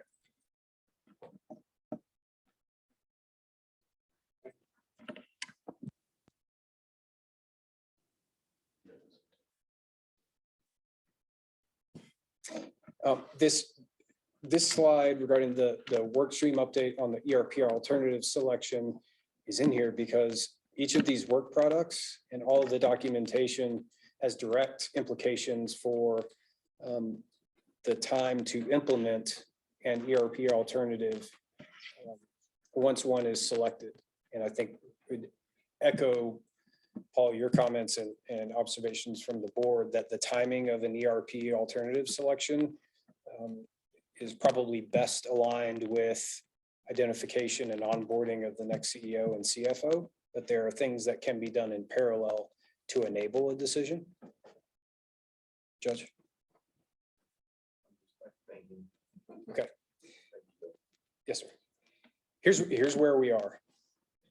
We performed the market scan to identify a short list of firms that could offer potential best fit solutions for the agency.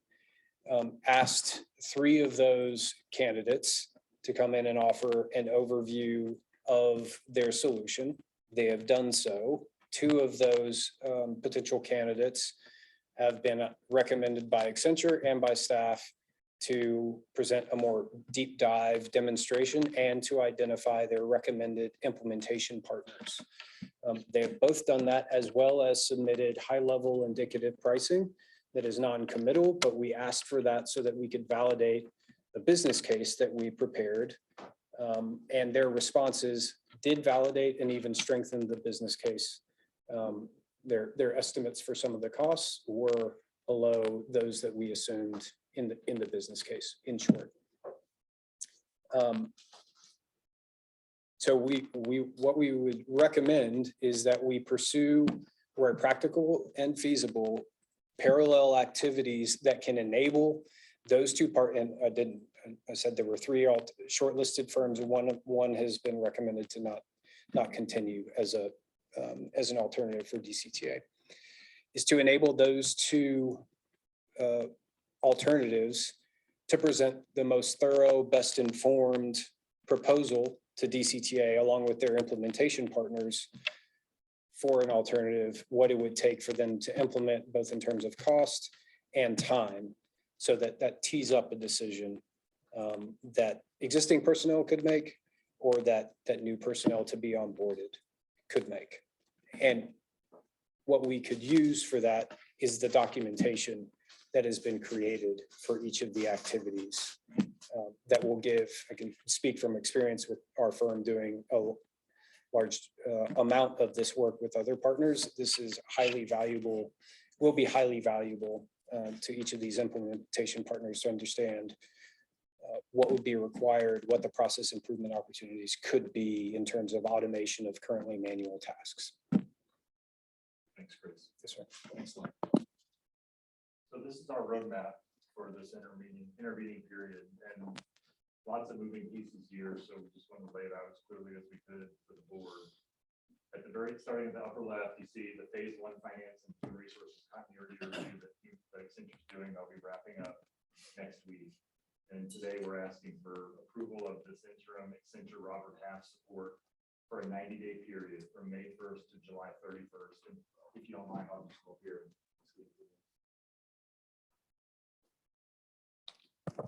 So the task order or the request in front of the board today is for this interim support for 90 days from May 1st to July 1st.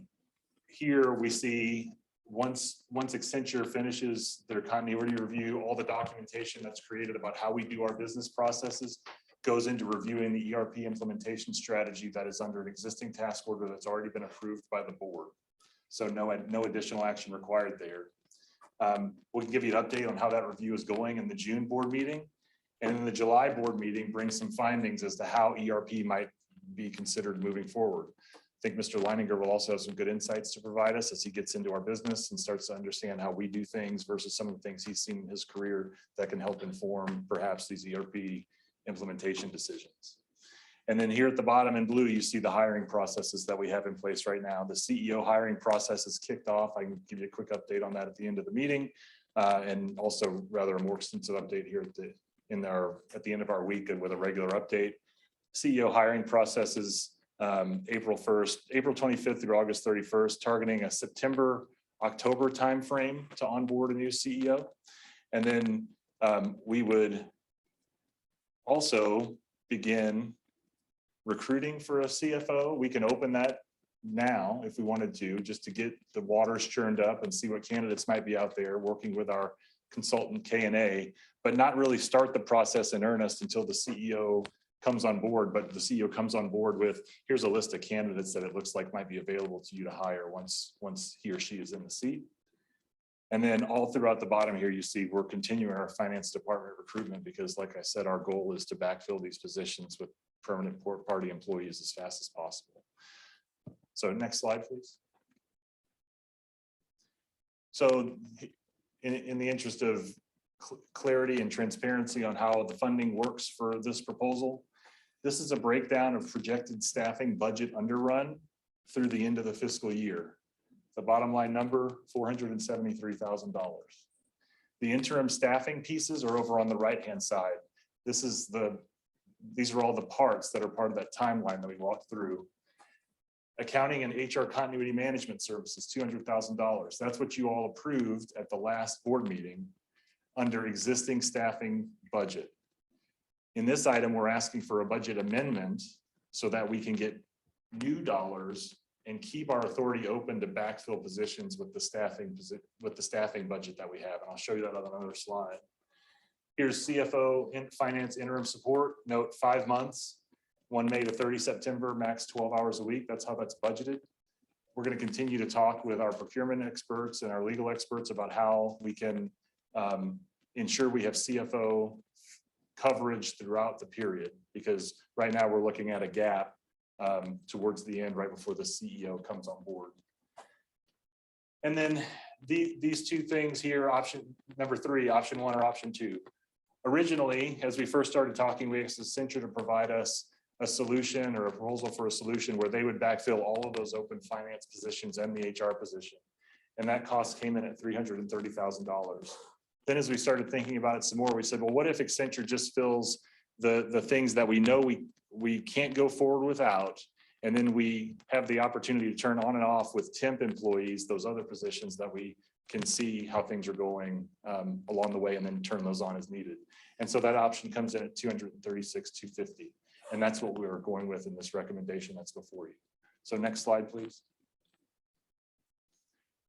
So this waterfall chart illustrates the $473,000 of staff budget savings between now and the end of the fiscal year.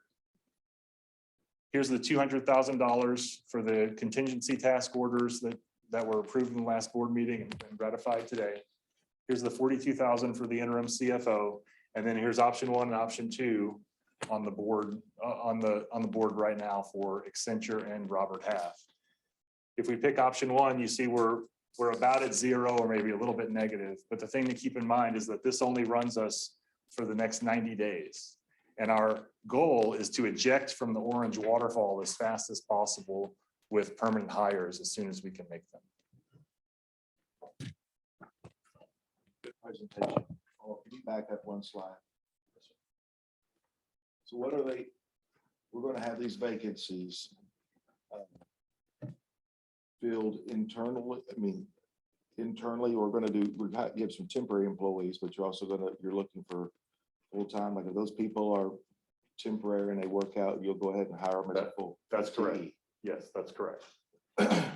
We have an agreement with, the agreement we have with Robert Half is we're required to purchase, if you will, a certain number of hours from the temp agency and then can make the hire without paying a penalty. If we try to do it early, then there's the potential to pay a penalty that we try to avoid typically. And so But we if you work go back with the candidate. If you go back a slide or two, let's go back to where the vacancies were. Who's driving?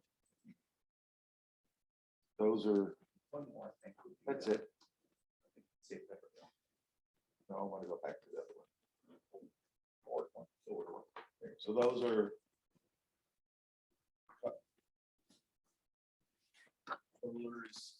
Temporary bill, county manager, finance analyst, those are both posted, those are on the street. You fill the count at one. So you have those out there that are, they can be filled and posted. Y'all could fill those today if you had. Right, so all the those controller that's a temp employee is also posted. The accountant one that's a temp employee is also posted. Okay. The senior manager of HR. Okay. How many employees do we have total here? Departure of our CFO will be 30, and we have that also to walk through today. Okay, so let's advance back to where you ended up.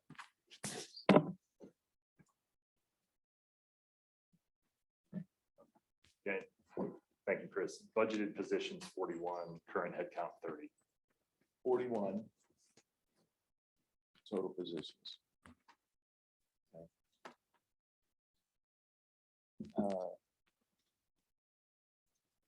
Number one, I want to say thank you to the finance department, everything y'all have done. I appreciate what y'all do. Anytime y'all the unsung heroes of any organization, we appreciate your service to the agency. But these vacancies creates opportunities for new employees to come in with new ideas. Personally, when you're talking about change, Mayor, about rolling a bunch of change, I think the idea of rolling in a computer system in the midst of all of this, I think it's great to do some homework, preliminary homework, but I would hate to onboard a finance department and a new system conversion and a CFO and a CEO. They all walk into a computer conversion, a system change. I think that's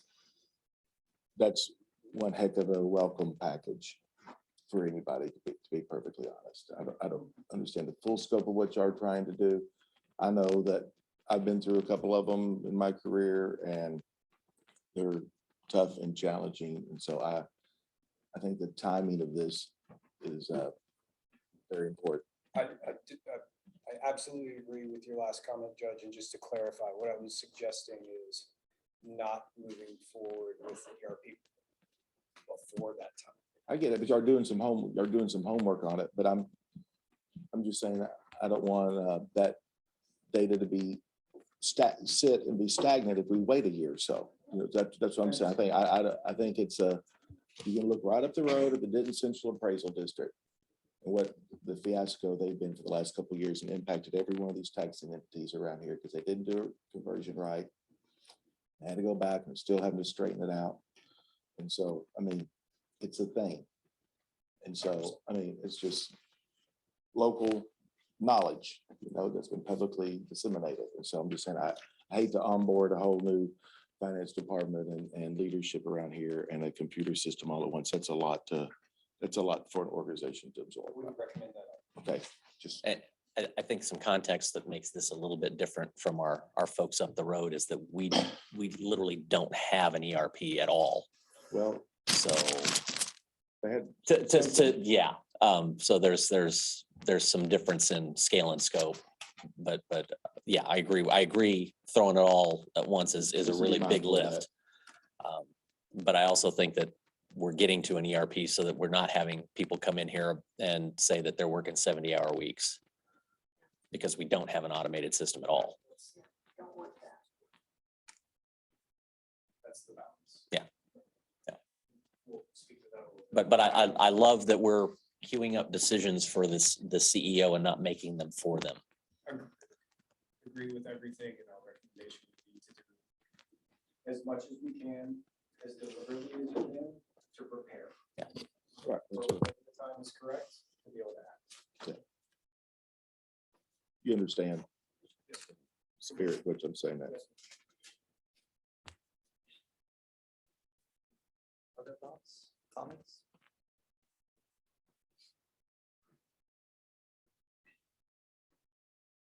If we could go to the, you're here, sorry. So just to underline, there's a budget amendment later in the presentation that says, that's comprised of these items. The work that was previously approved under staffing savings, the 42,000 and the 236.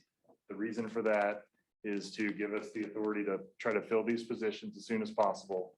And then we will have to provide you regular updates as to how that's doing, about how we mix out of temporary and into permanent, and what the budget impacts are on that every step of the way. So where's our action item? Next slide, please. I'll move for approval. Second.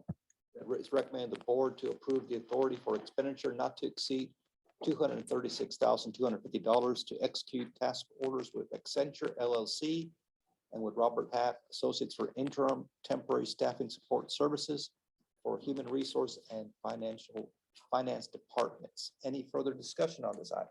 So just so I'm clear, is this coming out of the projected savings, or are you asking us for a new budgetary number? We will ask for the budget amendment in the later item. Go back to the waterfall, please. There's the budget amendment in the next couple of agenda items for 478, 250 that covers this 236. Okay. So that we can retain our authority to fill positions out of this budget. Okay, okay.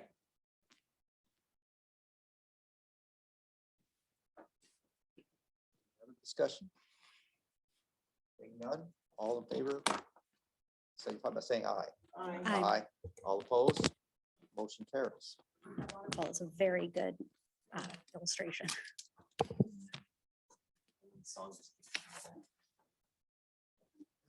Let's see. We now move on to item number 7. Discuss transformation initiative and agency staffing. And that would be Chris Newport.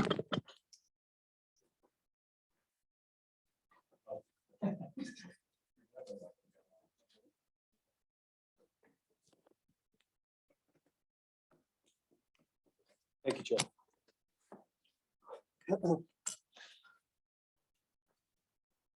Okay, so at the last board meeting, there was initial discussion about the desire by both, from both Paul and the board to review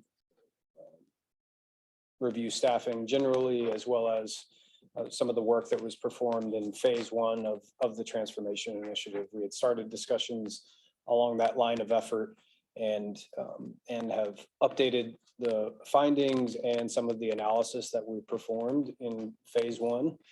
And so we'll just walk through that. This is intended to be a discussion of, a reminder of the discussion of what the findings and recommendations were previously regarding capabilities and staffings available to the agency, with an eye towards the strategy discussion that the board would like to have in June, at the very least, and some near-term opportunities to enhance alignment that we see. So the first slide, and I will move, I'm going to bias myself towards a briefer delivery of this content. If you'd like me to stop and delve into something, please let me know.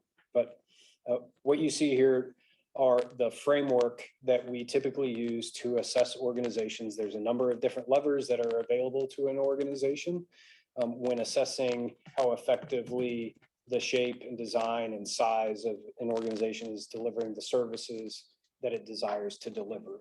The text that you see in bold include items that were reviewed or assessed as part of the phase 1 work, or more recently included as part of the assessment. The point being that not everything is relevant to DCTA as part of the assessment framework. Next slide, please. Okay, so what we are depicting with this slide is how the roles or positions at the agency have changed by DCTA department before onset of the pandemic to today, or at least as of March 28th well, as today, it's effectively the same. In short, what we see is that there are, after personnel decisions were made at the onset of the pandemic, there are fewer positions, both budgeted and filled today than there were before the pandemic. So there are 5 fewer positions budgeted today for DCTA than in February of 2020. The other thing to note is that the composition or the allocation of roles between departments has changed since February 2020 to today. Relatively speaking, there are fewer roles allocated to the operations and marketing, communications, community engagement departments or capability areas than there were before the pandemic. Some of that gap was backfilled in the intervening time. So you can see this medium-term data point that we have is August of 2020. So some of the reductions were reversed as DCTA moved through the pandemic. But as it stands today, marketing and communications and operations and planning and development. So the direct service delivery or rider acquisition, rider retention departments have fewer personnel budgeted for them. And finance finance and accounting for reasons that we've discussed before have relatively more people to perform those tasks. Any questions on this? The last thing that I would note is that that is within the context of adding a net new service mode, GoZone, which is allowed the agency to start delivering ridership at levels at pre-pandemic levels.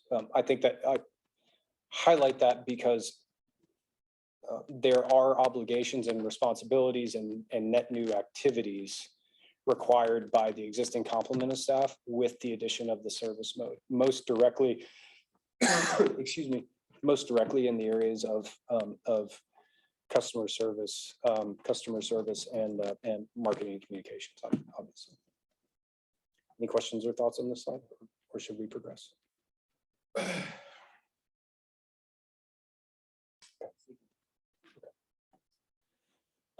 This is a slide that was created as part of phase 1 with some new additions. So this was a capability improvement heat map that we identified. So this is part of a logical operating model, which is just a way to visualize how an organization is organized and to categorize it. So what was performed was we created this visualization for the organization, how it's organized to deliver the different front, mid, and back office functions, and then working with staff as well as combining our own independent analysis of the relative performance and need among those areas. We identified sub capabilities within the different functions as either high, medium, or low priorities to address. And of note is that this is still highly relevant today, and we've highlighted 2. So in the customer service area, this dark amber color would be the highest priority capability area to address. And you can see a number of those. Obviously, finance, we've discussed extensively about the number of manual activities that comprise this function and the relatively limited higher level business line support that is available that finance can perform because they have to dedicate so much of their time to manual tasks. And this is obviously why the ERP initiative exists. ERP initiative exists also can address some of these high priority areas that are called out in the transit or operations category as well. And then finally, we highlight these high priority areas around customer service. Generally speaking, the customer service at DCTA is relatively fragmented. Each of the contracted entities have direct customer service responsibilities that they are either obligated to provide or DCTA has asked them to provide. And there is relatively limited capability within DCTA to integrate the findings, because one individual could be utilizing each of those different modes. DCTA's ability to understand an end-to-end journey for an individual, to understand what a joint experience across those modes or dissatisfactory service outcomes for that individual is impossible currently is infeasible. Better said, infeasible for DCTA to do that, which means limited capability to perform relevant root cause analysis and obviously design interventions against that. But it does require quite a bit of activity from the operations, currently mobility services personnel, to attempt to work with NTMC customer service, with VIA customer service, with Rio Grande Pacific customer service, Vanpool, et cetera, et cetera, et cetera. So the call out highlighting the fragmented, still manual, and ultimately incomplete. Fragmented, did they ask for it? Who? Did the staff want VIA to do the calls? The call center to handle the calls, and now they're doing the emails? Am I right or wrong? You're correct about that. You're correct about that, Judge. They're not even doing emails about VIA. DCTA personnel. Right. That's what I heard this morning. But Less scope of services that they're providing. well, the individuals that were responsible, that were asked to perform the Go Zone customer service, or generally the primary complement of customer service personnel exists with the customer service window over at the DDTC, NTMC personnel, along with existing complement of mobility services employees at DCTA, which there are fewer of today. They have responsibility for fixed route, for A-Train, for the other modes that we just addressed. So that is true. I think the experience was that given the existing workload, the fragmentation manual activity that you see there, and the familiarity with the service, optimal, that VIA would be better positioned to deliver better, was more ready to deliver a higher level of customer service than the existing complement of staff and the tools that they had available. So true, yes, and. Yes. Okay. Yeah, we couldn't do it. I think going in. You've got a whole new branch of service, and we're not doing that. Not doing the customer service aspect. Yes, sir. Right. Yes, sir.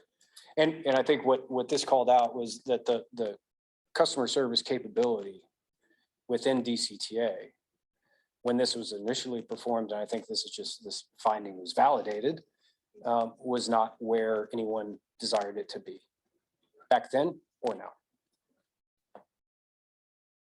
Other comments? Okay. An example to use to illustrate the impact of the manual activity and how automation of these activities can benefit the organization, certainly in terms of what the existing roles could be redirected to do. These are what we have. This is a reverse water rise, I guess. But yeah. It's the anti-Lake Powell. Yes, there we go. This is, yeah, I was going to make a public works joke, excuse me.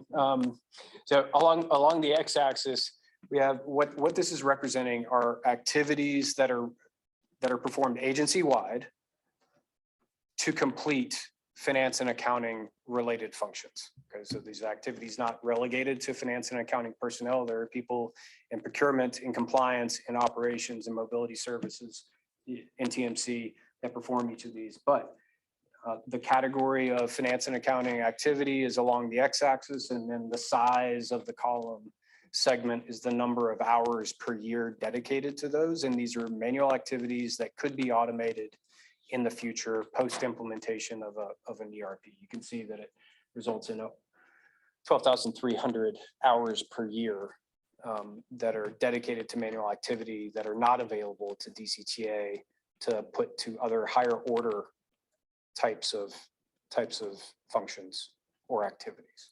So it is a material opportunity that the agency has through that automation can represent to unlock these resources to a higher and better use.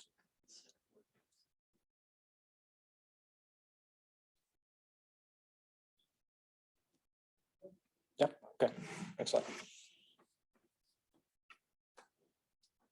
Okay, current state of the organization. I don't think we need to spend too much time on this. We discussed it in the last slide. We're going to organize this by organizational layer, 5 layers as you can see in the DCTA organization.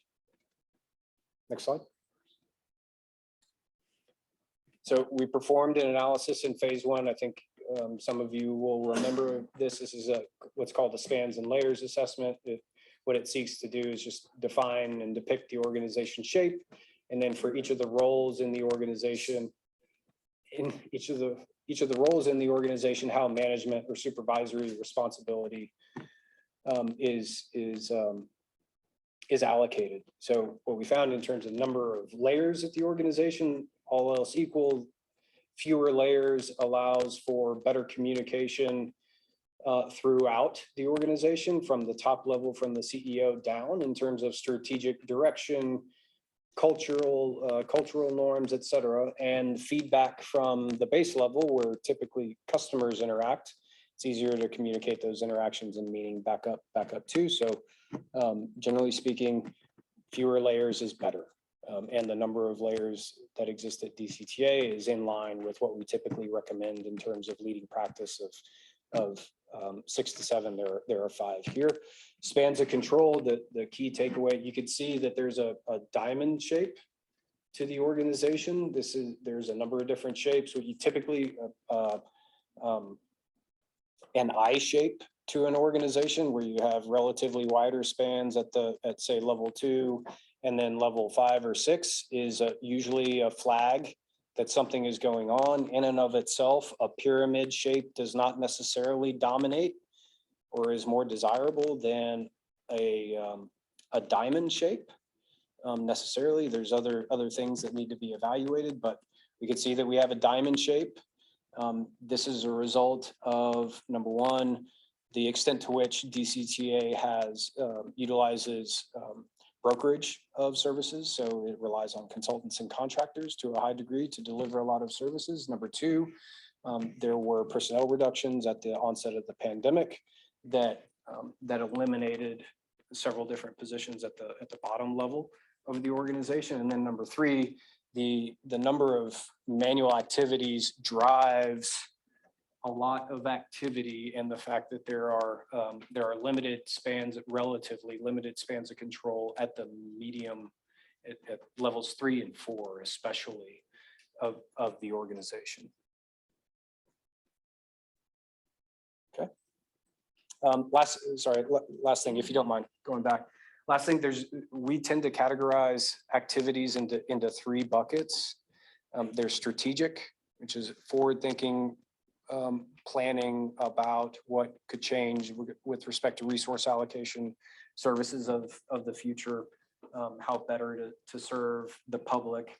There's operational imperative types of activities.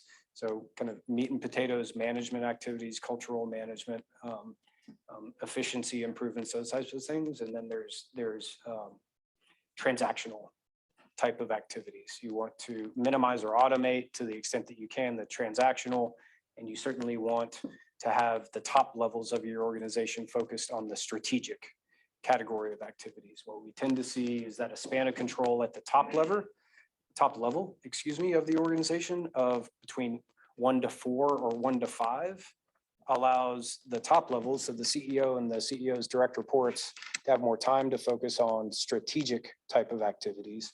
And we can see that the top level span of control right now is 1 to 7, which is more in line with an organization that tends to focus more on the operational day-to-day and the transactional. Okay. You can proceed. So two additional flavors of the spans and layers assessment. This view incorporates NTMC and Rio Grande Pacific contract personnel, so their organization charts and how they fall in. The key thing that I'd highlight to you here is that under the current organization chart within DCTA, that's impacting the shape here. The NTMC contract responsibility reports into a layer that is one above, so level 2, compared to Rio Grande Pacific reports into level 3 currently of the DCTA org chart. So if they were at the same level 3, then you would see relatively wider spans within each level, and you'd have one less layer to it. But this is more representative in terms of how does DCTA deliver service on the street, on the railway. This incorporates each of the operators and the different supervisory structure that exists in TMC and our GPC. So remove or stay here? This is more of a true representation of What goes into deploying service day in and day out? Yes, sir. And then the next slide represents for each of the contracts, because DCTA relies on a number of contracted parties to operate as an agency. This next view incorporates it with the purple bars. It adds each contract that is managed by a DCTA employee is represented as a unit of 1. So the purple bars, you can see the reason that it doesn't fall below level 5 is because you're not asking NTMC or Rio Grande Pacific to manage contracts on your behalf below that level. So a pyramid on pyramid type of construct. Okay. All right. So on the next slide, Paul, is there anything that I didn't cover that you, okay. All right. So moving into the areas of recommendations, this. Sorry, so yeah, I do have a little bit of a question. I know that this is. Where would you like us to go? Sorry? Where would you like us to go? Oh, don't worry about it. I'm just thinking about, the fact that we have folks at NTMC and Rio Grande Pacific, reporting to different levels of staff at DCTA. I know that, Rio Grande Pacific, it's a little bit different because they are really truly independent of DCTA. Would you characterize the structure of having NTMC as a separate entity outside of DCTA as an organizational inefficiency?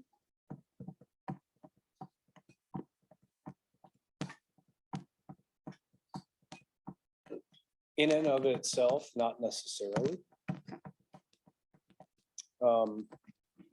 There are benefits that DCTA realizes from that structure.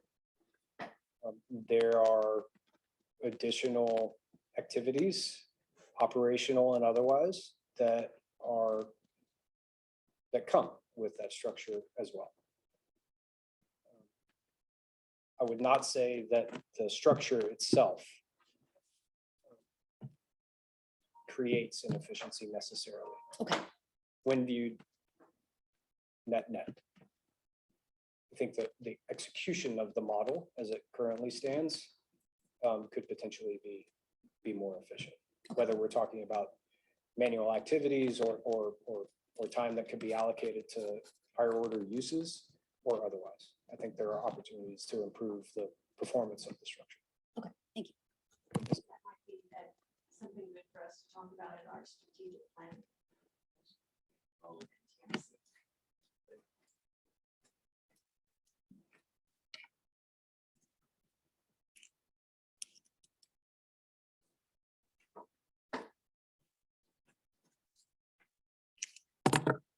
It's not working. Okay. So three primary, as we advance to the next slide, three key thematic areas for suggested areas of focus to enhance the ultimately the service that gets delivered and the resiliency and sustainability of the organization to deliver it. In the removing bottlenecks to growth, increasing the extent to which everyone is able to focus on and understand the customer journeys across the different modes that exist today or might exist in the future, and then increasing the ability to focus on that strategic category of work as opposed to the rote transactional type of tasks. So to be able to pull your head up and see the forest through the trees. In the first capability, the bottlenecks to growth, I won't speak about the value that could be derived from automation any further. I think everybody understands that the opportunities exist beyond finance and accounting, the function in other areas. I think there is an opportunity when we look at the way and we'll talk about this in the next couple of slides, there is an opportunity to align the functions within the organization such that the functions that can complement each other, that have a more complete understanding of what customers are saying, what stakeholders are saying. You can create a more complete positive feedback loop, or bring the enabling functions closer to it so that they can have their needs better met. So I think there's potentially a way you could redesign the reporting structure to bring those closer together. And then we've adjusted the technology debt that exists in the agency. Improving customer centricity by removing the bottlenecks to growth. We think capability one, by starting to do that and then increasing both the skills, the reporting capability, and we would recommend some additional capabilities that don't exist today at DCTA. You could gain better visibility on what customers are seeking from you today, as well as what they would like to see from DCTA in the future, and allow DCTA to design better interventions than it currently can today. And then finally, we've recommended several different concepts underneath the category of prioritizing strategic work that are around enhancing the organization's ability to rely on trust and leverage data to design more relevant services into the future. So next slide. Okay, this is the potential realignment that we talked about before. This is not an org chart. What we're trying to represent is a new potential organization, capability organization, or work stream organization than exists today. So 4 primary work streams that could exist in the future that you could organize around. It's engagement and administration. And this is not reporting. We're just taking the positions that exist today and organizing them inside of these categories. What we're suggesting is consolidating all of the activities that interact with a customer, a stakeholder, whether they be existing or potential, be consolidated together so that the feedback that you receive can be aggregated, more efficiently categorized, so that you can create things like personas, so that you can then design new service products or a more efficient way, more compelling way, more complete way to communicate with them, right? And to share information you receive from them to the different organizations. Within operations, this is organizing each of the operational elements under one overarching umbrella and span of control. Finance would largely exist as it does today, with the exception that we'd suggest reallocating the human resources to engagement and administration, and then compliance and procurement is very similar to as it exists today. anything you'd like me to, or commentary to offer here. Then the next slide would be the same view with potential new roles that we think would address the capability gaps that exist today at the lower level of the organization to enable those three different buckets of capabilities that we talked about earlier. So a customer and maybe the labels aren't as artfully put as they could. I happen to like it, but you guys could disagree. But a customer success position, so trying to bring a new degree of integration and completeness to that function. In mobility services function, that role would be focused on data analysis, data visualization to allow the type of things that would fall out from creating trusted sources of truth and then exploring what that data is telling you and the insights and then being able to plan against it. Someone that can focus on implementation of and then administration of an ERP system whenever that is implemented, when the time is most appropriate.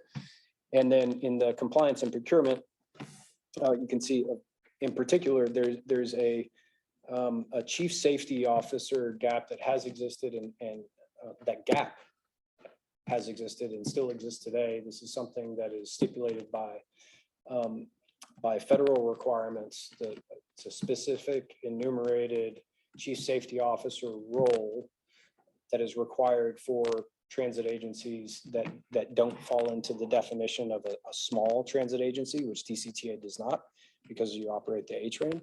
So it's a required position to exist that must focus on safety and not have other operational responsibilities that should have direct access to the chief executive officer. This position was current, this role was filled by an existing person in the past. That's not a part-time role. The role, not necessarily a full-time job. It was previously fulfilled by the person filling the marketing position. So as presented here, not necessarily an individual job, but would roll up into some other function within compliance. It doesn't need to have a box there if it's not a full-time job. Yes, sir. So what does the federal government require? That person would be responsible for. I mean, if you ask any first issue with any transportation agency is safety. Yeah. Right? So a lot of stuff falls under that. So, I mean, is that federal government prefer that there be a person responsible for that? It means an individual has responsibility for safety and reports directly to a transit agency's CEO, GM, president, or equivalent officer that may not serve in other operational or maintenance capacities unless the chief safety officer is employed by a transit agency that is a small public transportation provider as defined, which DCTA does not meet the definition of. So that is a position.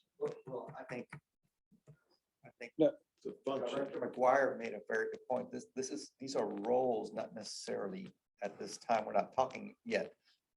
I think if we think about, this is a role that cannot be, the individual that fulfills the chief safety officer role, whether full-time, part-time, per regulation, may not have other responsibilities.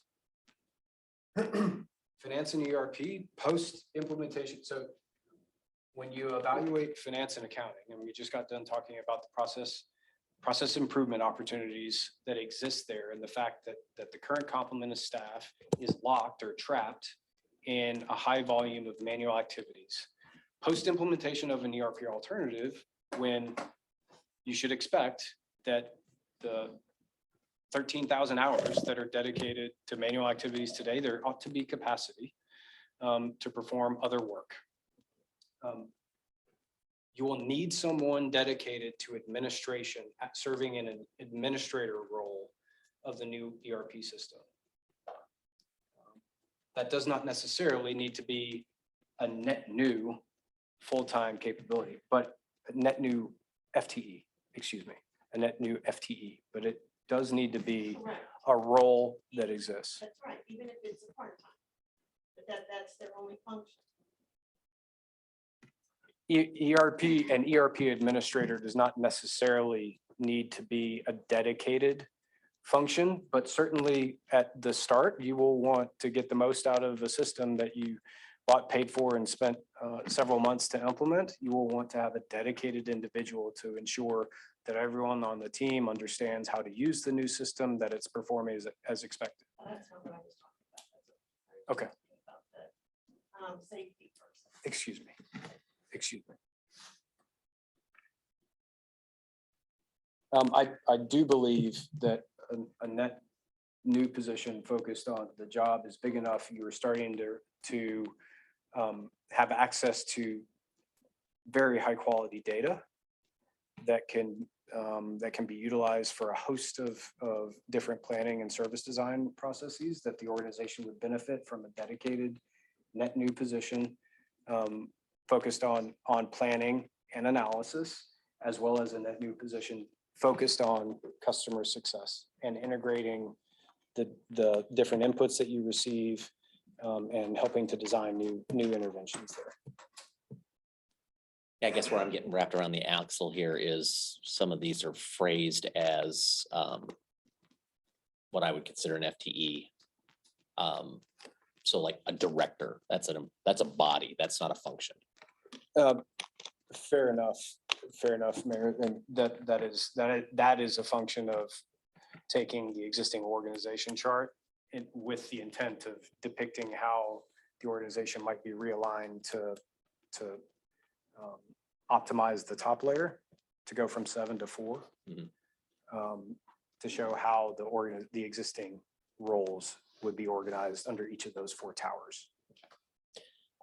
That's good feedback. Yeah, and I think this is one of those things where I want you guys to move forward with as much information as you can provide us so that that new chief executive can maybe put the frame around it. I don't know if I'm willing to do a complete reorg before the new CEO pops in. Because one point of conversation I'll have is we've got a director of capital development. And you and I talked about this. That role seems to be what you were doing before you became CEO interim. So are you coming back down to be deputy CEO and then we're hiring another person to do what you were doing before? So that's where I'm going to get kind of confused and want some clarity. That specific position was in place before I came on board. Okay. It's just vacant right now. Okay. The red boxes are vacant positions. So those are kind of the conversations, I guess, is my impression, good, bad, or indifferent. My impression is that we have a higher level of staff at the agency. And then if we implement an ERP, it's going to free up some time. So my net position right now is adding bodies doesn't seem to be where I want to be. Now, if you can come back and disabuse me of my preconceived ideas, then let's have that conversation. But yeah, and some of that comes from, I've got a city with 900 employees and my public relations team is 3. And this entity had 9 and now has 5. So there's that kind of conversation has to happen. And I'm just put it out on that table. Listen, I get that staff is overworked. I get that our back end systems are not at a situation that allows people to do the strategic work. I get that. We're in a process to solve that. And then I think the organization structure can be looked at. That's what so let me know. You guys deal with this a lot more than I do. You live in the 4 walls. I don't, but that's where I'm coming from. Admittedly, this is a little bit of multivariate calculus in that you have multiple initiatives occurring in real time at the same time, right? So like the discussion that you were driving about the timing of ERP implementation, right? The timing needs to be right. These things need to be staged effectively. And if you may recall from the roadmap from phase 1, to your point, that one of those initiatives that we described and created a mini charter around was reevaluation of the roles within the agency after several of those ERP, most primarily, was implemented. Yeah, and then Because those you decisions were should made, have- those decisions were made before the changing of the CEO, which puts a new gate in the process that we didn't have before. Okay.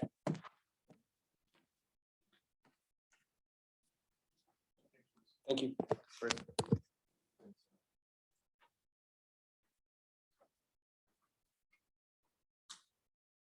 Okay, that moves us now into agenda. Sure. We'll take a 5-minute break. I'll take it. We'll be at recess for 5 minutes. It is 3:41. Until the quorum comes back.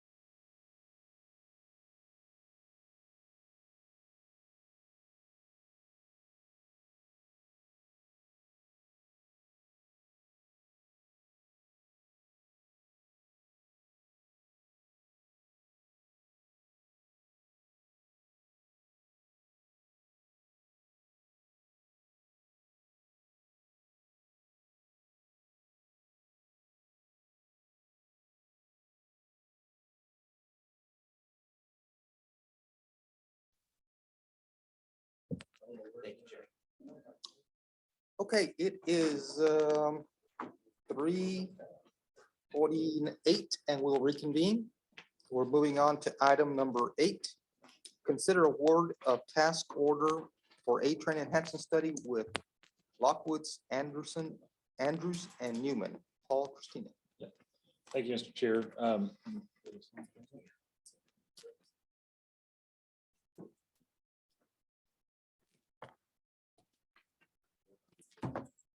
Yes, sir. We're just getting the slides back up on the screen. Okay, next slide. So the recommendation here is the approval of a task order number 13 with Lockwood, Andrews and Newnham in the amount of $138,022 for the A-Train enhancement study. Next slide, please. So in the February board meeting, we discussed opportunities to achieve 3 objectives to enhance value of the A-Train with the end of enhancing ridership of the A-Train. On these 3 objectives, schedule and frequency for regional connectivity, service extension to a new station at Carrollton to coincide with the launch of the Silver Line service, and a new station at Corinth. Next slide. And I'll move quickly. Please pause me if you need to. So the current opportunity in front of us is to align an investment in the extension of service to Carrollton with an investment decision that DART has coming up, really less a decision and more the execution of an investment to upgrade the track segment between Trinity Mills Station and downtown Carrollton, that approximate 2-mile corridor that you see there. What this will enable us to do is potentially put additional funds, and by us, it's a regional decision along with the agency to put additional funds into the upgrade of that track segment so that A-Trains can do regular revenue service as the Silver Line trains are using that segment of track to move between the downtown Carrollton station and our joint rail operations facility. That track today is considered FRA accepted track. That is, it's moved over at very slow speeds, walking speeds. It has to be minimum of class 2 track or 30 miles an hour to not void the warranty of the Silver Line vehicles. And our track upgrade would be required to get us to 60 miles an hour or a track 4 standard or class 4 standard. Next slide, please. So we went through these charts in the last discussion, just a cartoon diagram of what we're trying to accomplish. Schedule frequency and regional connectivity. Right now we operate on 30-minute headways on the weekdays, 1-hour headways on the weekends.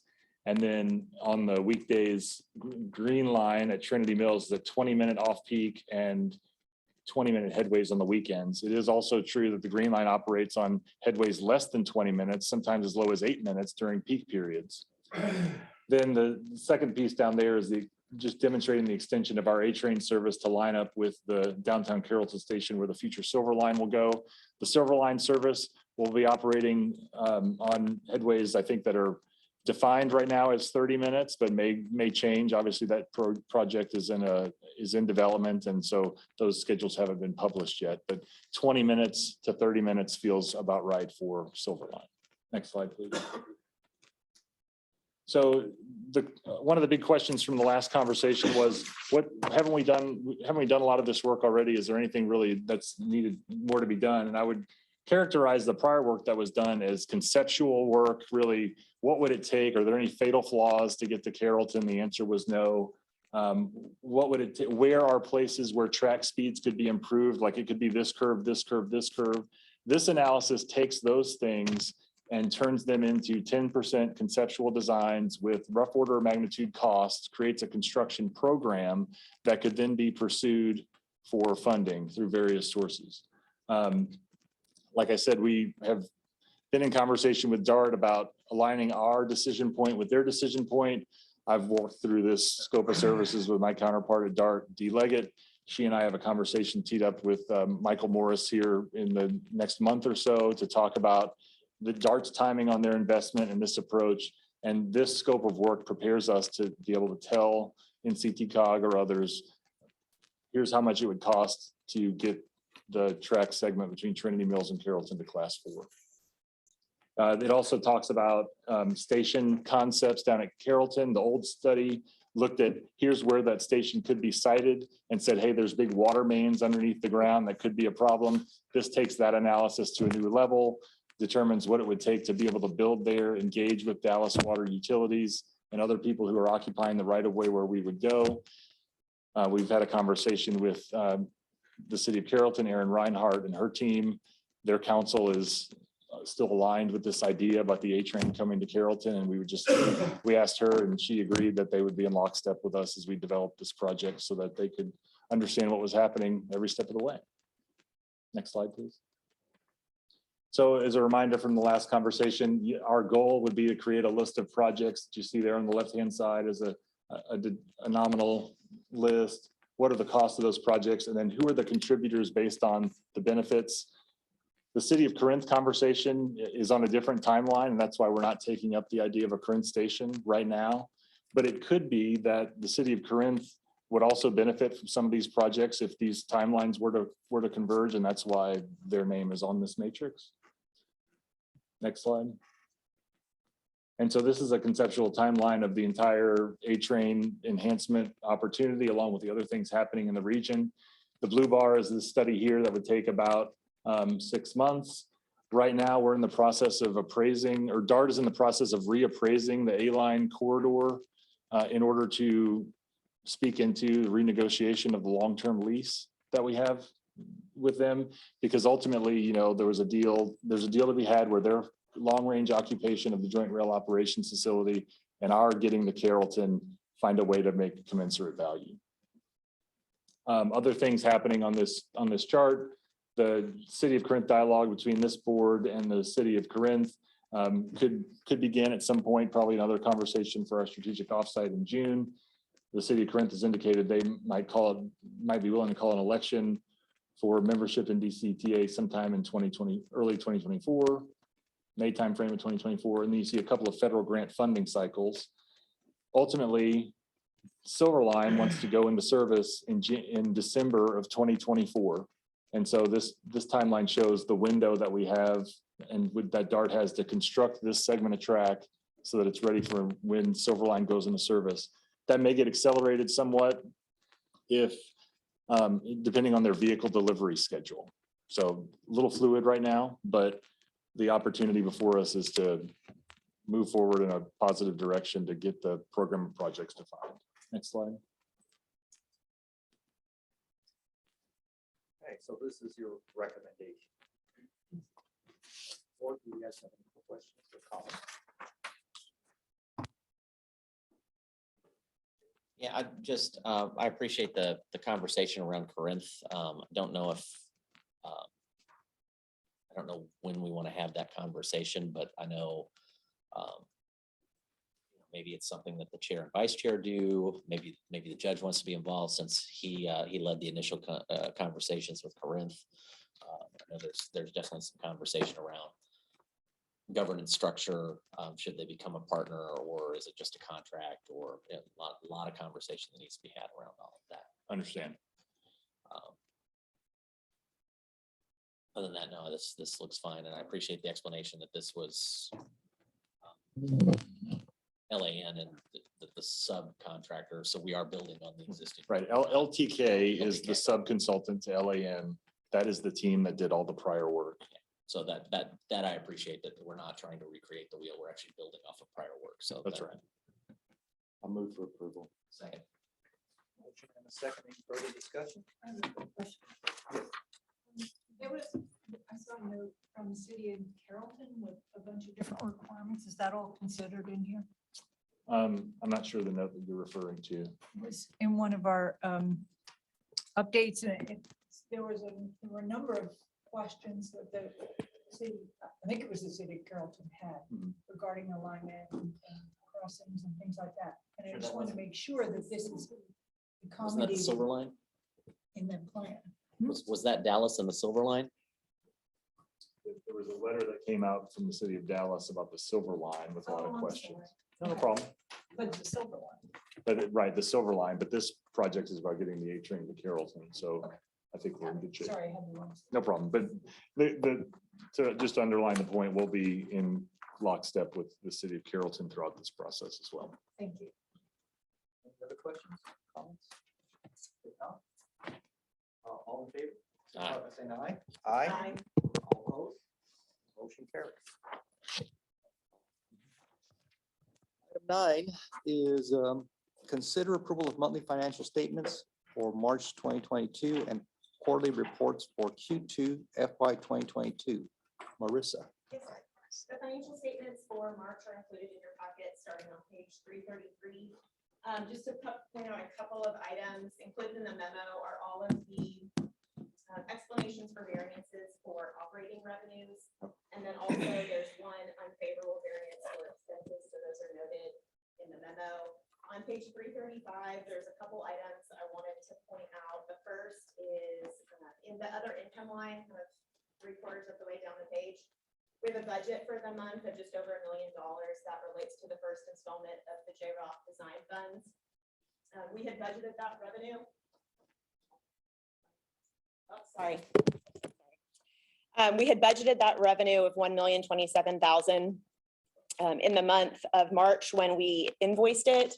We will record that revenue as we draw down those funds. You can see on the balance sheet on page 336, unearned revenue increased by 1.7 million. That 2.8 is both of the installments last month and then this month. And so we have that in unearned revenue. As we expend those funds, we will then record the revenue from unearned revenue. So I just wanted to point out that also on the NTMC income statement on 337, there is a slight unfavorable variance in services. That is due to the safety coordinator position, which was budgeted as a employee position. So the salary and benefits for that was included in the salary and benefit line. And then during the year, they transitioned that position to a contracted position through HTG. So the expenses for that are now being recorded to services. Typically, if it's just between categories within a department, we don't transfer the funds because it just is a net wash. But I did just want to point that out. That's all I have in terms of notes for the financials. Are there any questions on financials before we move to the investment report? The investment report starts on page 342. Keisha, if you'll go to the next slide. This is just a quick snapshot of how our portfolio looks. The majority of our funds are in overnight accessible funds, 84%. We have 16% of our cash invested in longer term securities. And the maturities for those are laddered between May of this year through June of 2023. On the next slide is just a benchmark comparison of our yield to some other benchmarks. You can see yields across the board have increased over the last quarter. We've invested slightly more in securities as well as interest rates have increased. And so our yield at December was 4 basis points. We're now up to a solid 18 basis points in our portfolio. So we're making progress by diversifying some. Our team will continue to work on that just to get as much investment income as we can. The grant report starts on page 358, and a couple of items to note there on the next slide. This just shows our balances at the beginning of the quarter, and then at the end of the quarter, we drew down about 5.8 million in grant funds over the quarter, the majority of which was operating assistance, which was 3.3 million, and then about 1.5 million for fixed guideway, which is our rail preventive maintenance funding. And then I did want to mention, we've included it in the weekly updates as well, but staff is preparing for the triennial review, which is our every 3-year review from FTA of all of our grant funding and drawdowns and all of our processes. And so that's tentatively scheduled for the week of May 30th.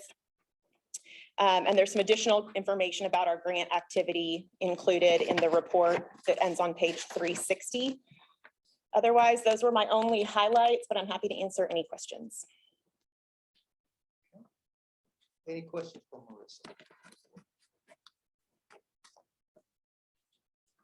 Seeing none. I move approval of the monthly financial statements for March 2023. Can we move on to the next slide, Keisha, which is the recommendation? Oh, and the quarterly grant reports. So your motion is to recommend, the motion and the second is to recommend approval of the monthly financial statements for March 2022 and the quarterly investment report for Q2 2022 and the quarterly grants report for Q2 2022. other discussion on the motion?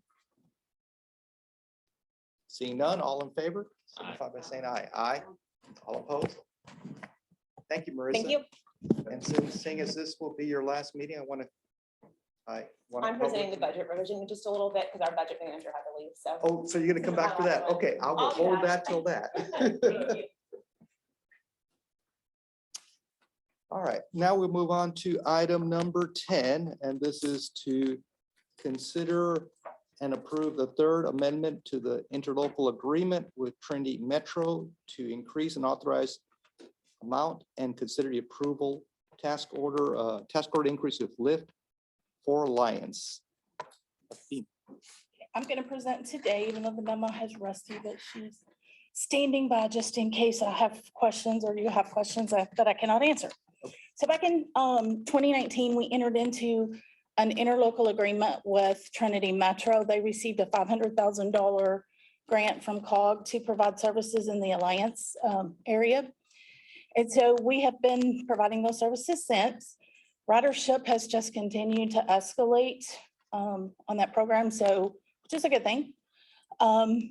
Last year, Trinity Metro went back to COG and asked for a time extension on their ILA to get them through 23, so we could continue to provide while they're working on their pilot program and trying to get a permanent program in place. So back in January, we came to the board and asked for an extension to January of 23 in the amount of $75,000.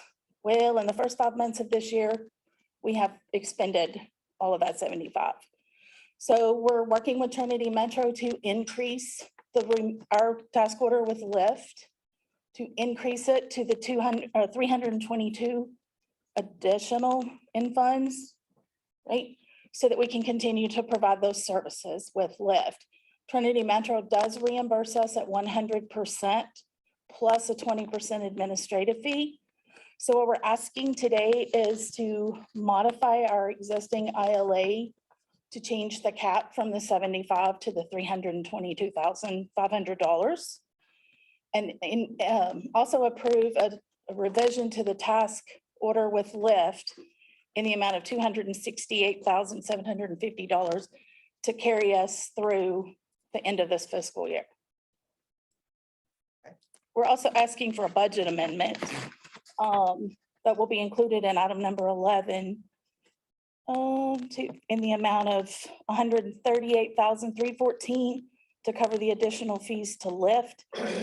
Plus, we also are asking for the $27,633 for a total of $165,977 to get us through the rest of this fiscal year. But part of that, or all of that, we will eventually get back from Trinity Metro.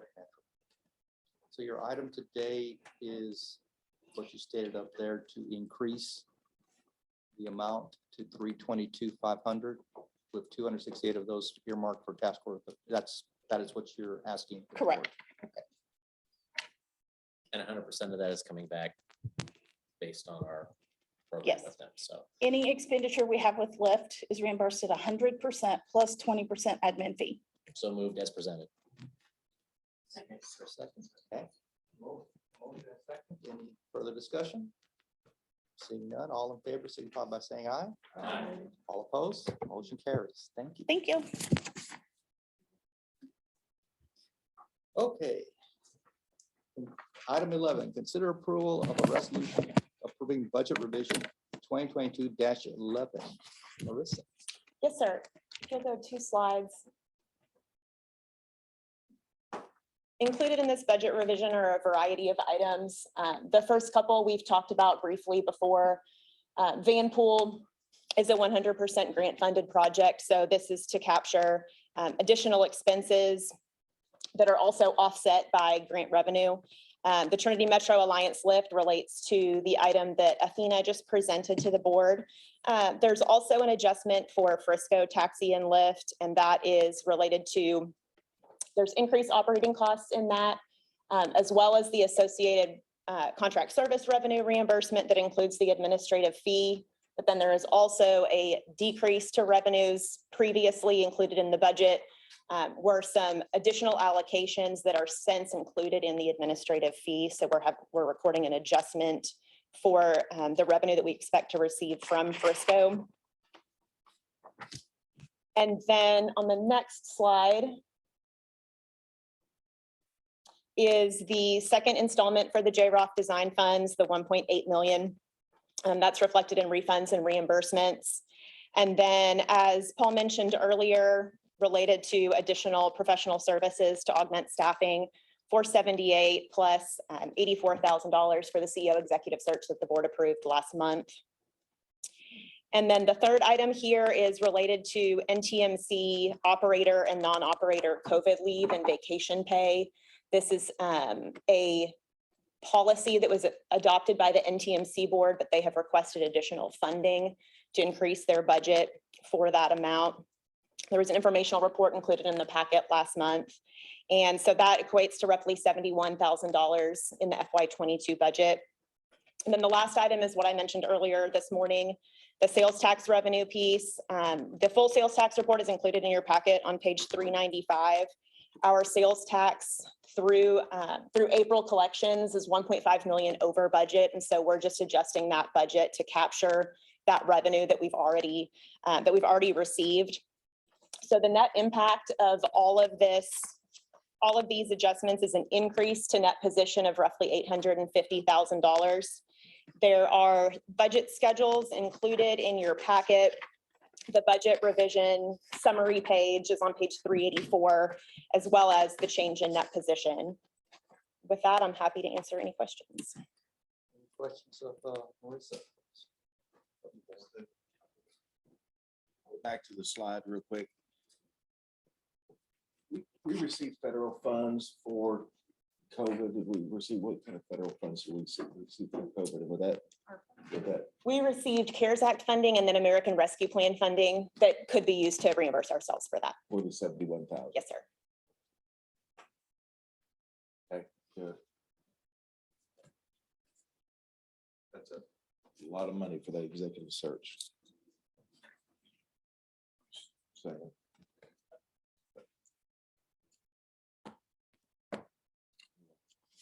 Okay. Thanks so much. Good job. No problem. I move approval of the budget amendment. Second. Got a motion in a second. Any more discussion? None, all in favor, signify by saying aye. Aye.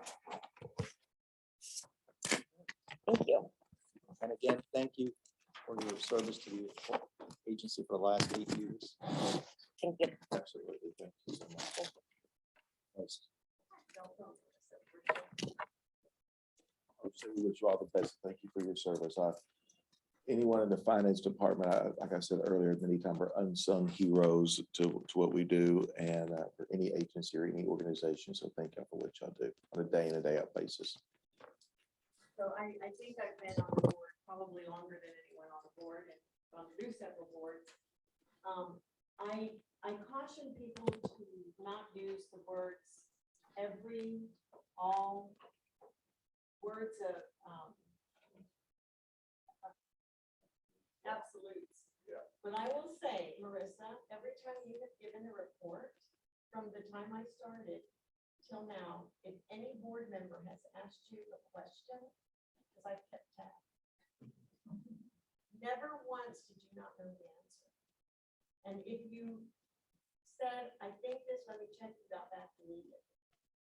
So that is so unique in some way. And it's going to be our loss. But I wish you the best where you go. You certainly will be an asset wherever you go. I know at one time Louisville was looking for you, and we're like, no, you don't get to have it.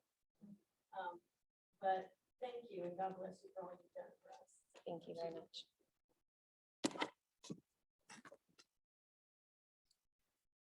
Now we move on to agenda item number 12, federal legislative update. Brittany, do you want to tee this up? Yes, sir. Good afternoon, Mr. Chair, ladies and gentlemen of the board. My name is Brittany Farr. I'm the Director of Government Relations. Oh, good, my microphone is on. I'm always fussing at everyone to leave their mics on, and it would have been me that did it without it. I'm here today just to introduce Chris Giglio. Chris is our federal legislative consultant up in Washington, DC. and he's here to provide you with a federal legislative update, and then we'll both be here to tag team any questions that you may have. So Chris, are you with us? I'm here. Thank you. All right, take it away. Appreciate it, Brittany. Thank you, Chair and the rest of the board. It's good to be here. Since we have last spoken, I will just want to provide a couple of updates, and you can go with the first slide here. Since we've last spoken, the Congress approved, enacted, and the President signed into law the fiscal year 2022 budget for the Department of Transportation and all other federal agencies. They did that in mid-March. That is 5.5 months into FY 2022. The formal fiscal year, federal fiscal year, started on October 1, 2021. Differences in partisan differences and other differences over the budget prevented that from passing. What that did, the passage of that budget specifically for the Department of Transportation was to unlock a lot of the funding that was made available in the 2021 infrastructure bill, known as the IIJA. If Congress had kept on doing what they've been doing, they weren't shutting down the government, but they weren't approving a final FY 2022 budget. If they had failed to approve that 2022 budget, they would have done what they would have called a continuing resolution that would have funded programs at their FY 21 levels, and as a result, not included those increases that the infrastructure bill had for a lot of Federal Transit Administration formula programs starting in FY 2022. So what we were able to do because that budget was passed was see about a $3 million increase from FY 21 to 22 in DCTA specific federal formula funding, which was great. Since 5.5 months passed into the current fiscal year before Congress approved that FY 22 budget, they had to start right away on the FY 23 budget. That is happening now. The president proposed his budget last month to Congress. Congress will now make changes to that budget.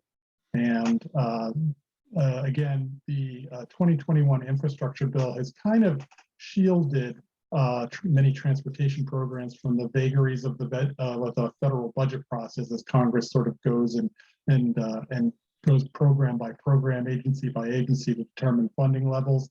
The infrastructure law in 2021 sort of set funding levels for lots of transportation programs for the next 5 years. And so Congress would have to do a lot of legislative gymnastics to set those back. So we're hopeful that that'll continue in FY23. Getting these kind of small increases, it won't be a $3 million increase, but we're expected to get maybe a 3 to 4% increase in our overall formula funding for FY23. So next slide, please. I know before I end the budget, I must say, it's always the goal of Congress to finish their activity on the budget each year before October 1, which is the start of the new fiscal year. They haven't done that in a generation. It's probably been over 20 years since they've done that, so I wouldn't expect that to happen again. And so probably between October and the end of calendar year 2022, we'll see a lot of these continuing resolutions keeping funding at current levels until that final budget is passed. Another thing that we've been working a lot on is infrastructure bill implementation. The 2021 infrastructure bill, as I mentioned, included 5 years of funding for not only formula programs at DOT that we would care about, but some competitive programs. The Department of Transportation has a pretty aggressive schedule for getting out that first year funding out of the 5 years, concentrating early on programs that were kind of existing programs. So I've listed here a couple of existing programs where we've already seen competitive funding notices for the Raise Discretionary Grant Program, which is really popular, the Low and No Emissions Vehicle Program at FTA, which is exactly what it sounds like, funds electric buses and related infrastructure. And then they did have a new program that they call the Mega Grant Program, which funds a lot of programs that they talk about having regional and national significance, having total costs of over $100 million or over $500 million. They've put that out It's actually 3 different programs together in one. And they're sort of testing out a way to provide for streamlined applications. So they've got these 3 programs rolled into a 1 mega grant program. And that's kind of a new thing for DOT. As I mentioned before, 2022 is year 1 of this 5-year law. And so this first year, we'll get to kind of see what this administration is looking for to fund in the first year of the infrastructure bill. I'm guessing as DOT has been pretty clear about the types of projects that they like all across the agencies, ones that deal with safety, modernization, addressing climate change, and addressing equity. Those are administration-wide policies that DOT is taking very seriously. Next slide, please.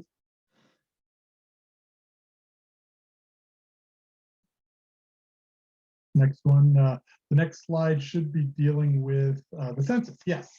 So this is a little bit of an administration deal, but every year after the 10-year census, the Census Bureau then takes those numbers, the count, and they designate what they call urbanized areas, which are essentially areas of population over 50,000 and above. Anything that's not urbanized is called rural. It's kind of an administrative deal, but it's important in transportation because it's one of the urbanized areas, or UZAs, are one of the few agencies is the Federal Transit Administration that distributes its money using UZA. And so, for instance, right now, Denton and Louisville are its own UZA, urbanized area, as designated by the census.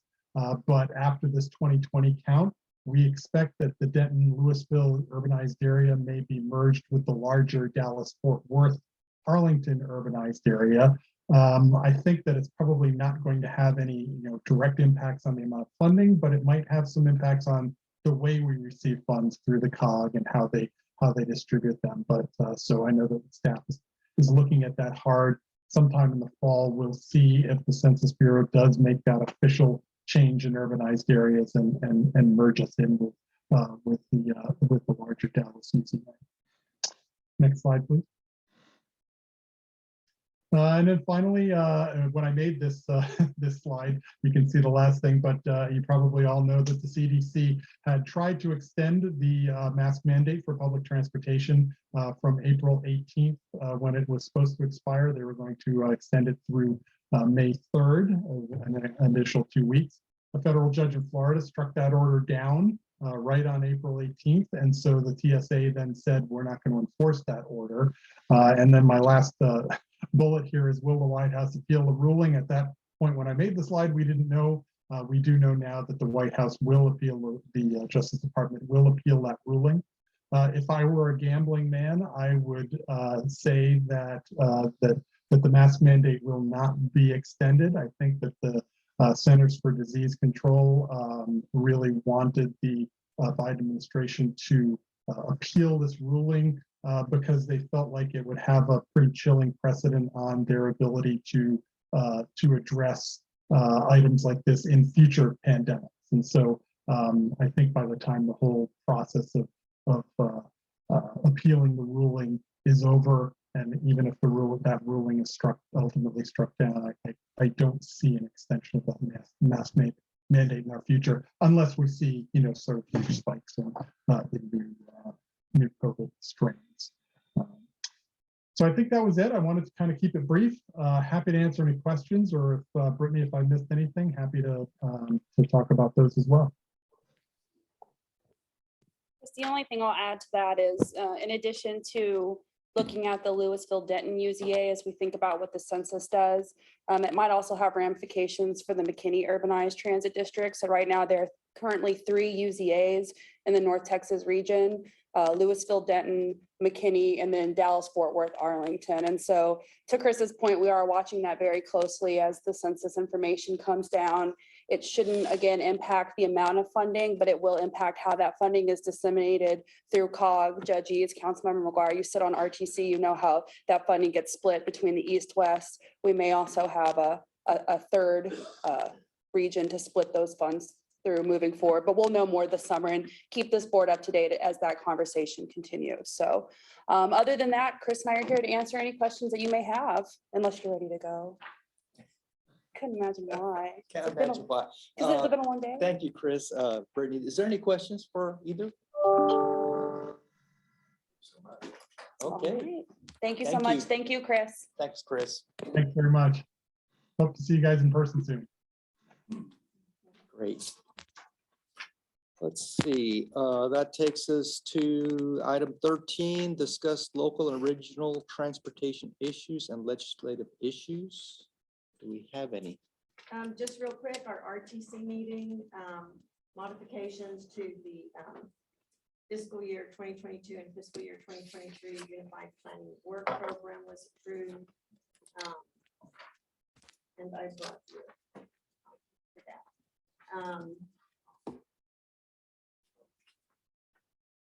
Thank you. Sorry. So there's a copy of the Unified Planning Work Program that was modified and approved by the RTC. We're looking at the Northern Collin County Rider Assistance Program, the program which provides elderly and disabled services to residents of Allen, Fairview, and Wiley was assumed by DART following withdrawal of the Texoma area paratransit service. Last month, I think I had reported on this, that DART notified COG that Allen, Fairview, Wiley, that DART would not be renewing their interlocal agreement with the cities as a result of the cities not calling an election to join DART. So if they haven't already, COG will be reaching out to DCTA to see if there's any interest in us considering those. April is Distracted Driving Awareness Month. And we were given the air quality turnaround ozone in our area book. They provided this in a book in English and Spanish, and just talks about the areas of emphasis for air quality. Very interesting. I can get some more books if any board members care to look at those. And so our mobility 2045 update. Federal guidelines require the Dallas-Fort Worth region to update the long-range transportation plan a minimum of every 4 years. We also discussed, like we did today with DCTA, the Title VI program update. And pretty much that's it, condensed. You have anything else you want to add? The only thing that we might add here is the letter that Connie referenced that the city of Dallas sent to DART about the Silver Line project and requesting DART to consider changes to the infrastructure that's going to be built with it. I got that email directly from Dee Leggett over at DART, who asked for DCTA to consider how we can come alongside and talk about the benefits of the project and those sorts of things. So one of the ways that has happened is we were recently reached out to by a transit publication about any good news stories in the area. So our communications team with DART is going to be working on a story about the joint rail operating facility and the benefits, the regional benefits of that facility, along with the Silver Line. So, and if the board wishes to take up any other action or thoughts around that, I'd be happy to facilitate it. Thank you. Information reports are in your package on pages 394 all the way through 410. Future agenda items and board meeting requests. Is there any request from the board to staff? I'd like to get an update on the bus operations outsourcing, Trinity Metro. Want to get maybe a better understanding of the plan for the bus operations contract. That has to go out to RFP in May, I think. Okay. If we're going to keep outsourcing it, which I assume we are. I had a meeting with the TMC earlier this week and had that discussion. So just would like an update and see if we're behind, we're ahead, we're in good space. I mean, it doesn't have to be too deep, just an update. I felt like that one had some weird timelines on it. Other items of request?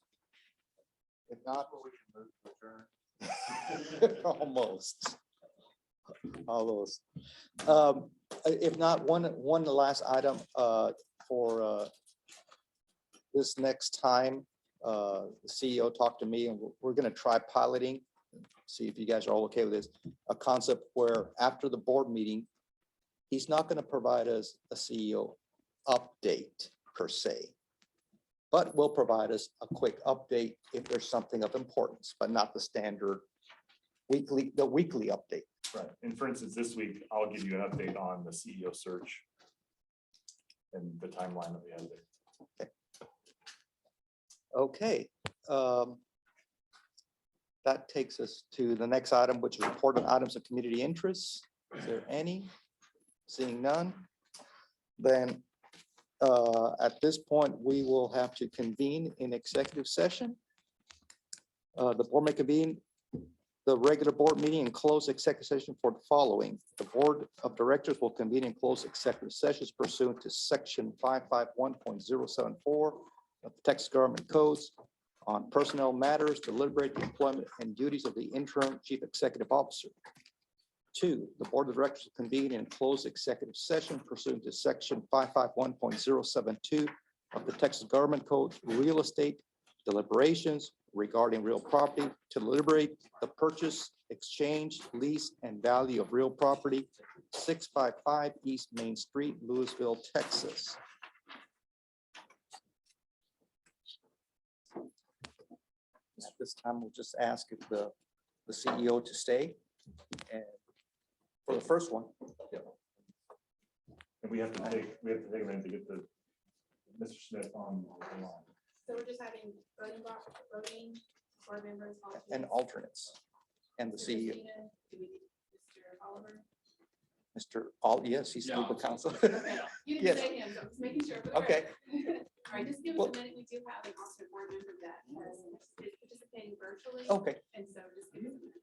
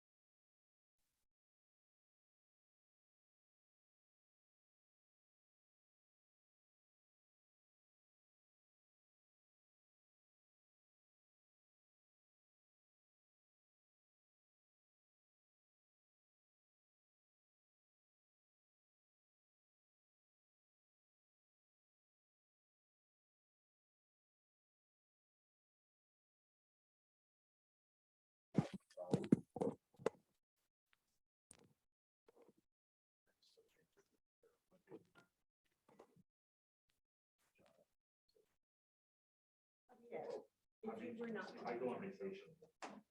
I go on vacation and have somebody.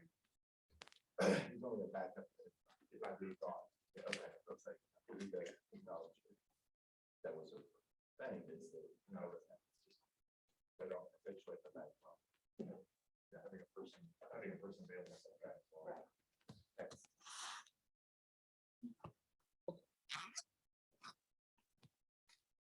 Are we live? Okay, we are reconvening from executive session. There's no action from executive session. So now at this time, it is 4:59 and I will adjourn the DCTA board meeting. Thank you all.